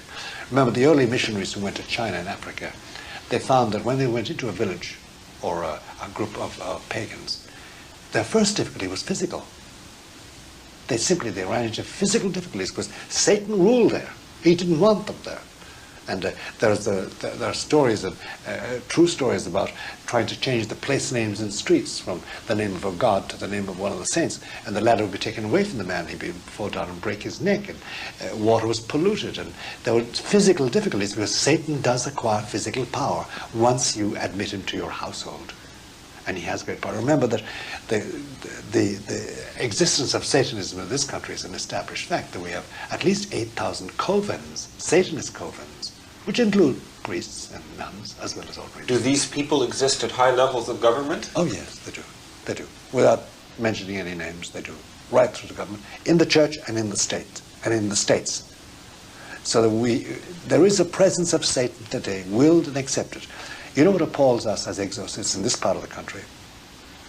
Up to about the year 1975, people committed errors and finally became possessed. A small amount of them invited possession. Today, we find over 50% originally invited possession. People are now saying, possess me, give me power, give me strength, give me pleasure. There's this new reign of Satan. And he gets very angry when he's disturbed because his best PR job is to prove that he doesn't exist. He doesn't exist. Whereas he reigns behind every bit of wainscoting and in every bedroom and boardroom where people worship him and pay attention to him. He has signal victories like, for instance, the fact that the North American Boy Love Association, the NAMBLA, is a recognized authority today. Is recognized. It's a public organization. And whereas the American armed forces now must have Wicca chaplains, witches for chaplains for witches. And they have a newspaper published by the expense of the American taxpayer. The thing is, besides homosexuality, there is Satanism, and it's rampant and respectable. Because the argument is, you're a Roman Catholic, you want respect, you want your chaplain, you want your newspaper, you want your bank balance. I am a Satanist. I claim to worship Satan. I have a right to have my bank balance, to have recognition, to have my place in the public square. And a right to have those holidays off that are part of my religion's and feast days. We're admitting that. So that's where we have gone so far. The point to be noticed by Christians and Catholics above all is that Satan has been enthroned. And poor Paul VI, at the end of his life, regretfully had to say, the smoke of Satan has entered the church, has entered the sanctuary, and is around the throne. He knew. He knew. Was this foreseen by Pope Leo XIII? Yes, it was. It was. And we know it all. When you examine all the evidence back from the last century to today, it all stacks up to the following. That in the latter years, in the last decades, and the last decade above all, of this century, the second millennium, Satan has a one last wild fling because Our Lady is coming. And he knows that's the end. That's the end of his reign. So his 1,000 years of freedom to destroy the church will be over by the end of this millennium. And this pope, this poor man, innocent in all he was chosen as pope precisely at this moment. That's his fate, his terrible fate, that he was chosen to be the pope. And after he dies, or after he's killed, or after he resigns, or whatever, then we have the morning of the magician. We don't know what's going to happen. We do know Our Lady will come and save us.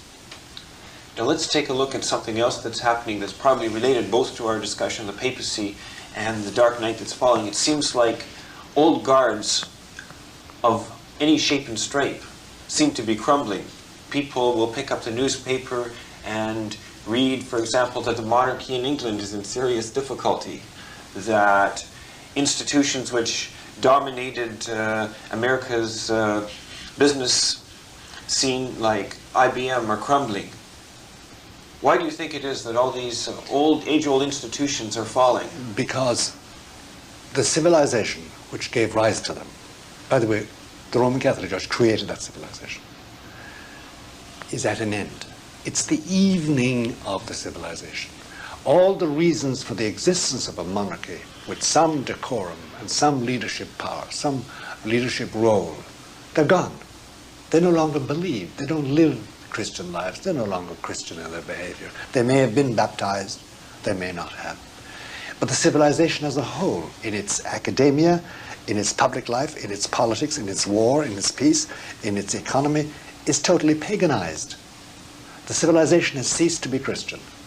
And the Catholic Church, which created that civilization, the Roman Catholic organization which did, is disappearing with it, and with the monarchy. And hence we have an outbreak of what students are now calling tribalism. You have the Walloons and the Flemings in Belgium who want to separate. You have the Bretons and the French in France. You have the Italians who want to split up. We're going to start splitting up too. There are going to be separatist and secessionist movements in the United States. It's happening already, both in the United States and Canada. Yeah, it's going to happen. And according as the economic situation gets worse, and people get more desperate and resort to violence and arms, you're going to see much more disruption. And I'm always telling my own nieces and nephews, they don't believe me because they don't know. And they're post-baby boomers. They were all born in the 60s and 70s.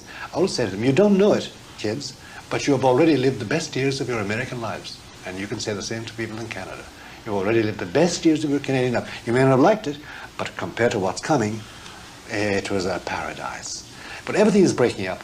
And that is because finally Christ has said, I'm turning my back on this civilization. It has ceased to be Christian, and I have no further interest in this race, apart from my sacrifice on Calvary and the salvation of men.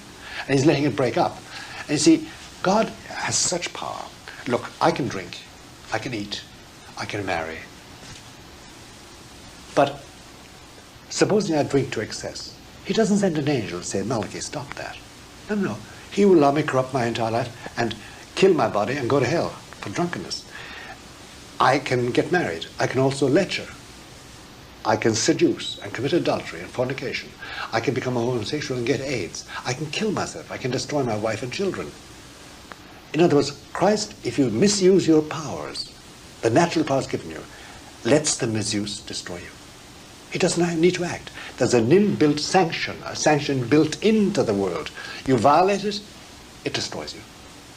And that's his punishment, his real punishment, besides hell. But there's a real punishment built into human nature. We violate our rules. We accept our homeless as such. We will not punish criminals. We corrupt our system of justice, so we no longer have a system of justice. All right, what are you going to pay? More people will be killed. More babies will be violated. More women will be raped. More men will be beggared.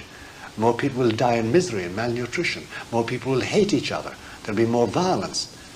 The punishment is built into it. And that's really, the civilization has its own seeds of destruction. And that's what is happening to us today. This thing is falling to pieces. There's no longer any reason why I should be honest with you. No longer why I should honor your wife. Why I should honor you. Why don't I seduce you or your wife? Take your money. Destroy you. Why not? It's a jungle. It's no longer the law of God. There's no longer a strong church voice. There's no longer a strong moral voice in my parliament. The parliament doesn't give a damn about Christ. The Congress of the United States doesn't give a hoot about the laws of salvation. Not a hoot. It'll violate any law for its own advantage. And similarly all other parliaments. Tell me one that doesn't. It doesn't exist. So the civilization is corrupt. It's no longer Christian. And Christ is saying, all right, the built-in sanctions are going to operate against it and destroy it. But when it's destroyed, I can build something else. And he will build something else. But this time it'll be the reign of Christ himself. That's the situation. So there's no getting out of it. And we'd better make up our minds that that's bad enough. But built into that is the battle between us, the war between us and Satan for souls. We are all responsible, primarily for my own soul and then for those around me. But don't get any grandiose ideas that you can save the world, change it all back. You can't. The Pope can't. Because this is it's an ongoing one-way street. And at the end of it, there's a chasm. And the chasm is destruction of all that we've ever stood for, civilizationally and culturally. It's going out the window. We've bastardized our art, and we've bastardized our drama.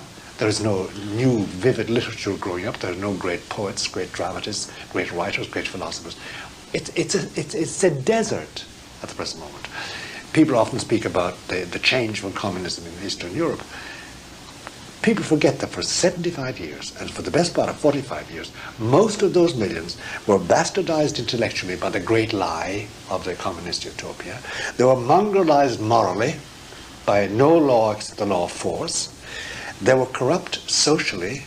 They learned not to work, not to labor, not to make an effort. You couldn't change it. And suddenly, they're freed of all that. They can't recover overnight. Let's take a look at that situation, because some economists were predicting that as soon as the monstrosity and the stupidity of the communist economic system disappeared, there would be an economic renaissance and a boom of unparalleled proportions. Fools. They forget what Solzhenitsyn knew very well and said openly. A nation without a moral fiber cannot succeed with the best resources in the world. Because finally, ideas have consequences, and faith must be there to create something. It was never created by pagans ever. They never created anything big except in the life. Some faith, some religious faith. We haven't got any. God is expelled. And so there's this awful struggle now to try and maintain some equilibrium in the middle of a world depression. And it's not getting better. Everybody predicts it's going to get worse. How worse? God only knows. We do know that in the middle of it all will come the chastisements that have been promised us, which can't be mitigated. And what are some of these chastisements that have been promised us? Widespread hunger, widespread war, disease, then awful things which are exceptions like 3 days darkness over the entire world, baffling all our meteorologists and scientists who won't know what's happening, who will have various explanations, any explanation except the hand of God. There will be parts of the continent that will be washed away out to sea. There will be eruptions of volcanoes that are extinct for the last 20 million years. There are going to be family against family, disruptions of nations and of cities, to break up. How easy it is to paralyze a city with its sewer system and its electricity and its water and its power and its communications. Just destroy it.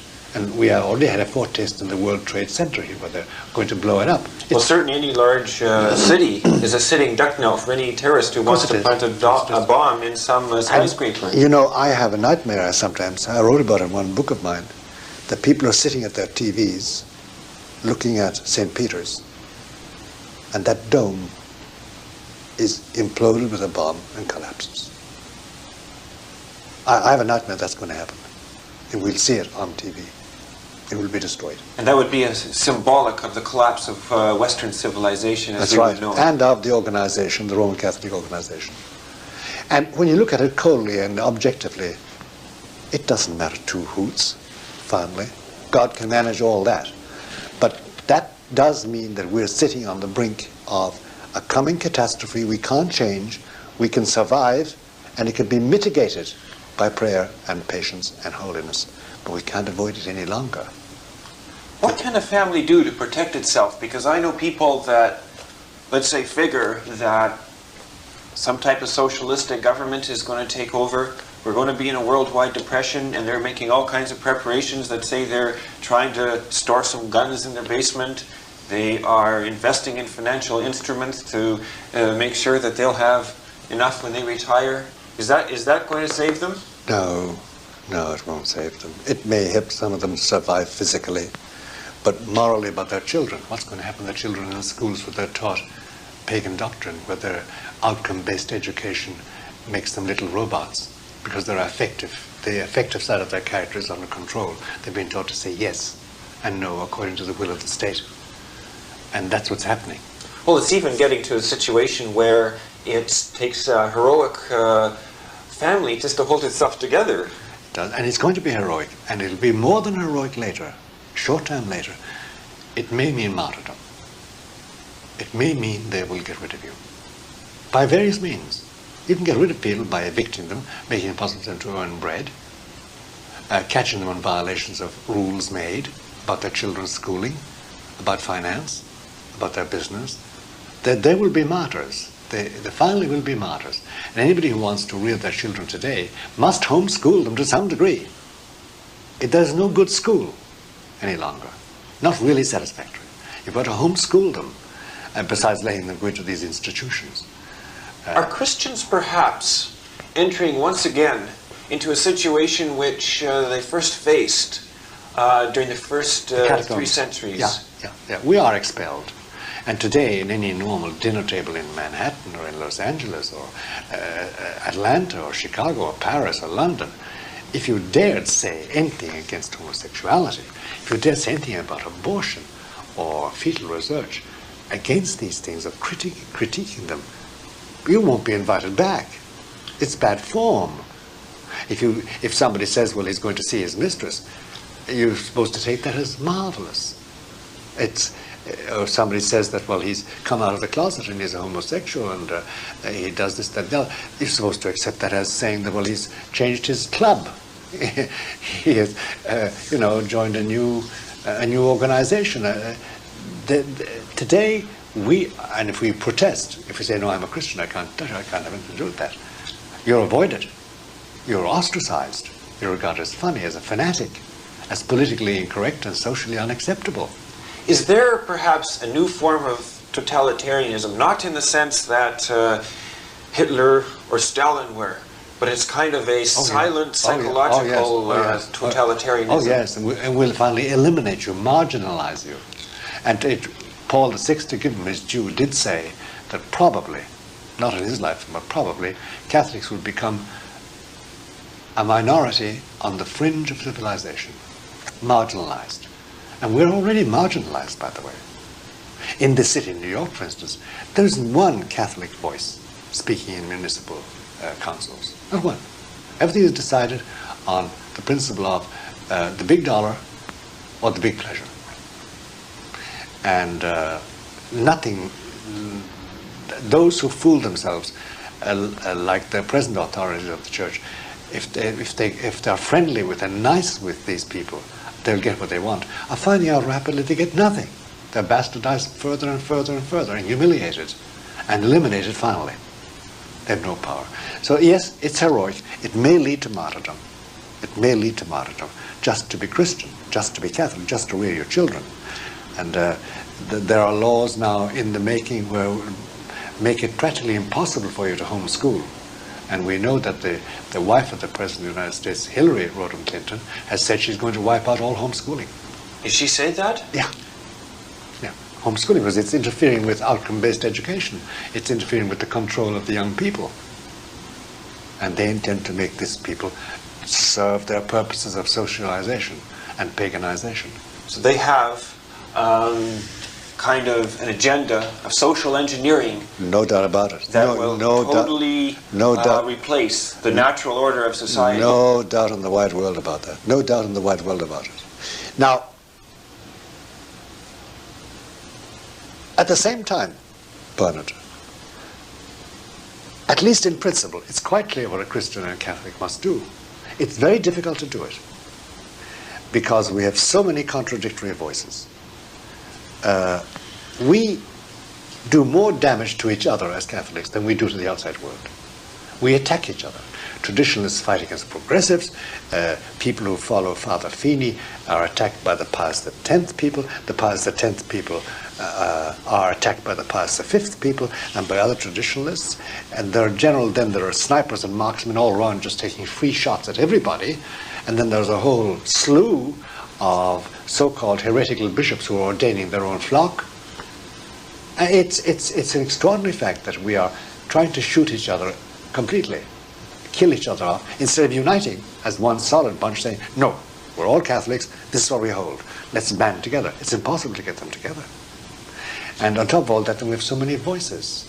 And then people are doubtful about, for instance, you have Vasula Ryden, this amazing lady, Greek lady who now lives in Switzerland.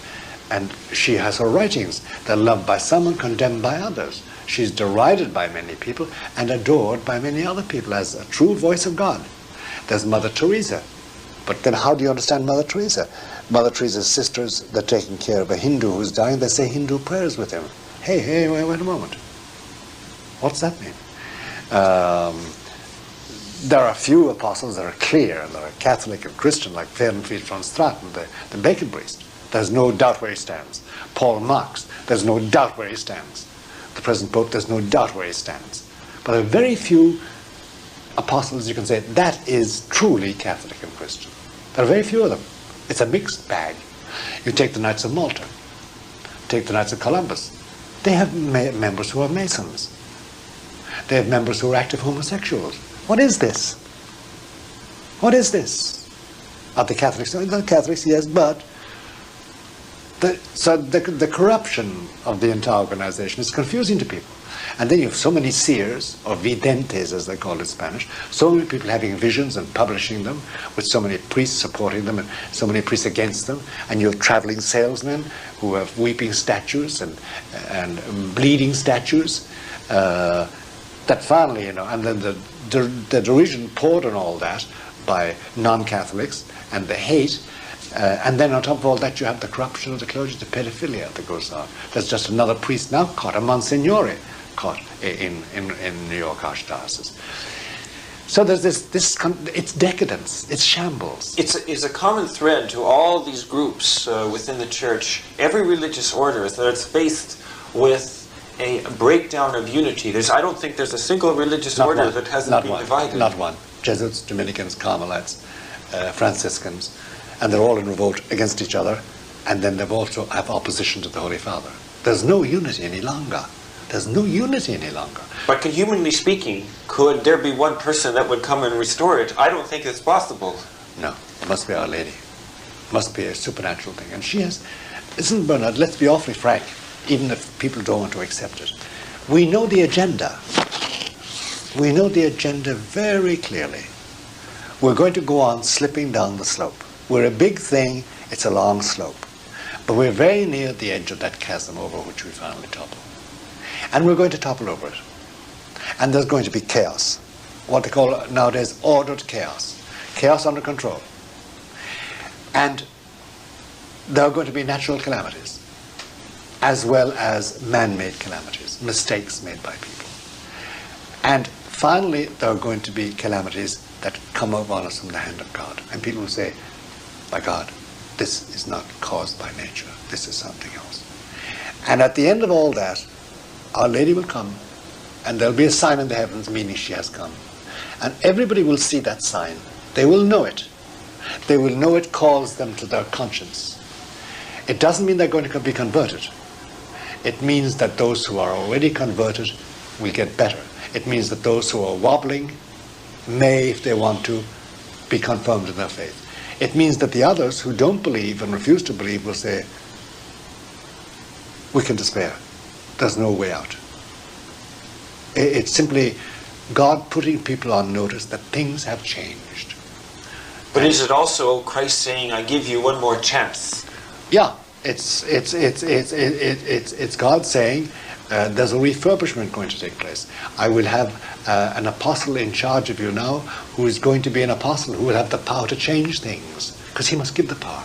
And remember, John Paul II, that poor man, Karol Wojtyła, he hasn't been given the power by God to change things. But there will be a pope, a leader of Christianity, arising who will change it all, because he will have the power built into him. John Paul II is supposed to preside over the decadence and the failure and hold things together as long as possible, because there are people to be saved still. But the man who will do it is somebody after his death. Not the next pope, but somebody else. And that's the mystery of what's coming in the future. And all we can hold on to is the fact that we can say our rosary, we can receive a valid Holy Communion, we can be absolved of our sins by a validly ordained priest, we can die with the rights of the church, we can save our souls, we can protect our children to a certain extent until they leave us, leave the nest. We can save our souls. That's all we need do. I will not be asked anything more by Christ. He will not say, what happened to the church in your time? Why didn't the Pope do this? He will not say that to me. He won't even talk about the bishop to me. He'll talk about me. So ultimately, that's the only thing we've been promised is our salvation if we hang tough. Hang tough and keep the law and maintain our Catholicism. So we're not necessarily promised a situation which we're going to have a thriving civilization. No, it's not going to be beer and skittles. It's not a milk run. It's a tough chore. As I say, I'm always saying to my nieces and nephews and friends, look, you've already lived the best years of your American lives. You may not know so, but it is so. Look around you. Read the signs of the times. You know, Bernard, it's a good thing to end up on the meaning of the word, the signs of the times. You know, Christ said to he said, you know, you're an evil and adulterous generation, he told his contemporary Jews. And he said, you're asking me for a sign. He said, tell me, why do you stop where you stop? At sunset you can say, well, tomorrow's going to be such a day from the reading of the sunset. In the morning you can read the wind, the direction of the wind, and you can read the skies. You say what's going to happen during the day. And he said, you can predict political events for your political affairs, your economic affairs, military affairs. He said, why don't you read the other signs of the times about God? You're corrupt. You're sinful. He's punishing you bit by bit with the Roman occupation of this country of ours, the Judea. Why don't you read those signs and repent and he will save you? But you don't. Why do you stop where you are? And he said, this evil and adulterous civilization will be given only one sign, the sign of Jonah. The Son of Man will be buried for 3 days and will rise again. His resurrection is the only sign of salvation. If you don't believe in it, bye-bye birdie. And that's much more important than reading all these signs that you read about in the newspaper, economic indicators and... If you have to, for your business as a broker or a doctor or an investor, do, or for looking for jobs, for your children, or for your family, or for your wife, or your husband, or whatever the case may be, that's fine. But the chief thing is, are you reading the signs of the time? Do you know where we are? Do you know what's coming on top of us? Have you secured your soul? Are you living with uncleanness in your life, or in your children, or in your wife, or your husband, or your employees? Are you cohabiting with evil? Are you entertaining Satan in his jackboots as he strides around our boardrooms and bedrooms and streets and parliaments? If you are, then bye-bye birdie. You have neglected grace. You haven't read the signs of the times. So it's tough today. It's either or. I must tell you, Bernard, that Christ has come to the point, as Clarenfield von Straten said, he's deserting our tabernacles. You don't show me reverence, you don't revere me, you don't take necessary precautions to have a valid sacrament, I'm leaving you. I'm walking away from you. You see, the point is, he doesn't need us. He desires to need us and wills to need us. But if you turn a blind, like the rich young man, he said, he loved him and said, look, sell all you have and come and follow me. And the young man was very sad because he was very rich, and he went away sad. We have been discussing how difficult it is for a family to preserve itself and hold together under the forces that are working against it. What are some of these forces that are working against a family, and how have families' lives been influenced in ways perhaps which people don't even realize? Well, Bernard, now that we can look back over a sufficient stretch of time, like say 20, 25 years, it is now quite obvious to everybody that there was a plan implemented to affect the public and private behavior of ordinary citizens. We now know that because those who formulated the plan have spoken very frankly about it. They set out to mold our language, to accustom us to see much more explicit TV, to get accustomed to violence as if it was normal, to see violent and disruptive sexuality portrayed on the video, on the TV and in films, much more than our grandfathers or fathers would have admitted, or we would have admitted 40 or 50 years ago, and to change our mode of thinking and talking, and in general to lower the level of moral and religious expression in language itself, so that now our language has been vulgarized, and we use words today we would never use before. For instance, I never expected to hear the mayor of New York talking about condoms in public. You just didn't do it. Or talking about the homosexual act in detail, which they do now explicitly. But my children, if I had children, would be taught that in schools with diagrams.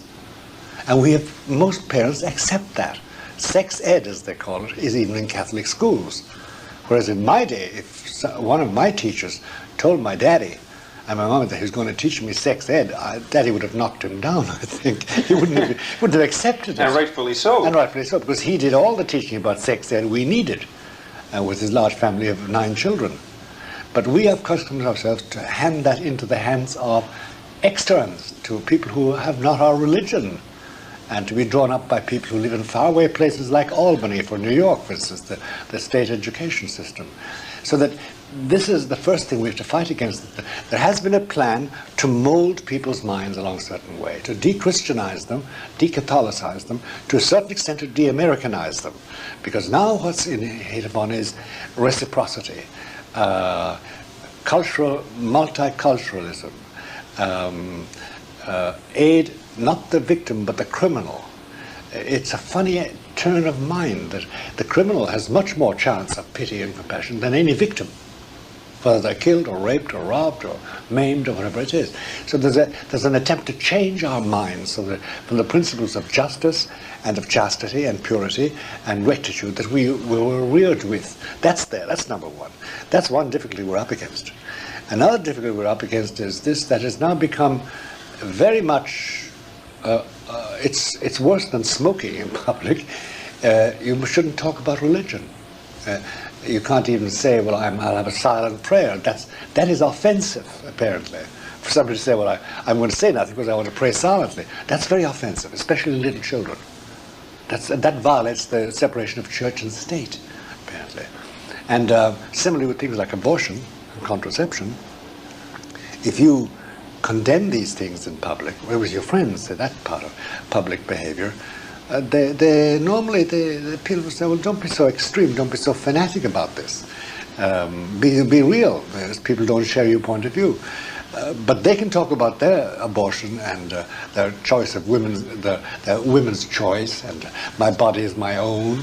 But you can't talk about the other side of it without being considered a fanatic. And that's the turn of the events, that it's become unfashionable to be religious. And if you are religious and people know it, they regard you as peculiar, as somebody on the fringe. You're not normal. You're not normal. And similarly as regards sexuality, the practice of sexuality, today nobody is surprised when a young man and his fiancée sleep together for a year before they're married. Nobody can. In fact, if you say that they shouldn't, people say, what's up with you? It's quite normal. That's the snag. And parents have children sleeping at home who have their lovers in, their future husbands in, or their lovers in. It's considered to be part of the liberty, that their body is their own. So you have this difficulty, and it's peer pressure on your children if you have children. It's a very, very strong peer pressure.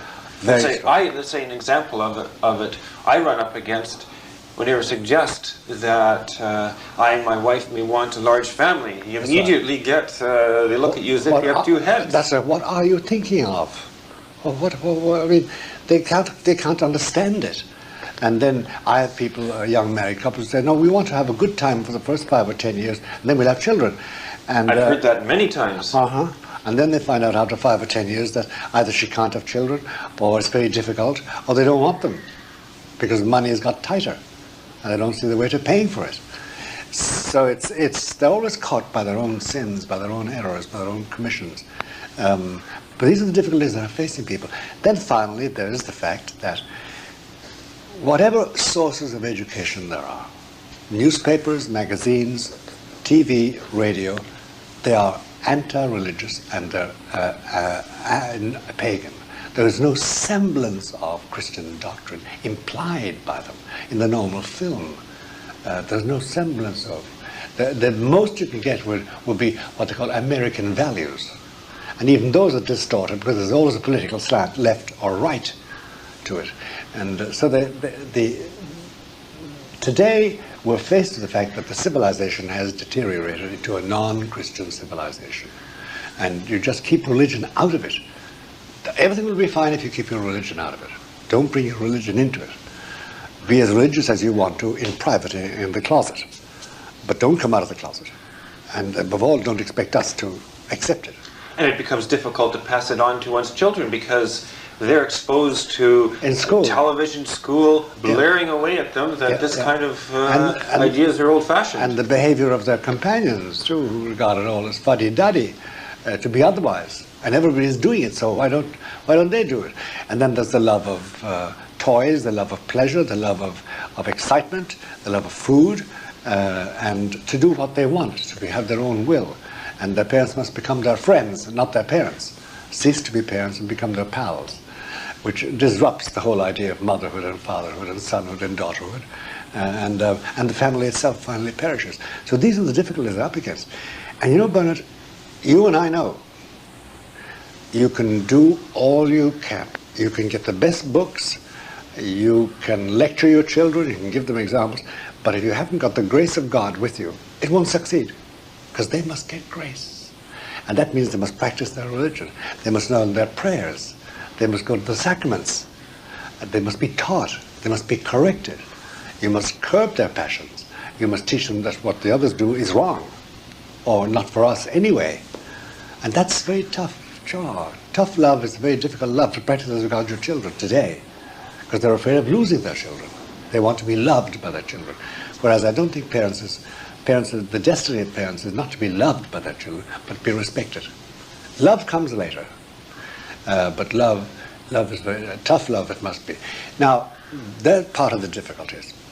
There are worse than that, though, by way of difficulties, because willy-nilly, all our nations, yours in Canada, mine in the United States, and all of them in Europe, are now engaged in a new world order where the rule is money and industrial expansion and commercial activity and commercial success, where success is measured in terms of money, and after that then in terms of the men or the women that you consort with, not necessarily marry, in your popularity, in how rich you look, how exotic you look, what sort of an exciting life you lead.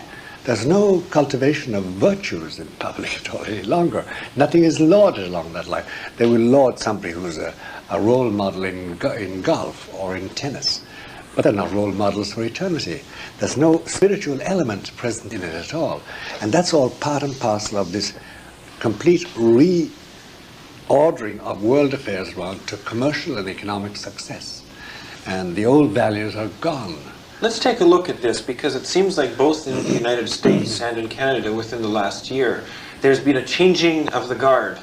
And it's a funny darn thing, that change of the guard, because don't you see a parallel between, say, President Reagan on the one hand, or President Bush on the one hand, and Mr. Mulroney on the other hand? They were cut from the same cloth, one way or the other, right, even though one is an American and one is a Canadian. And similarly between the new person in Mrs. Campbell in Canada, and say President Clinton and his wife Hillary, who has much of power, if not greater power, than he is in the American presidency. They're both cut from the same cloth again. And they both have kind of a new concept of morality. Absolutely new. The Clintons are absolutely clear on their mind. If you want to practice homosexuality, they're going to help you. They're going to have a law for you. If you want to kill your baby, they'll finance you, right up to the 3rd trimester. If you want to do fetal research on living babies, they'll finance you. So they have a completely different worldview. And in their personal lives, that seems to hold true as well, because in their personal lives, they haven't practiced like the old morality in the same way, let's say, that the Bushes or the Mulrooney's did. No. That's all gone. They're not church-going, God-fearing Christian parents or couples. No, they're not. It's very different from that. They are the new generation of they're really Christian trash. It's in a way, it's the generation that has grown up in the post-Christian world is now taking power. That's right. The same thing in France and Germany and Italy. Same thing in Spain. There's no difference. It's universal. There's a change of role. And it's coming to the fore now people who I don't think ever knew what a Christian civilization was. They know it from afar. They were never part of it. And consequently, their direction of affairs is pagan. They try and understand, and then when they see their own good is involved, they'll behave themselves. But they don't believe in it, they don't live it as such. And they see nothing wrong with killing newborn babies, or killing babies in the womb. They see nothing wrong with homosexuality. They see nothing wrong with fetal research, provided it doesn't cost too much. And as for the rest of the moral law, it's what you can get away with, really. But don't be caught at it, if necessary. And there's a crassness there. There's a certain crassness as regards human life. Lacks a touch of compassion and gentleness, which is only found in people who are religious-minded. Yes, and charity has grown cold. Oh yeah, it's frozen out completely. It's frozen embers. It doesn't exist. So that's what we're facing, and we can't expect any other thing for the moment. It's going to get worse, because this thing now is taking over because people are getting desperate. It's now getting very difficult to live. It's now getting very difficult to manage things properly. Just even to hold on to a job is becoming difficult for many families. That's right. It is. And I know a few families that sacrificed everything to retire to the country in various places in Canada and the United States. But they're finding that they have got to get back to the city again. They can't find work. They can't find money. They won't be able to feed their children. It's a bad time from the point of view of that. And it's going to get worse. It's not going to get easier at all. So that's the situation in which we find ourselves. And either you take that in the spirit of faith and utilize the weapons of faith, or else I think you're going to be lost. I think you're going to go under, and your families, and your children, and then your marriage will go under finally. It'll be a hopeless world. And there's another difficulty too, which you mentioned. This is about, remember you mentioned something about the squabbling, intra-Catholic squabbling that takes place. Yes. You see, you talked earlier about the fragmentation that's evident in, let's say, in Canada and the United States, where people, let's say, think of themselves, we'll use the United States as an example, they think of themselves not as an American, but as a black or a white or somebody. That's right. They do. They fall into sub-tribalism, we call it. It's called tribalism by the demographers. But you see the same thing in the church now, too, right across the spectrum. It's fantastic. And when I find out that the members of the Pius X Institute, Lefebvre's Institute, are fighting with the members of Pius V, who are fighting them, and then the followers of Father Feeney from Boston, now in New Hampshire, they're fighting them all. They're being attacked by the others. And on top of that, you have other various factions of traditionalist priests who have nothing to do with nobody. And it goes on and on and on. They're all firing and flailing away at each other in a most extraordinary way. And they should be really defending each other, attacking those who are attacking the church. They don't, though. They spend a lot of time writing against each other and attacking each other and disrupting each other's meetings. There is kind of a loss of perspective. There is. They're all engaged in their family squabbles. Each one wants to win. And there are several questions, I think, which would be useful for your listeners and my listeners to know about or to have thought about. One is the whole question of Archbishop Lefebvre.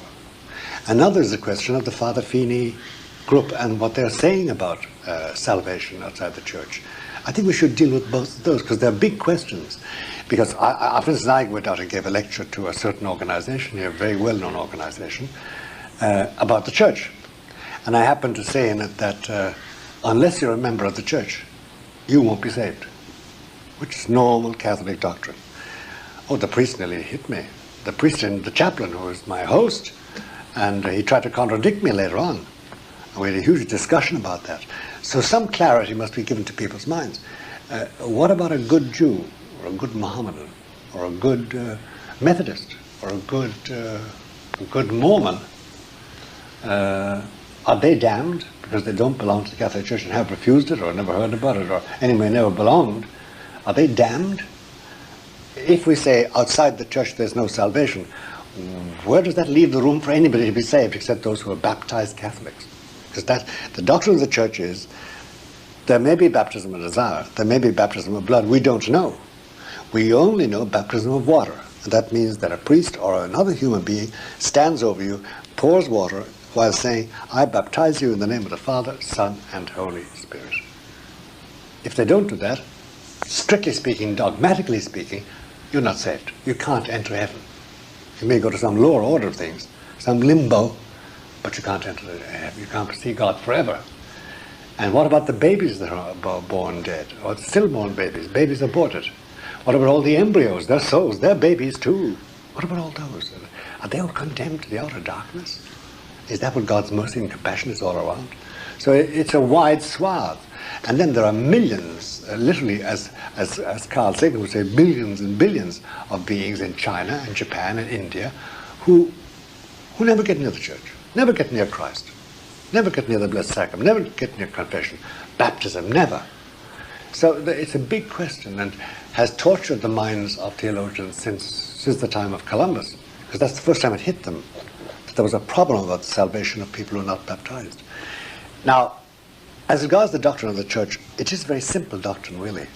It's this, that if you're saved, I don't care if you are a voodoo priest in Haiti, or if you worship the sun god in Tasmania, or if you're a pious Jew, or a not-so-pious Jew, or a pious Mohammedan, or a not-so-pious Mohammedan, whatever you are, if you're saved, it's because of the grace of the Roman Catholic Church, because there's only one source of grace in the cosmos. That is the Holy Roman Catholic and Apostolic Church, as the mystical body of Christ. You can't get grace otherwise. Now, if that's so, how does it work? Well, the Church says that it works like this. If you are a good non-Catholic, a Methodist, or a Haitian voodoo priest, or whatever you are, if you observe your conscience successfully, it's very difficult without grace. St. Thomas says it's practically impossible. But supposing you do, and you die in that condition, then God, in virtue of what you've done, without any help from him, he hasn't let you see a priest or be baptized or get a chance of learning about the doctrine of the church. In that case, because of that, he will grant you the grace of the Roman Catholic Church, so you're still saved because of the Roman Catholic Church. You can't be saved independently of it, because it's the only source of grace. That's the rule, and there's no exception to that. And we must touch on one thing which will walk on somebody's toes, but it must be touched upon. It's the question of the Jewish covenant with Abraham and God. There was an attempt at the Second Vatican Council, and since then, to say that the covenant, the Abrahamic covenant between Jews and God, was distinct and different from, and quite viable all by itself, from the Christian covenant. And therefore the Jews needn't be converted, and that they would be saved by merely being good Jews, merely that. That is Christian heresy. There is no such thing. The Abrahamic covenant was wiped out as regards salvation. But those belonging to the covenant will get a special grace because they happen to be Jews. But there is no salvation in the Abrahamic covenant. You cannot be saved by merely being a Jew. And people don't want to hear that. They consider that to be anti-Semite. It's not. If it's anti-Semite, it's the doctrine of the church, and the church will not change. And that's the first thing about it. The second thing then concerns the doctrine, really the history of the supporters of Father Feeney. They were condemned unjustly, and they were excommunicated unjustly. There was no excommunication really. And 4 or 5 years ago, the Vatican told them there was no excommunication. Nobody who died excommunicated. Father Feeney himself was not excommunicated ever. Nobody ever was. It was a mistake. It was a mistake. So that any idea of calling it the Boston heresy is a misnomer. There was no heresy. He was teaching the normal doctrine of the church, except that under pressure he went to an extreme, because he was fighting against people who denied it all. And his expulsion, and the expulsion of his brother from the Jesuits, and his expulsion from the Jesuits, and their condemnation was engineered by people like Cardinal Spellman and Cardinal Cushing, who did not want to offend their Masonic friends and their non-Catholic friends. So it was totally unjust. And one day later, Bernard, not now, but some day later, the church will reinstate Father Feeney and say it was all a ghastly mistake. He wasn't excommunicated ever, either officially or unofficially. And the whole thing was a misnomer, was an anomaly, was a mistake, was prejudice, was slander and calumny. The man is probably a saint from the moment he died. That's number one about the Feeney case. On the other hand, the Archbishop Lefebvre case is something else. Was he excommunicated? And were his bishops excommunicated? And are all those belonging to and going to his masses throughout the world, are they excommunicated? Are they schismatics? Are they separated from God? If they die, do they go to hell? Can you go to a mass on a Sunday to one of their churches and satisfy your obligation? Can you receive the sacraments from them? Can you be anointed them when you die? Can they bury you? Or is all that bad, bad, bad and forbidden? The answer is awfully simple. Only once did the church in that matter talk about schism, and they've never talked about it since. They stopped calling him schismatic because they know he wasn't schismatic, Archbishop Lefebvre. They did excommunicate formally him and the 4 bishops and the assistant bishop. But nowadays nobody believes the excommunication was valid. Nobody, even the Romans. They know it was a formal action designed to frighten people away from him, but that they weren't excommunicated. He didn't die excommunicated. In Rome, this is the normal thing said, admitted nowadays, behind closed doors. They won't admit it in public yet. In time, they will send out a letter or a document saying that, unfortunately, a mistake was made. And the impression was given that this man was excommunicated with all his bishops and his people. And it was wrong. They weren't. They were quite all right. That will come in time. But it'll take time because the animus and the hatred of Lefebvre is still very high. Very high. And the official stance is he's excommunicated. But everybody knows he is. And then the Pope himself and several cardinals have already published statements saying anybody can go to their churches for Mass on Sunday, anybody can receive the sacraments from them, including confession and Holy Communion, anybody can be anointed when they're dying, anybody can be buried by them out of their churches.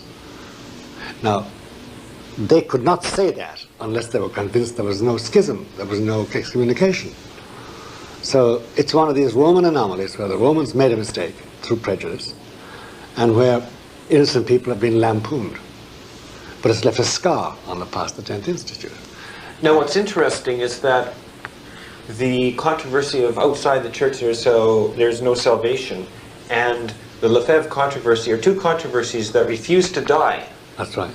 Yeah, they refuse to die, and this is one of the things which Lefebvre achieved. He said once, it's true, that he was going to put a fishbone in the gullet of the Roman bureaucrats. They couldn't swallow it and they couldn't cough it up. The difficulty is they can't change him. It's too well established economically and commercially and financially. They're independent. Rome can't withdraw their money. It can't take their buildings. The buildings all belong to a separate legal entity. And this is what angers the Romans about the whole Lefebvre thing, that he's untouchable. And they're now talking now and again to him and asking him to come down and talk with Father Schmidberger or somebody come down and talk to them, and they say, yes, we'll talk, but the conditions are these, and of course those conditions are unacceptable to the Romans, and therefore the talk break down. And then they wait for a while, and then they come at it again. Because the past the 10th people are not going to give up. If they perish, it's by internal trouble, internal combustion, not because Rome takes them over. And if Lefebvre had given in to Rome in 19, I think it was 1986 this all took place, sometime like that, this society would not be dead. They'd have taken it over, liquidated it. The Romans would have. He saw the danger and said, wait a moment, we won't go along with this charade. Well, certainly he did put a monkey wrench in attempts to eliminate the Roman Mass. Oh, he did, yeah. They can never eliminate the Roman Mass, apart from Lefebvre. But now with Lefebvre's crowds, practicing it in propaganda, having a huge following, running into the millions, financially secure and independent, in several nations all over the world, with a certain unity about them, they're beaten at their own game. They can't do away with it. And therefore they set up the Ecclesia Dei and had the indult, the Mass indult, which are only excuses, really. And they have the Fraternity of St. Peter for organizing, ordaining priests. What is interesting is that there's been a whole generation of young people have grown up in the post-1960s liberal era, after the changes are made in Vatican II, after the revolution that swept through our secular society in the 1960s. And these are people who are attending the traditional Mass. They may be going to the kind of meetings that were in Denver. That's right. They haven't been totally corrupted No. by this wave of liberal... No, on the contrary, they're very conservative, strictly conservative citizens as well as Catholics. They won't be corrupted, but they're very adamant about it. And they insist on saying we're part of the church. We're a living part of the church. We're the best part of the church because we're keeping the ancient right. And they can't be eliminated. They can't be eliminated. This is what angered the Roman bureaucrats. This really angers them and still angers them, because if they could buy it out, if they own the land, if they own the money, if they could close the seminaries. But the Lefebvre are getting nuns and vocations and priests, and they're founding schools. They're going on. And they'll go on living for a long, long time. And they'll cohabit with Rome for a long, long time. And they're not going to give in. And they're very fervent. A lot of them are very young, therefore they don't know the cost of being fervent. But that's what the situation Rome has. And Rome has stopped talking about excommunication and about schism. It doesn't talk about those things in relation to it. If provoked, it does, but it won't normally start insisting on this, because they know there's a very murky question there about excommunication, and they can't call them schismatic, so they're not in schism. They're not in schism. They support the Pope much better than most bishops do. They're very faithful to the Pope. They declare he's the Pope, he's infallible, he has primacy of jurisdiction, he's the overhead boss, he's not merely a peer amongst equals. A lot of the bishops and cardinals themselves. Well, certainly traditionalists in general do a much better job of adhering to the Church's teaching on contraception than the regular Catholics. Oh, much better, much better, much better. So that one has got to be very careful about both the Father Fini doctrine and about the saying that the Pius X people and Archbishop Lefebvre's crowd are all schismatics and heretics. Thank you, Father Martin, for taking part in these interviews. Before we close, I'd like to give an address where our listeners can get a hold of your books. And these books can be purchased at Angelus Books of Barrie, and the address is 38 Gilles Court, Barrie, Ontario, Canada, L4M4L7.